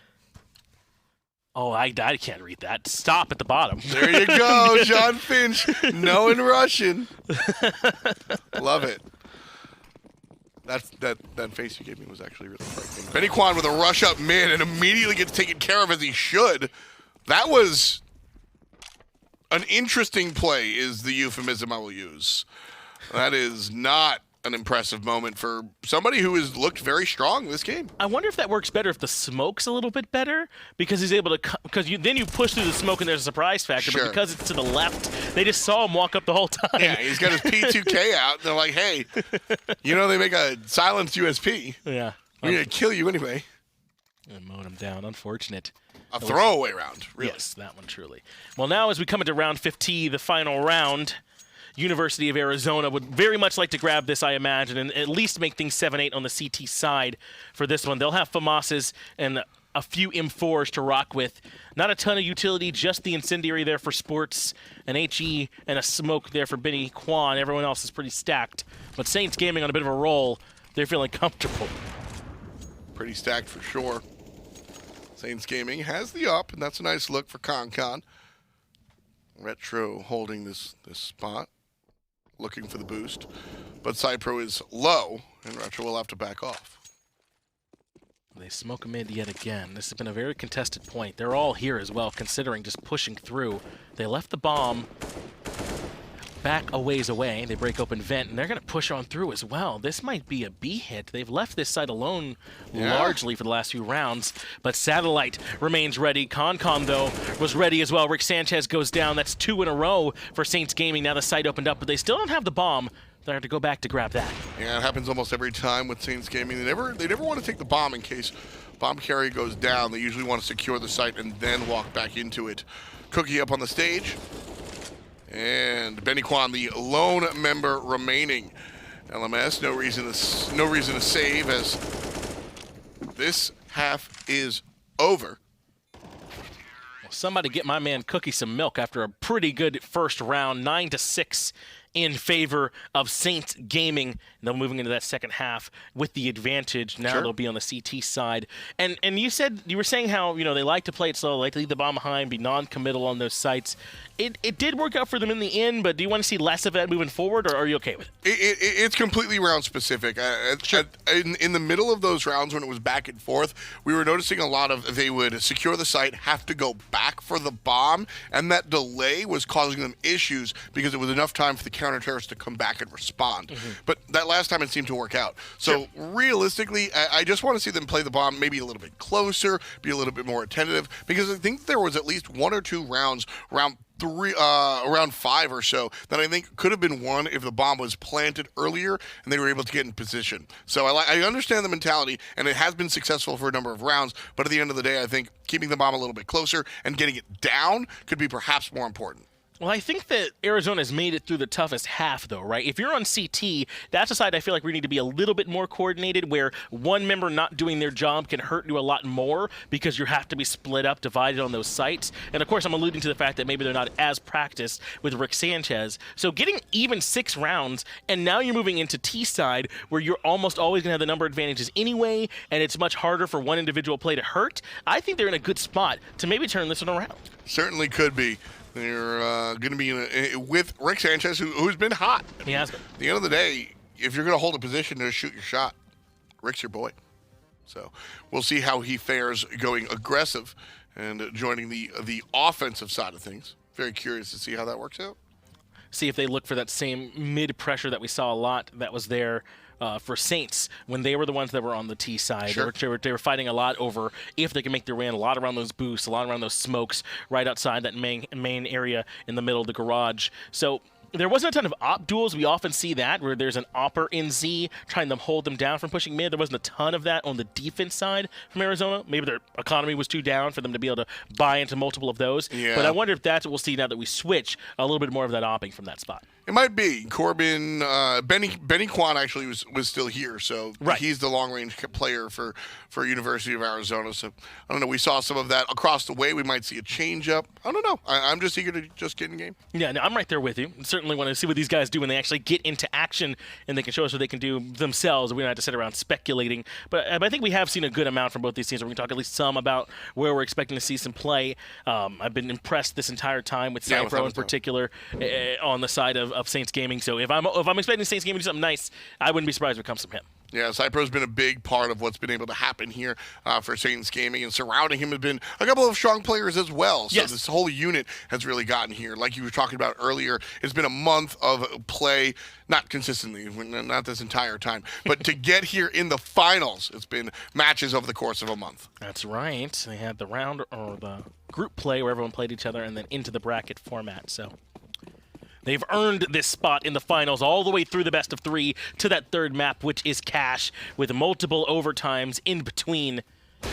And could there finally be some some distance between these two squads. So far, Saints are looking slightly the better, but it's not a significant, huge advantage or anything like that. The flash, though, opens them out, but Con ready, takes down Satellite right away. And the bomb looking to be planted early, but up here, Con again finds shots. Cypro and Con, Cypro and Con.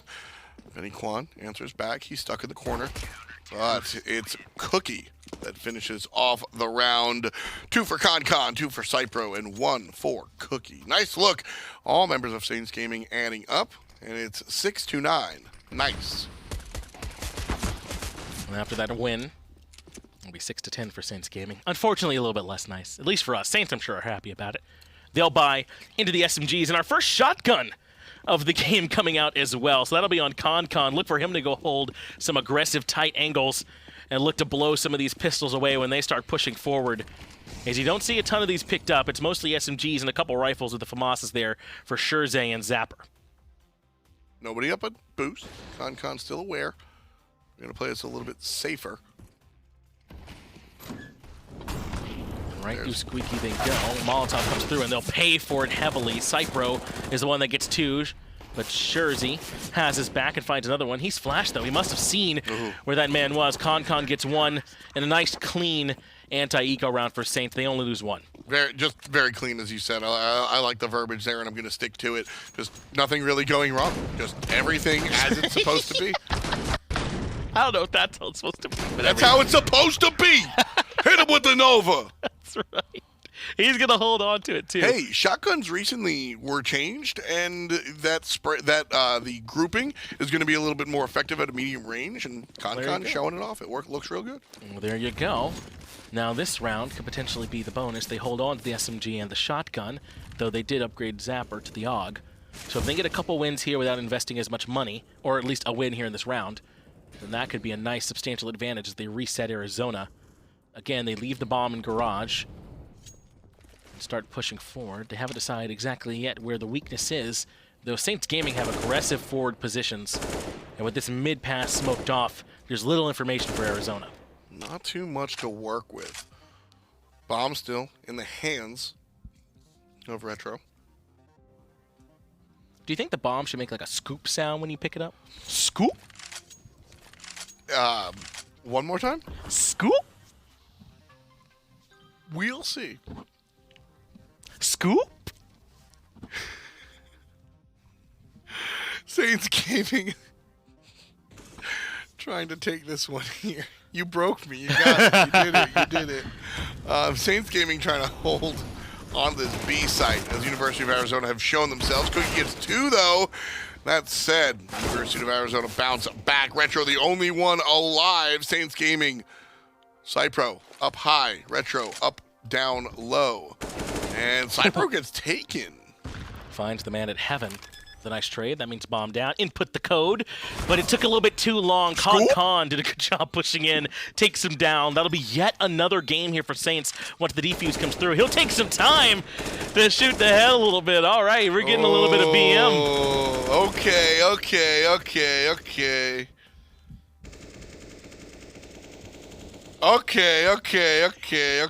Okay. Saints Gaming. Having some fun. Con having some fun. Looking like a pro. Like right. Pros and cons. Yeah, I can think of no cons to what he did. That's only pros, yeah. You like that? I did. I liked it. I didn't even have to give you a threatening look. You got 18 rounds so far as we enter our 19th, and Saints Gaming own 2/3 of them. Looking forward to how we're going to push forward with Saints Gaming. Fully equipped, and University of Arizona, not so much. They got a Scout, they got an AK, they got a Galil. Tech 9 as well. And a Tech 9. Hopefully he'll be running and gunning. We'll see. Very much accurate even still while you're moving, so perhaps that'll be the plan for Rick Sanchez as unfortunately Sports takes some pokes from the HEs thrown out. Oh, that'll put him down. Hey man, that was just a prayer. One deagle shot through the smoke, and Cookie gets punished for being that guy, because that's exactly what he's doing there. He's just being that guy. Right. There's no reason. Just smoke it and sit there. Boost is good. Scherze now has 2 targets. He's able to get out of there. Not a big deal. Couldn't quite handle the firing range, but as you expect, as you said, he made it back out of there. Satellite does find Zapper, and the bomb will go down. That's a nice win for the University of Arizona to at least get the bomb plant. But Saints Gaming fully equipped certainly could make their way back in. They've got plenty of flashes to force them off their angles and look for the peaks, but a dry peek is the plan, and the Tech 9 punishes. The scout comes through, too, for Benny Kwan. This could be a big round for Arizona. Cypro's able to get one, though. Eye on the prize, looking beneath him. Could be distracted. Grabs one to the left-hand side. Still there. Going to switch out guns. No need to reload. Trying to get up on the stage and will do just that. Oh, I love the way he held the shot. That's exactly what you got to do. Just miss the shot. And that earns Arizona 7th round. And I think it's because Benny Kwan went with a wide peek there with the scout and immediately found the headshot. That was confidence on how to play that one from Benny Kwan. But, I mean, it's also what we've come to expect from my man. He's just been ice cold for this team when they need him. 11 kills from him right there around the rest of the group. They needed that round desperately to get up to 7 and try and stay close to Saints. Huh.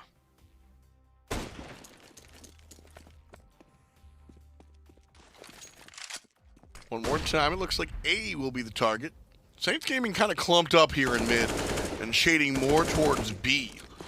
A has no defense, frankly. And University of Arizona, if they had our vision, would just walk into the bomb site. But unfortunately for them, they don't have the information. Unfortunately for them, they don't. Yeah. Get a spectator, guys. We'll see, though, if Arizona can sniff it out.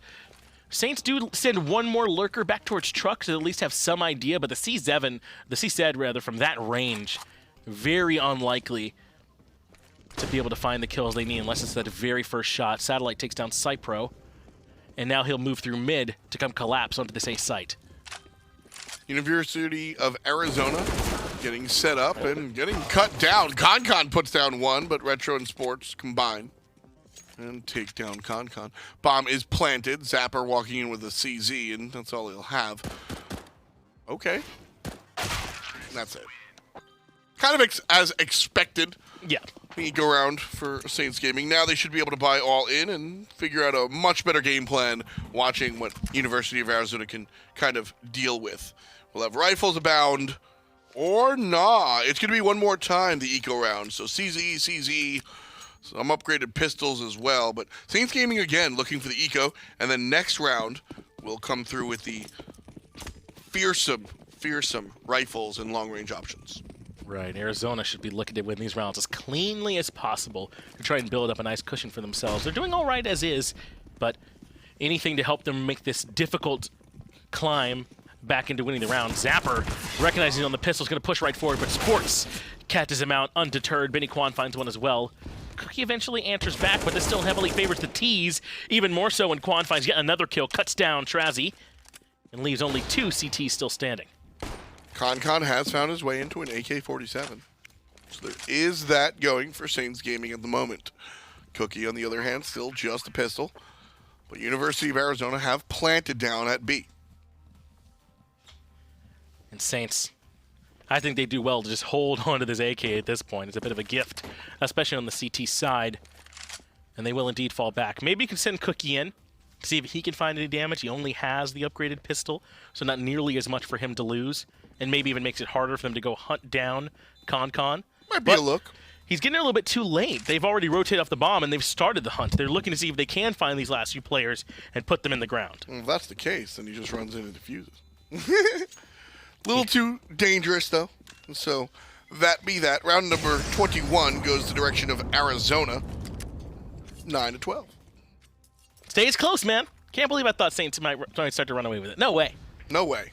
Not in this set. Not in this set we've had all day long. I want 4 overtimes. Don't say that. I want 5 overtimes this game. That's what I want. Oh, goodness gracious. I don't know what we do now because he's put it out there into the world. It's in the ether now. Well, so we had 36 rounds for game number 1. Yes. 18. So we had 48 rounds for game number 2. Yes. So that's 78, right?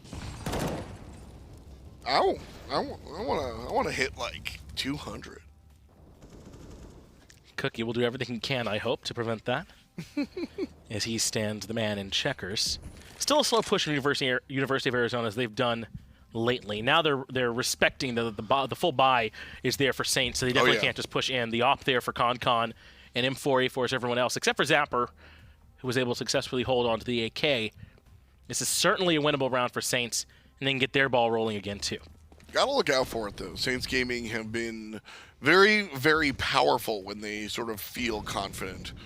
They're able to push forward, play multiple engagements, and get the shots. But that's up to Saints Gaming and what they're able to do now that they have their items. This could be good for Rick Sanchez, though. I don't think they recognize that he's making this path down highway. The smokes cut them off, and that means the A site's much more open. They're just going to try and push through, but Satellite's waiting for him to look for the boost on top of truck. Cypro and ConCon find one, but the answer back is real from Satellite and Sports. 2 for 2 now. Ooh, big plays from Benny Kwan, cuts down Cookie, and another one in the direction of Arizona. I find myself surprised yet not surprised.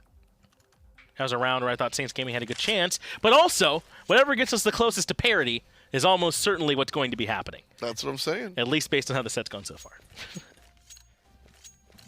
Overtime in match number 1. Overtime in match number 2. Shows us how closely, evenly matched these squads are. And even with University of Arizona losing out one of their players, Rick Sanchez coming through in the clutch to assist this team in map number 3. Even with that factor, still very evenly matched squads. That's a good sub, though. He can always just pull out the portal gun and show up whenever you need him. And that's what he's done here for the team now, as Sports and Satellite both find themselves some early kills. Up against the pistols, not too difficult a task as they cut down Saints' numbers. They still stay in mid, though. Haven't decided exactly where to go. Looks like it might be B. Through the vents they go. Through B main they go, and Tree Room has but one defender. It's Cypro, and it's a lot to try and do to slow them down. Retro finds Zapper, Cypro, and Rick Sanchez with a little bit extra help takes down Satellite. They've cut their numbers down more than I'd expect. That's a 6-shot from ConCon to even things up. He's hit a couple of the long-range CZ shots for some reason, but he's gotten them. It's impressive. Picks up the AK, but unable to really do anything with it. 1 round away from a tie. 11-12. As we're now in round 24. I couldn't have seen this one going any other way, honestly, between these two teams. And this has been momentum that Arizona has built up out of nowhere. 5 rounds in a row that they've been able to hold down Saints Gaming. They have not been able to maintain this defense. And I said coming into it that it might be a little bit easier to play with a sub on T because you're the one dictating where the fights are happening and you normally have numbers advantages. So far, that has absolutely looked to be the case. Certainly does. Really strong stuff from Rick Sanchez. He's been able to just combine with the team and follow the directions and push up. I mean, if you're subbing, the easiest thing that they can tell you to do is just to hit your shots. Yep. And on T side, I think that's really all they're asking, man, is hit the shots. And he's done it for this team so far. 10K in the bank means he's gone a while without dying. Sports gets tagged up by the Flames and falls back from Squeaky. Another slowdown. Saints have control of map point A. University of Arizona. Still thinking about it. But there's fire coming out. And it'll be extinguished by Saints Gaming. Still, the push onto the site is coming out from University of Arizona. Cypro going to make them question that decision, and so is Scherze, but Satellite able to answer back right quick. Now, University of Arizona filtering into the bomb site, and the planter will go down before the plant. This is Saints Gaming answering back, Finch. It's one that was very much needed. Rick Sanchez did good to find at least 1 kill there towards the end. But once all that smoke came in, it was going to be so difficult for these Ts to be able to move in and successfully maintain control of the site. Saints Gaming did a good job moving around inside all that confusion, mowing them down and getting that 13th round on the board. Arizona had a 5-round streak, but it's now been cut off.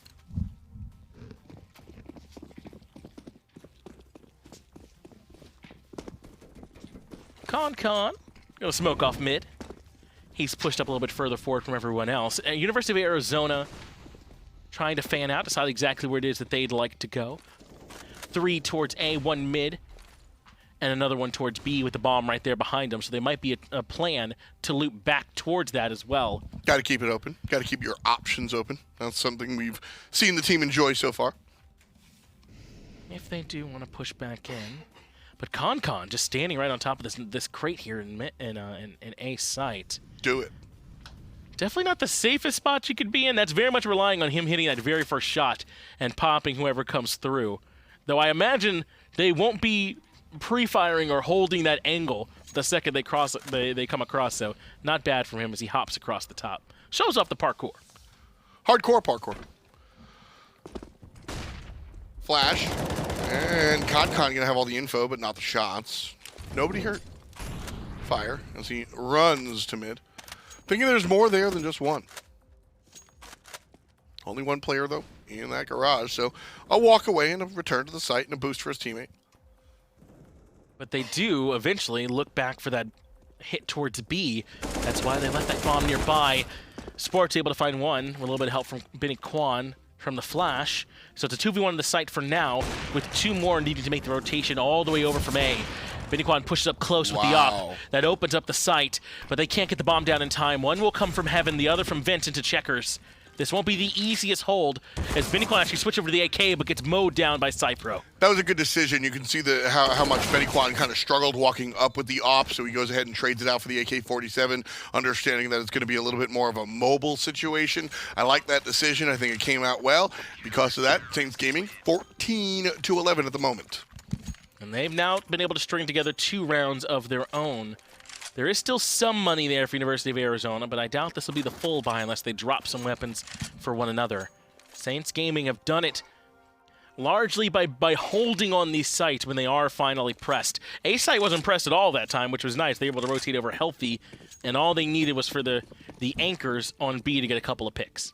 So right now what you're looking for to Saints is to continue this push, but be aware that the AKs are going to be all out. They've got to be very, very careful of the situation and make sure to avoid, honestly, the mid-fight. I think the mid-fight has gone poorly for Saints, and they should focus on the individual sites themselves. Let University of Arizona play this slow-paced pick-and-choose game. And, of course, as soon as we identify that, University of Arizona are going to hard commit to this B site. Fortunately for Saints, they won't have to worry then about that mid this time. We'll see if they can get it done on B. They do flash through Sunroom, and Sports finds the entry frag. It's Cookie that goes down, but Zapper, holding this angle, is at least able to find one, holds down the spray, but can't get 2. That means they're going to need some help from Scherze up top in Heaven, but he's been pushed back as well. The site now opened up, and the bomb down. Arizona are in there. The fire is going to be good for Scherze. He'll push forward and just die to it. That's not a great look. University of Arizona just overpower the B site. And Cypro and Con are going to look to save, it looks like. Well, this was a nice change of pace, wasn't it? We hadn't seen University of Arizona all in one site. Very true. In a long time. They'd been doing that slow push and spreading out. So Saints this time not ready for it. They break, and Arizona find themselves a critical 12th round. And a big point, too, again, talking about conditioning your opponent for expecting certain situations to happen. Well, University of Arizona has just consistently slowed it down and looked for these long-time situations, wait till 30 seconds, and then go rush B and plant the bomb. But not this time. University of Arizona just go, okay, we're going to go B and just make the play. Real clean, real committed. And I think that's what earned University of Arizona the win. Not because their play was cleaner or their shots were better, but straight up because Saints Gaming were unaware and not ready for University of Arizona to come in that hot. It does appear, though, that because the Saints are able to save some weapons, they were still able to squeeze out a full buy here. They got the AK there for Cypro and M4s.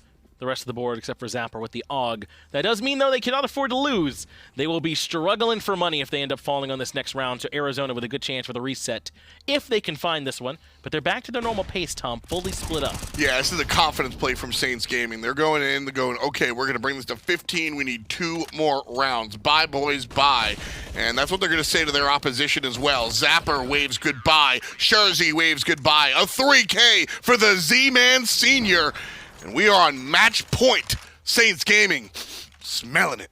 Wow, they got mowed down there, didn't they? Trying to find their way into the B site. No way in. And maybe University of Arizona wasn't even expecting they'd be bought up. But Sports, this pick through mid never worked. It's through the smoke and he's flashed. My man got blown right on up. And the rest of the B site crumbled underneath the pressure. Now University of Arizona, without even a gun for Rick Sanchez, got to find a way into one of these sites. But fully stacked up are Saints. They've got 2 AKs to their names. An AUG, an M4A4, and the M4A1S. Saints Gaming might be able to take this. Rick Sanchez goes down, or is the only one still standing. They could be in some trouble. Well, Cypro's going to close the door. Rick Sanchez, the only one here with the deagle. Looking for it. And this is it, man. University of Arizona know they have to win this round. They can't afford to save. They can't afford anything else. It's 10 seconds on the clock. He is able to find one deke through the wall, but the sub has to come in with it all on his shoulders, and it's just too tall a task. Saints Gaming finally close one out in regulation, 16-12, and they are your NACE CSGO champions. Fantastic job by Saints, able to win this one and take it home. Great decision making, but more importantly, the understanding of what was coming out from University of Arizona at the end. I think they really got their minds around it and were able to win multiple rounds in a row, bringing home the victory. And they really had to buckle down in that one too, because it was like 5 or 6 rounds in a row that Arizona had been able to, that Saints had been able to find there towards the end, but. Still, they managed to hold on tight and grab that victory in the end.